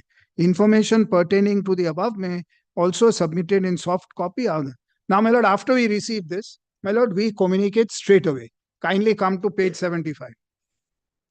The period of these transactions Hello, essentially 2001, by and large. remain the same even in the present order. Yes. Now, my lord, this is, my lord, 7th of September 2001. My lord, I'm grateful, my lord. My lord, this is, my lord, a very pertinent question. Yes, because other. Yes. And, my lord, not just that. My lord, the SEBI letters, which I'll show your lordship later, my lord, relate to this period itself. My lord, where, my lord, they said, exonerating. yes, my lord, with a reprimand. I'm not saying, my lord, that there were not, my lord, technical, my lord, defects, but, my lord, what is important is, my lord, one, my lord, is an allegation of fraud where I have, my lord, harmed investor wealth or harmed, my lord, the retail investors, my lord, by indulging in certain fraudulent and unfair trade practices. Those are, my lord, the scams. There is another thing, my lord, where, my lord, I may not have maintained the Sauda book, but I have the contract notes. What is the Sauda book, Mr.? My lord, it's really like a ledger. My lord, what is, my lord, the transaction it's entered? Sauda book. Correct. Yes. My lord, that's what it is. My lord, which was, my lord, most prevalent in Kolkata, my lord, because that's how it was maintained, my lord. My lord, and a lot of them, my lord, initially were in the Muria script as well. Achha. Because, my lord, my lord, the persons who primarily became, my lord, members, my lord, of the stock exchange as brokers, my lord, were, my lord, the, my lord, trading, my lord, as a trading community. Thank you. So, my lord, now, my lord, as required, we are furnishing here with the following details. Now, kindly have a look, my lord. Everything my lord, is listed, except, my lord, documents sought for as per 5C shall be provided to you as soon as possible. Then 6, soft copy, pool account, etc., etc. And, my lord, kindly see what is very important at page 76. Yes. We further state that there was no spot off-market transactions done during April 1, 2000 to March 31, 2001. Now, my lord, I just want to clarify one thing. My lord, I'll read B as well. There was no borrowing, lending of securities other than through the stock exchange mechanism for the period November 99 to March 2001. So, my lord, whatever details we are giving, my lord, the first bit we are saying that there is no spot or off-market transactions during this period. Now, my lord, off-market transaction, my lord, was, my lord, permitted earlier, provided it was reported. This was still, my lord, 1999. In 1999, my lord, there was, my lord, a SEBI notification which said, in effect, that, my lord, all transactions, my lord, had to be done through the stock exchange of shares which were listed. My lord, the reason was this, my lord, if, my lord, in the market overt, which is provided, my lord, for, my lord, share scripts. So, my lord, because they are marketable securities, my lord, everything should be done on the market overt. Even if there is, my lord, a negotiated deal, my lord, let us say, my lord, big companies, my lord, there is going to be a takeover. The deal is negotiated. There is an agreement. My lord, then, my lord, we can have, my lord, a synchronized deal, but done through the stock exchange. And So it will be transparent also. Yes. Transparency would be there. Now there are many more, my lord, requirements. My lord, there has to be an open offer. There has to be a declaration to the stock exchanges. This is happening. When the period we are talking about, my lord, this was, my lord, the situation. My lord, everybody may not be taking over, but there is a bulk deal, let us say, my lord, of even 0.1% of Tata Steel. Right. My lord, we have negotiated a deal. My lord, when it is done through the stock exchange, it is the price which is reflected in the stock exchange. All right. So, my lord, that's negotiated, but it is done in such fashion that it's synchronized. The buy and sell, my lord, instructions come at the same time. All right. So, my lord, that's how it is picked up. So, a negotiated deal can be, my lord, done outside, but, my lord, it has to be carried forward, my lord, in, my lord, the stock exchange. Now, my lord, spot transactions are, my lord, where, my lord, the payment has to be made, my lord, within 2 days, my lord, of the contract. So, my lord, there was no bar on spot. In fact, Securities Contract Regulation Act recognizes spot. But, my lord, what they say is, you please disclose to the stock exchange that this is a spot transaction. My lord, this is, my lord, how, my lord, it was, my lord.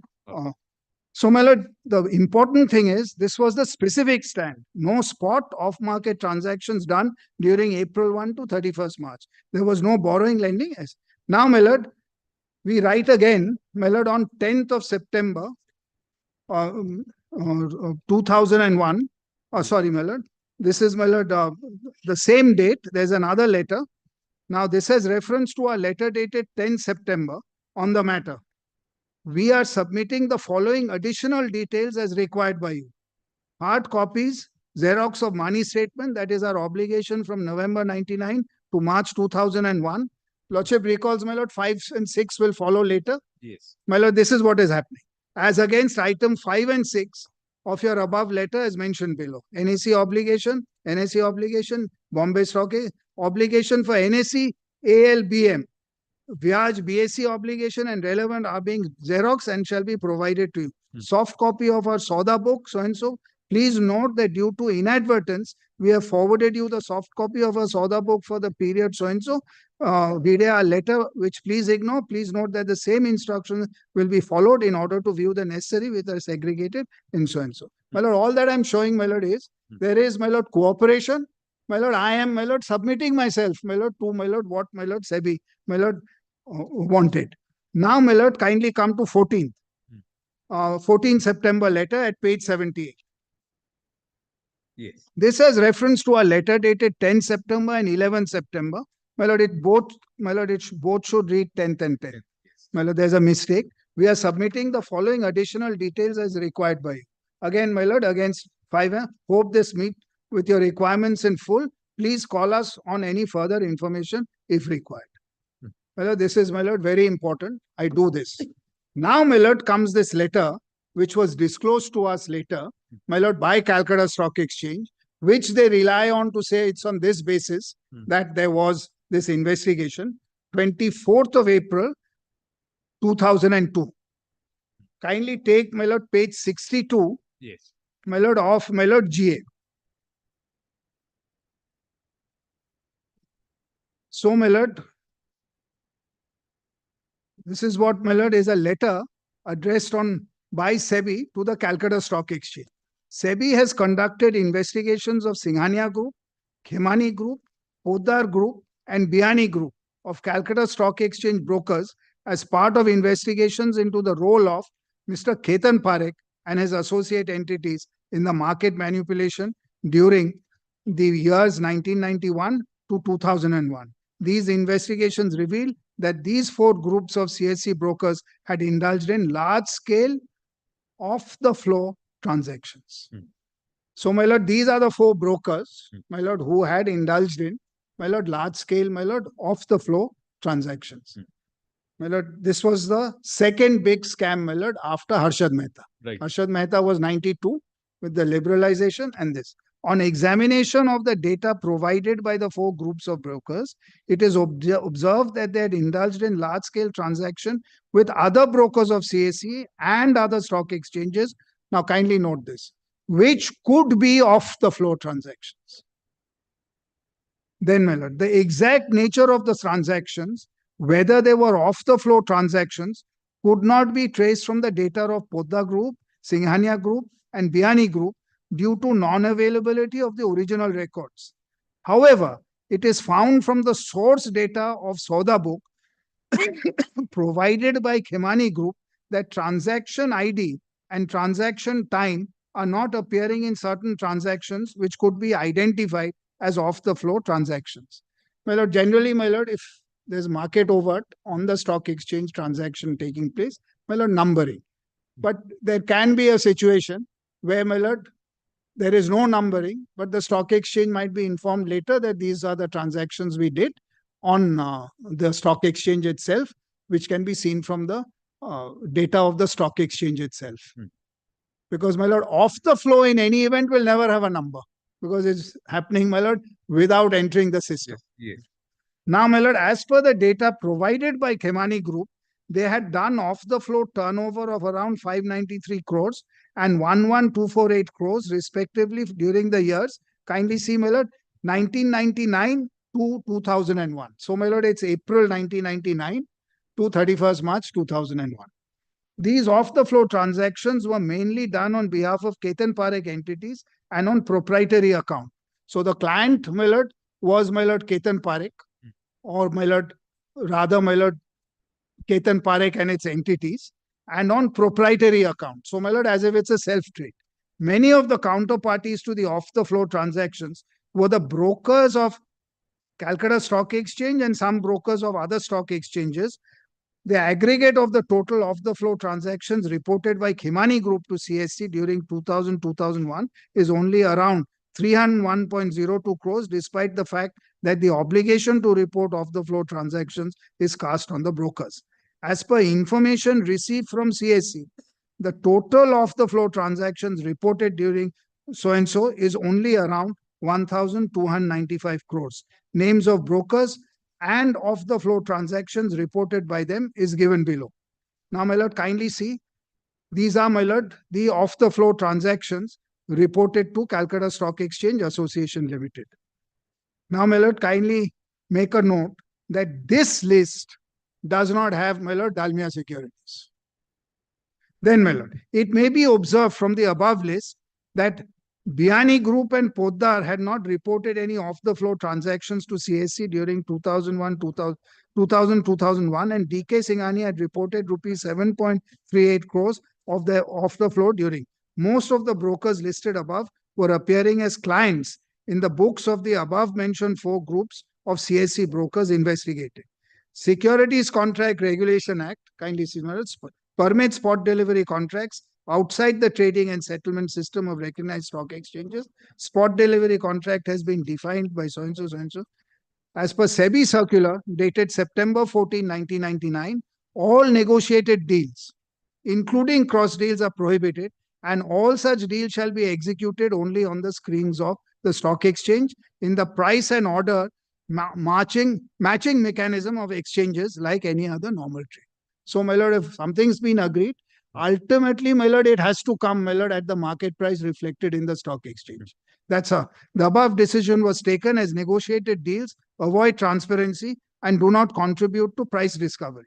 As the original records and books of accounts were not made available for investigation, the nature of these transactions could not be verified, and it could not be ascertained whether these off-the-floor transactions executed by Khemani Group were spot deals or whether the off-the-floor transactions done by Khemani Group are in violation of SEBI circular.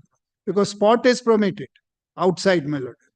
It may be mentioned that out of the total number of 450 active brokers of Calcutta Stock Exchange, 286 brokers of Calcutta Stock Exchange had done off-the-floor transactions mainly during the year 2000-2001 with the above mentioned 4 groups of CSE. It has been decided that the top 25 brokers who have done off-the-floor transaction with Singhania Group, Khemani Group, Poddar Group and Bihani Group of CSE brokers would be inspected by Eastern Regional Office of SEBI and the remaining brokers by CSE and other respective. So, my lord, the investigation of, my lord, 25 brokers, the top 25, my lord, it appears that the brokers of CSE have violated the following provisions. Violation of SEBI, prohibition of fraudulent and unfair trade practices relating to so-and-so. My lord, Regulation 4B, my lord, is mentioned, indulge in any act which is calculated to create a false or misleading appearance of trading on the security. As may be seen from the above, Sanjay Kamani had executed off-the-floor transactions amounting to so-and-so during the year, and he had reported off-the-floor transactions amounting to so-and-so during the year. It appears that other brokers of CSE, including the above-mentioned 4, had executed huge volumes of off-floor, and most of these transactions were not reported to them. By entering into off-floor transactions in violation of so-and-so CSE, these members have concealed huge volume of trading done by them and thereby created a false and misleading appearance of trading on security. Then, my lord, violation of stockbrokers and sub-brokers rules and regulations 1992. As per Rule 4B of SEBI, stockbrokers shall abide by rules, regulations so-and-so, which is a member. As per Regulation 7, read with so-and-so stipulated, shall maintain high standards, shall not create false market. My lord, these are important, because I'll show your lordship. My lord, here, my lord, SEBI, my lord says we've examined and we are ending it with a reprimand. Shall maintain high standards of integrity, promptitude, and fairness in the conduct of all his business. Shall not create false market either singly or in concert with others in any act detrimental to investors' interest. Because that's paramount, my lord, investors' interest. Or which leads to interference with the fair and smooth. Stockbroker shall not involve himself in excessive speculative and shall abide.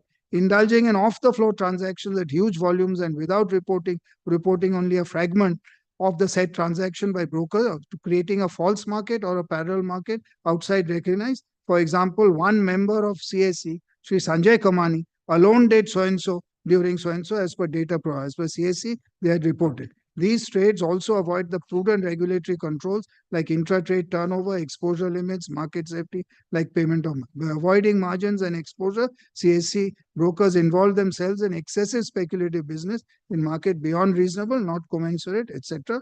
of the avoided compliance with prudential exposure limits and margin required, thereby interfere with fair and smooth functioning of market. Entering into off-floor transactions in violation of CSE's notice dated so-and-so amounts to violation of bylaw 332 and 334(3). And then section 19, my lord, is of the Securities Contract Regulation Act. By transacting off the floor in huge volumes, the broker named in Annexure 1 had organized a parallel stock exchange for the purpose of assisting in performing so-and-so. A list of names of 261 brokers, CSE brokers and 2 of their sub-brokers other than top 25 who had indulged in off-the-floor transaction with the above 4 groups is enclosed as Annexure 1.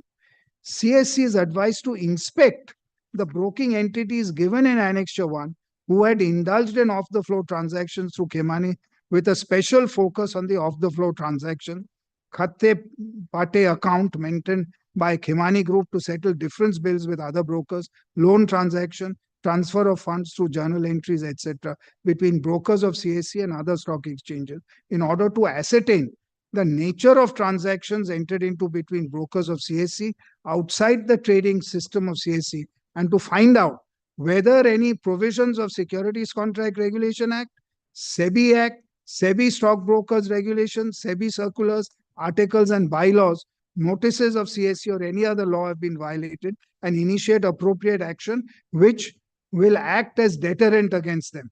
With further reference to a letter dated, CSE is also advised to take up the matter with police authorities or any other appropriate authorities having jurisdiction to investigate criminal matters for further investigation and action in this regard, to examine whether there was any criminal conspiracy on the part of defaulter brokers. You were number 54 of the list. Yes, I was number 54, Yes. my lord, of my lord, this list, Yes. which was my lord given. So my lord, they say, my lord, that this is how my lord, they, my lord, initiated, my lord, the proceedings. Right. Now, my lord, on 9th of May 2002, which your lordships will find, my lord, in the writ petition itself, my lord, page, my lord, 26.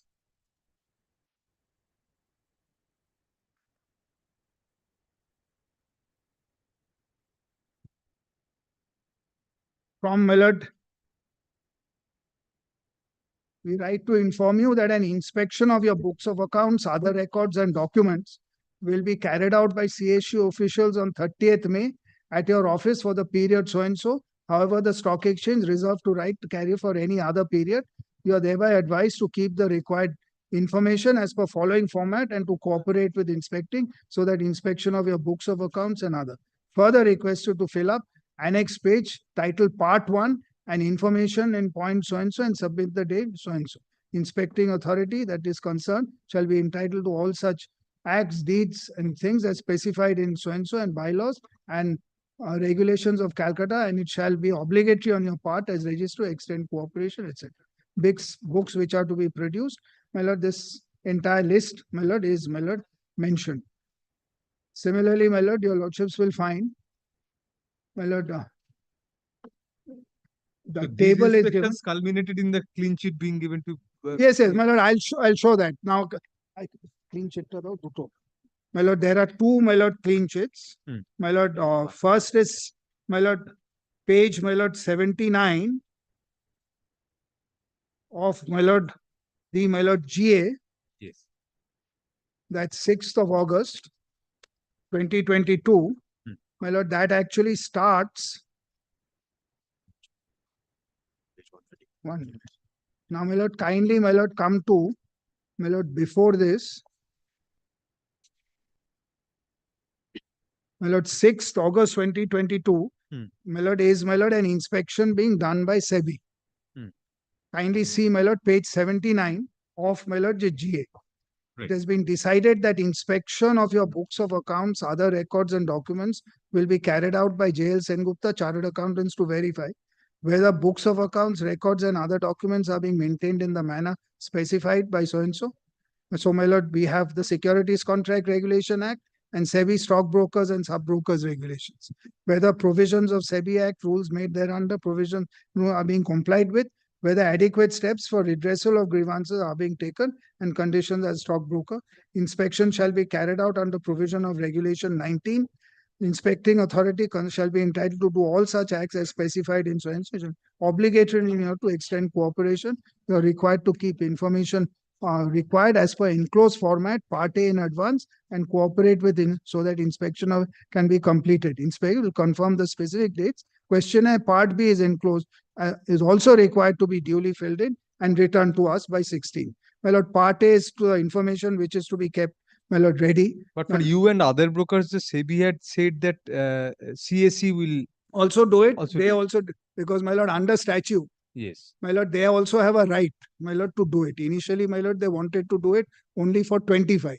Right. My lord, after they had issued this to, my lord, Calcutta Stock Exchange, we had also corresponded with Calcutta Stock Exchange. I'd show that. Now, my lord, here, when SEBI does this, now I want to show your lordships, my lord, Part A, my lord, is information which is to be kept ready at the time of, my lord, inspection. So they indicate, my lord, that this is what is required. Now kindly have a look at part B questionnaire at page 82.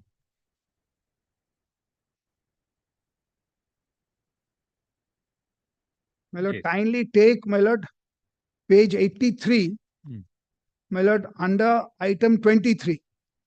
Yes.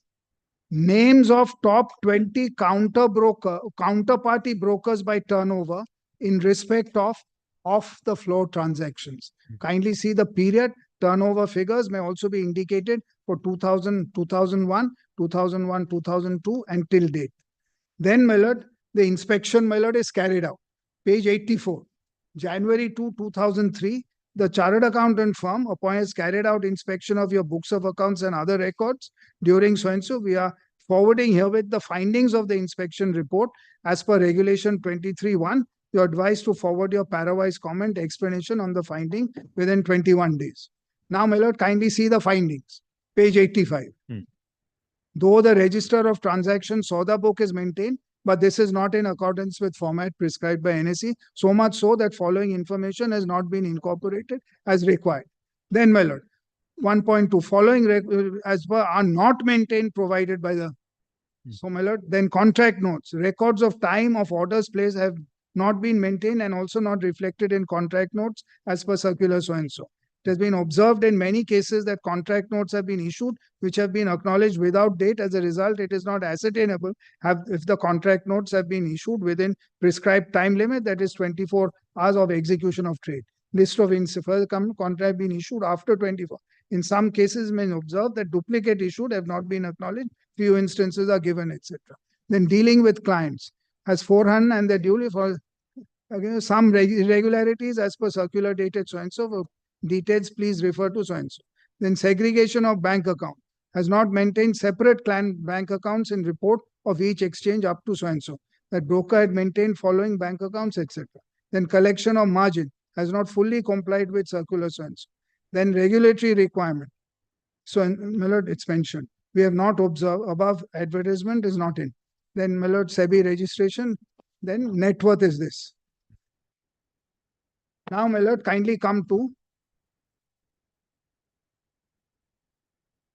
my lord, our response, my lord, which we give to, my lord, SEBI, which is, my lord, at page 130 of GA, my lord, volume 2.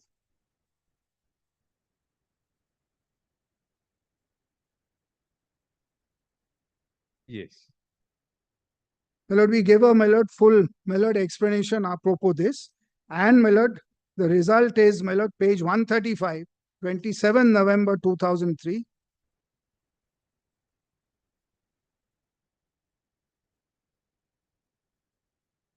Yes. An inspection of your books for the period so-and-so was conducted by SEBI.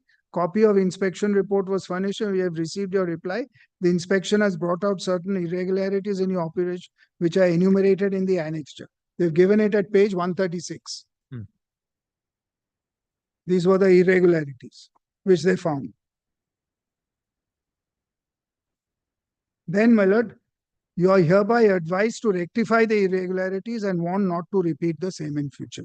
You are hereby warned to be careful and ensure strict compliance of provisions of SEBI, etc., etc. This is, my lord, one. Then, my lord, there is another, my lord.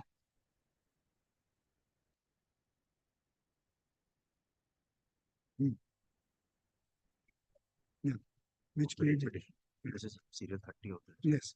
Now, my lord, the other, my lord, page, my lord, in the writ petition, page 81.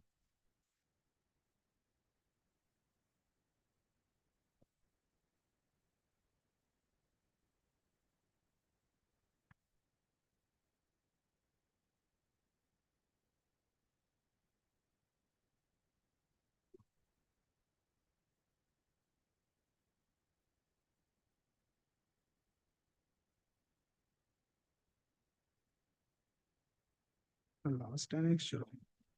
Yes, page 81, my lord, I think. And this is as late as, my lord, 12th, I'm sorry. Petition volume 2. Volume 1, my lord, is the last annexure, I think, page 81. Okay. I hope it's there, my lord, it's not come off. What's it, this? My lord, it's sideways, my lord. Yes. My lord, kindly take the second mail first, my lord. 11th April 2013. Yes. SEBI dues, if any, kindly let us know dues at the earliest. There are no fees due. So, my lord, one is, my lord, as apropos the investigation, another is statutory dues, my lord, which were, my lord, required to be paid, my lord. There has never, my lord, been, my lord, any, my lord, statutory dues, my lord, which have been outstanding. And, my lord, another document, my lord, which, no, these are, my lord, the two documents I wanted to show your lordship, apropos, my lord, SEBI. Now, my lord, what happens here, my lord, if I may just go back, my lord, to, my lord, the Calcutta Stock Exchange, my lord. Yeah.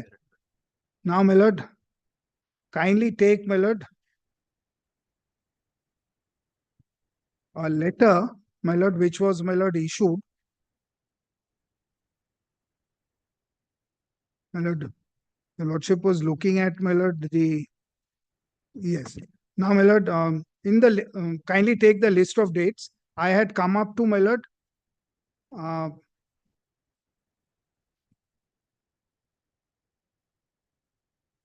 item, my lord, 6, my lord, which I had, my lord, furnished, my lord, letters. And, my lord, in fact, I hadn't shown this, my lord, page 28 and 29, your lordships will find, my lord, of the writ petition.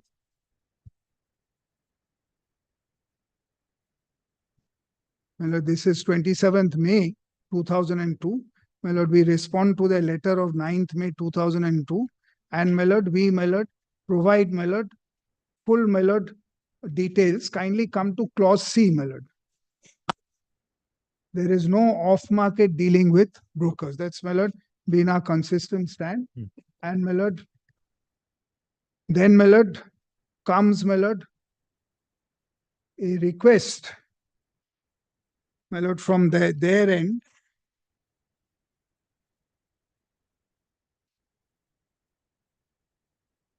My lord, on 23rd December 2013, which is, my lord, the item 13, my lord, of, my lord, the list of dates. My lord, inspection conducted on 30th. So and so, you are advised to submit following details as asked vide SEBI letter dated 24th April 2002. Dealings with brokers or client, so far as off-market dealing, detailed transactions to be provided in the following format in hard copy, as well as for the period from so and so, reported within. It's a details of khate patte account and check transactions with different brokers or client for the period so and so. Fund borrowed, if any, on short term or to tide over financial crisis, above mentioned report should be within 10 days. Then, my lord, page 31, my lord, we respond. On, my lord, 7th of January, we respond. We say, my lord, kindly see, don't have any off-market deals. We do not have khate patte account. We have not borrowed any fund. That you carried out thorough inspection of our books from the period so and so. We fail to understand behind seeking information which has already been made available to you during such duplication of work is unwarranted.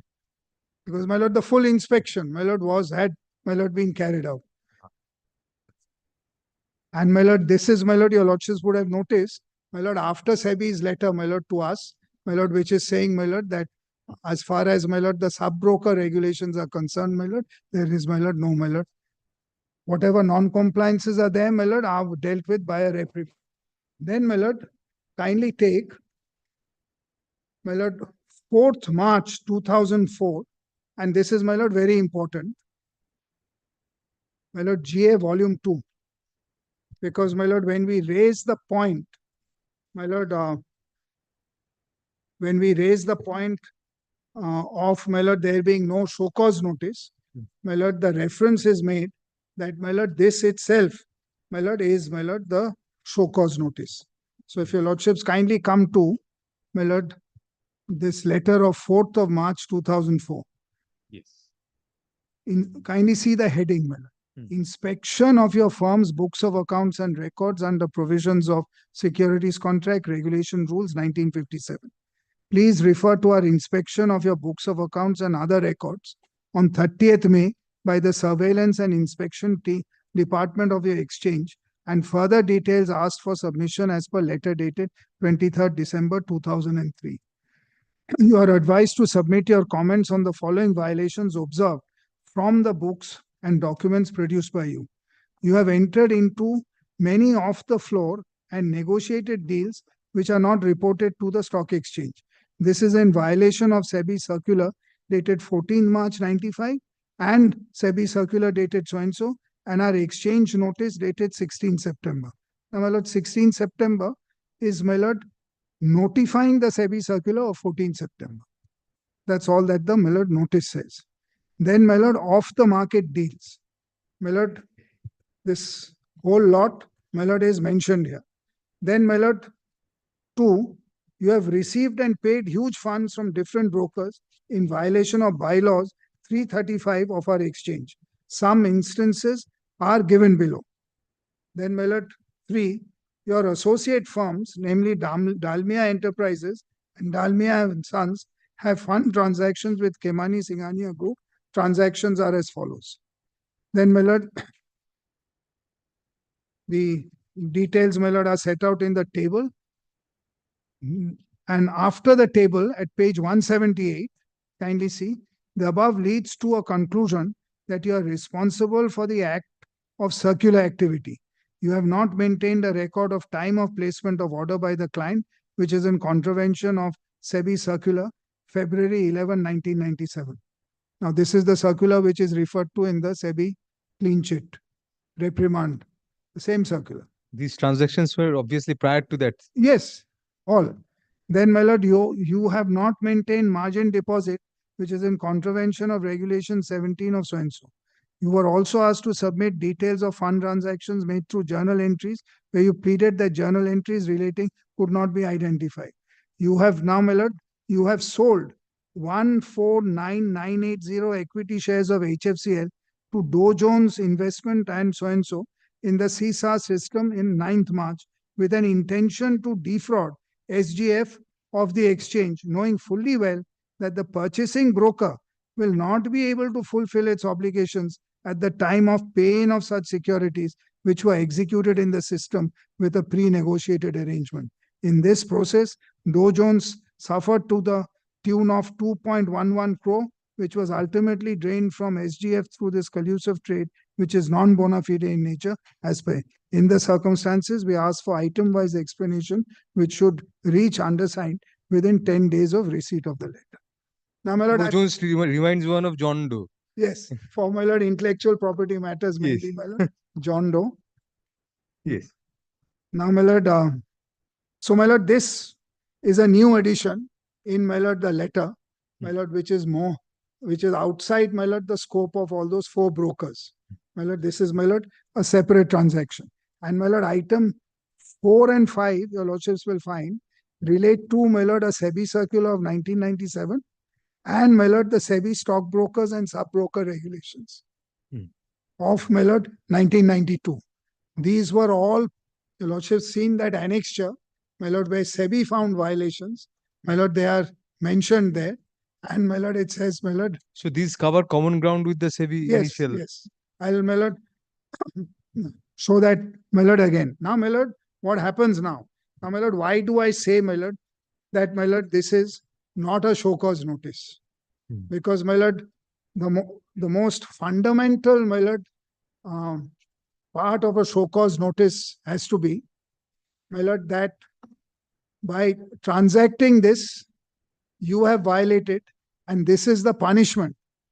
Or, my lord, my lord, consequence of violation, my lord, has to be, my lord, mentioned, which is completely absent here. Now, what do? My lord, we immediately respond.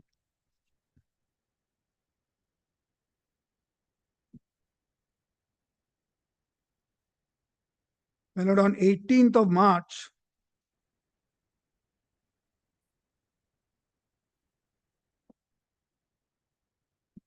my lord, we immediately respond.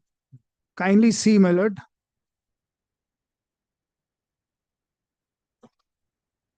Your letter dated 4th March. This has reference. In respect, we offer our comments parawise on the alleged violation observed during course of so-and-so. Alleged off-market transactions and negotiated deals. You are aware that we are members of multiple exchanges. I'm sorry, madam. Page 179. 179. You are aware that we are members of multiple exchanges. Besides Calcutta Stock Exchange, we are also active members of NSE and BSE. All the transactions purported to be mentioned as off-market deals has actually been transacted on behalf of our clients on the National Stock Exchange, which include H.C. Biyani, D.K. Singhania, Sanjay Khamani, and A.K. Poddar. So, my lord, Calcutta Stock Exchange didn't find it in their records. But that cannot by itself, my lord, make it, my lord, of the flow transaction.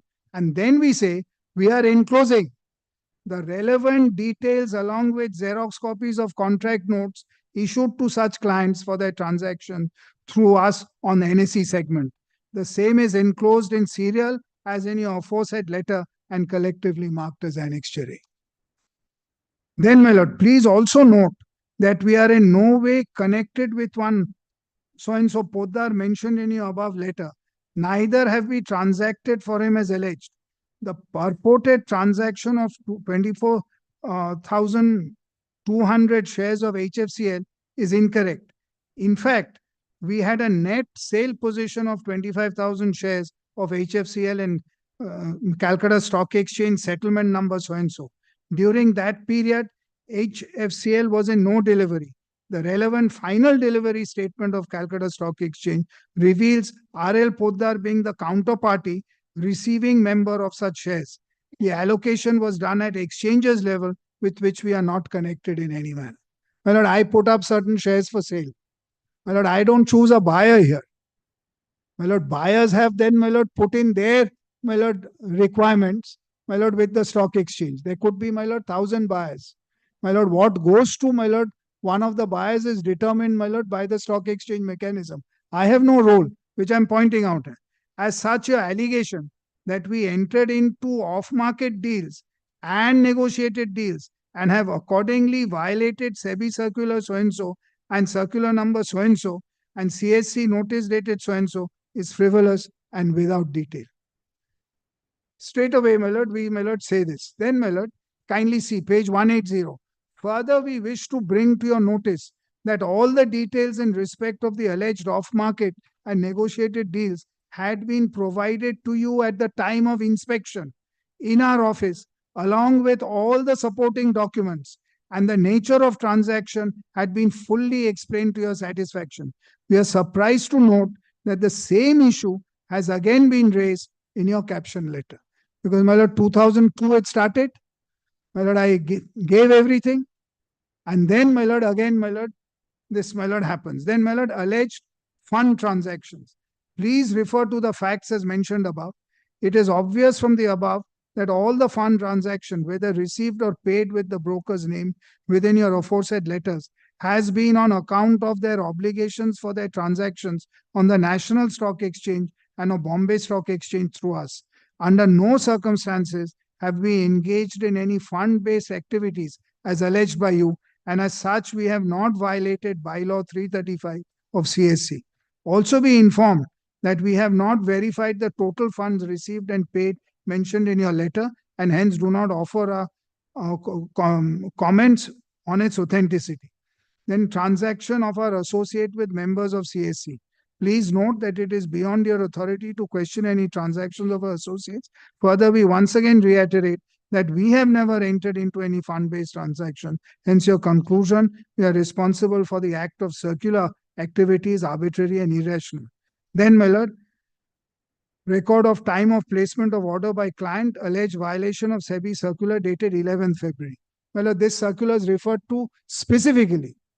And, my lord, this charge, my lord, is also noted by SEBI and says we found this irregularity in some cases, but, my lord, it has not led to, my lord, any, my lord, disruption, which is why, my lord, it's a reprimand. Now, my lord, the requirement to record the time of placement of order has been found to be impractical and irrelevant by regulatory authorities themselves. Such requirement has in fact been dispensed with by the stock exchange. In the model bylaws now recommended by SEBI, the requirement to record the order time has been done away with. Moreover, national exchanges such as National Stock Exchange itself have made maintenance of the order book optional with effect from October 17, which further demonstrates the fact that regulatory authorities have found this requirement to be irrelevant and unimportant. It may be noted that obligations cast or amended by any exchange have the approval of SEBI. This Lordships aware, my lord, under the Securities Contract Regulation Act, now, my lord, stock exchange, when they amend their bylaws, it has to have, earlier it was central government. Now SEBI, as my lord, the delegate of the central government, my lord, has to, my lord, approve it. Otherwise it doesn't, my lord. So all these amendments which have been made had, my lord, my lord, what's been recognized, my lord, by the Supreme Court is, my lord, that they have a statutory flavor. My lord, all these, my lord, bylaws. It is further submitted that no client for whom we have acted has any grievance whatsoever in relation to the timely execution of orders placed by clients. Moreover, more than 90% of our transactions were proprietary transactions conducted on our own account, and there was no issue relating to a risk to a client in this regard.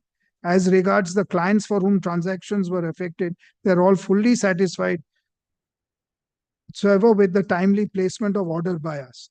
Then, my lord, margin book, alleged violation of non-maintenance of margin deposit. May be noted that we have always maintained the margin deposit book. We have downloaded the subsequent the statement uploaded by the exchange through C-Star and have maintained it serially. In addition, we have been maintaining the same electronically on our back office computer, and the same had been provided to the exchange officials during the course of inspection. The exchange is expected to at least check the records before making such an inquiry, because this has been furnished already. Then, my lord, submission of details of fund transaction through journal entries. We have verified our books and we have not made any fund transaction through journal entry. Then allegation of collusive trade. We wish to inform you that we have not sold so-and-so to so-and-so as alleged in your aforesaid letter, nor have we entered into any negotiated deal or in connivance with any other broker member. On 9th March, we have sold so-and-so on behalf of our client by placing orders on so-and-so. Shares were transacted in the normal course of business and as per prevailing norms. Hence, we deny all your allegations made in this respect, your letter as they're without basis.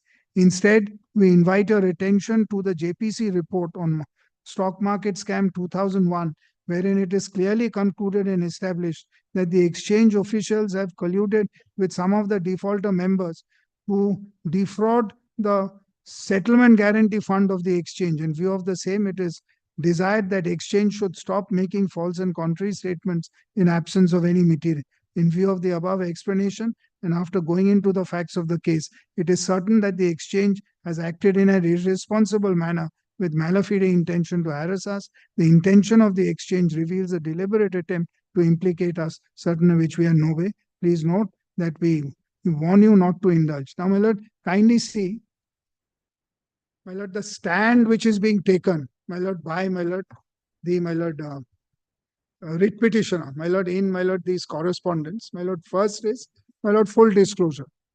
Then, my lord, second, my lord, pointing out that this is the same exercise which was done in 2002 is being repeated again in 2004. And, my lord, saying, my lord, quite clearly, my lord, that this, my lord,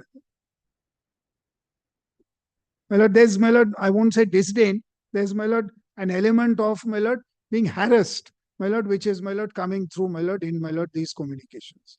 Then, my lord, doesn't end there. Again, we have a letter, my lord, from, my lord, the Calcutta Stock Exchange, my lord, which is at page 182, my lord, which is 23rd of March, 2004. We refer to your letter dated 18th, received on 19th, where you have made certain comments to our notice, our observations on our, then, my lord, on off-market run. Then, my lord, kindly take off item 1, my lord, the second paragraph. In order to prove the transactions done on NSE for and on behalf of above clients of your firm, they are also required to produce the NSE's TR file, MW file, NSE, order book, SODA book with mandatory client codes, along with payment received, payment made in these clients for each and every off-market transaction as mentioned in your letter under reference and transfer of securities paid by those entities with your company. Since all books so-and-so, so-and-so, so-and-so were not also shown to inspectors, we request you to produce inspection of above books and documents. Now, my lord, 2 points I wish to make here. My lord, they ask for certain books saying you have to prove that it is done through NSE. Second, my lord, and this is very important, my lord, contract notes, my lord, have been given, my lord, which would be reflected with NSE as well. That, my lord, is not adverted to at all. Because my lord, according to us, my lord, we have answered this query by giving the contract notes, which is the primary document of transactions done, my lord, on, my lord, the stock exchange. Because the contract note has to be given to the broker, and, my lord, it has to reflect a transaction on, my lord, the stock exchange, which can be checked by looking at the contract note. And, my lord, there are, my lord, every transaction on a digitized, my lord, platform, my lord, record is available. Then, my lord, alleged fund transactions. You had mentioned all fund.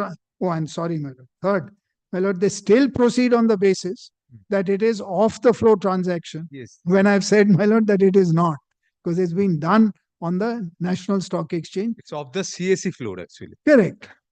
My lord, I don't have to do. In fact, my lord, today, Yes. my lord, Calcutta Stock Exchange, my lord, after, my lord, the 2001, my lord, suffered quite a bit. Now it's under an administrator. My lord, I'm having to defend them in other litigation. But, my lord, this is, my lord, my lord, it's suffered. There's no doubt about it, my lord. The Ketan Parekh scam, my lord. Then, my lord, alleged fund transaction. You've done on account of their obligations. You have received and also paid substantial without there being corresponding transactions in security. You have to match every fund transaction with corresponding order books, contract notes, etc., etc. Then transactions of your associates, yours beyond authority, fund transactions found in the books of Sanjay Khemani and Sons, Dinesh Singhania, with concerns that are also the top clients of your firm, Dalmia Enterprises, Dalmia Sons.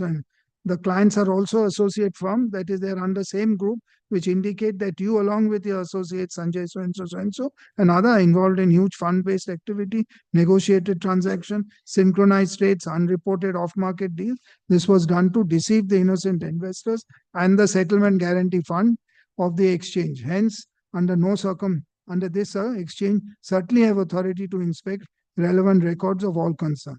Then period of time, etc., violation of SEBI circular dated so-and-so. And they say it's of great importance to consider whether you've executed a client's order at the best price, and this book also. Then maintenance of margin deposit book. Again, my lord, this is referred to. Submission of details of fund transaction made through. The journal book to be produced. Allegation of collusive trades. Shares were not transacted in, my lord. This, my lord, Dow Jones, my lord, is mentioned, and 2.11 crore, my lord, is.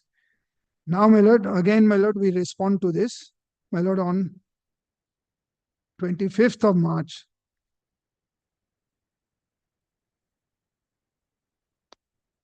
My lord, alleged off-market transactions and negotiated deals.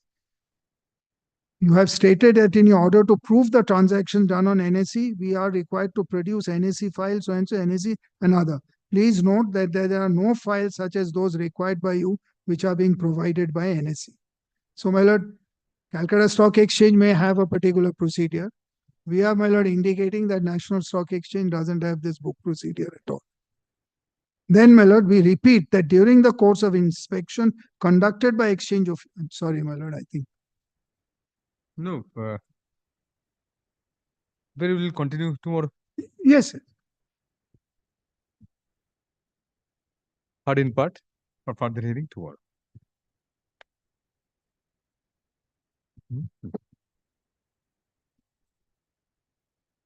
2004 chapter.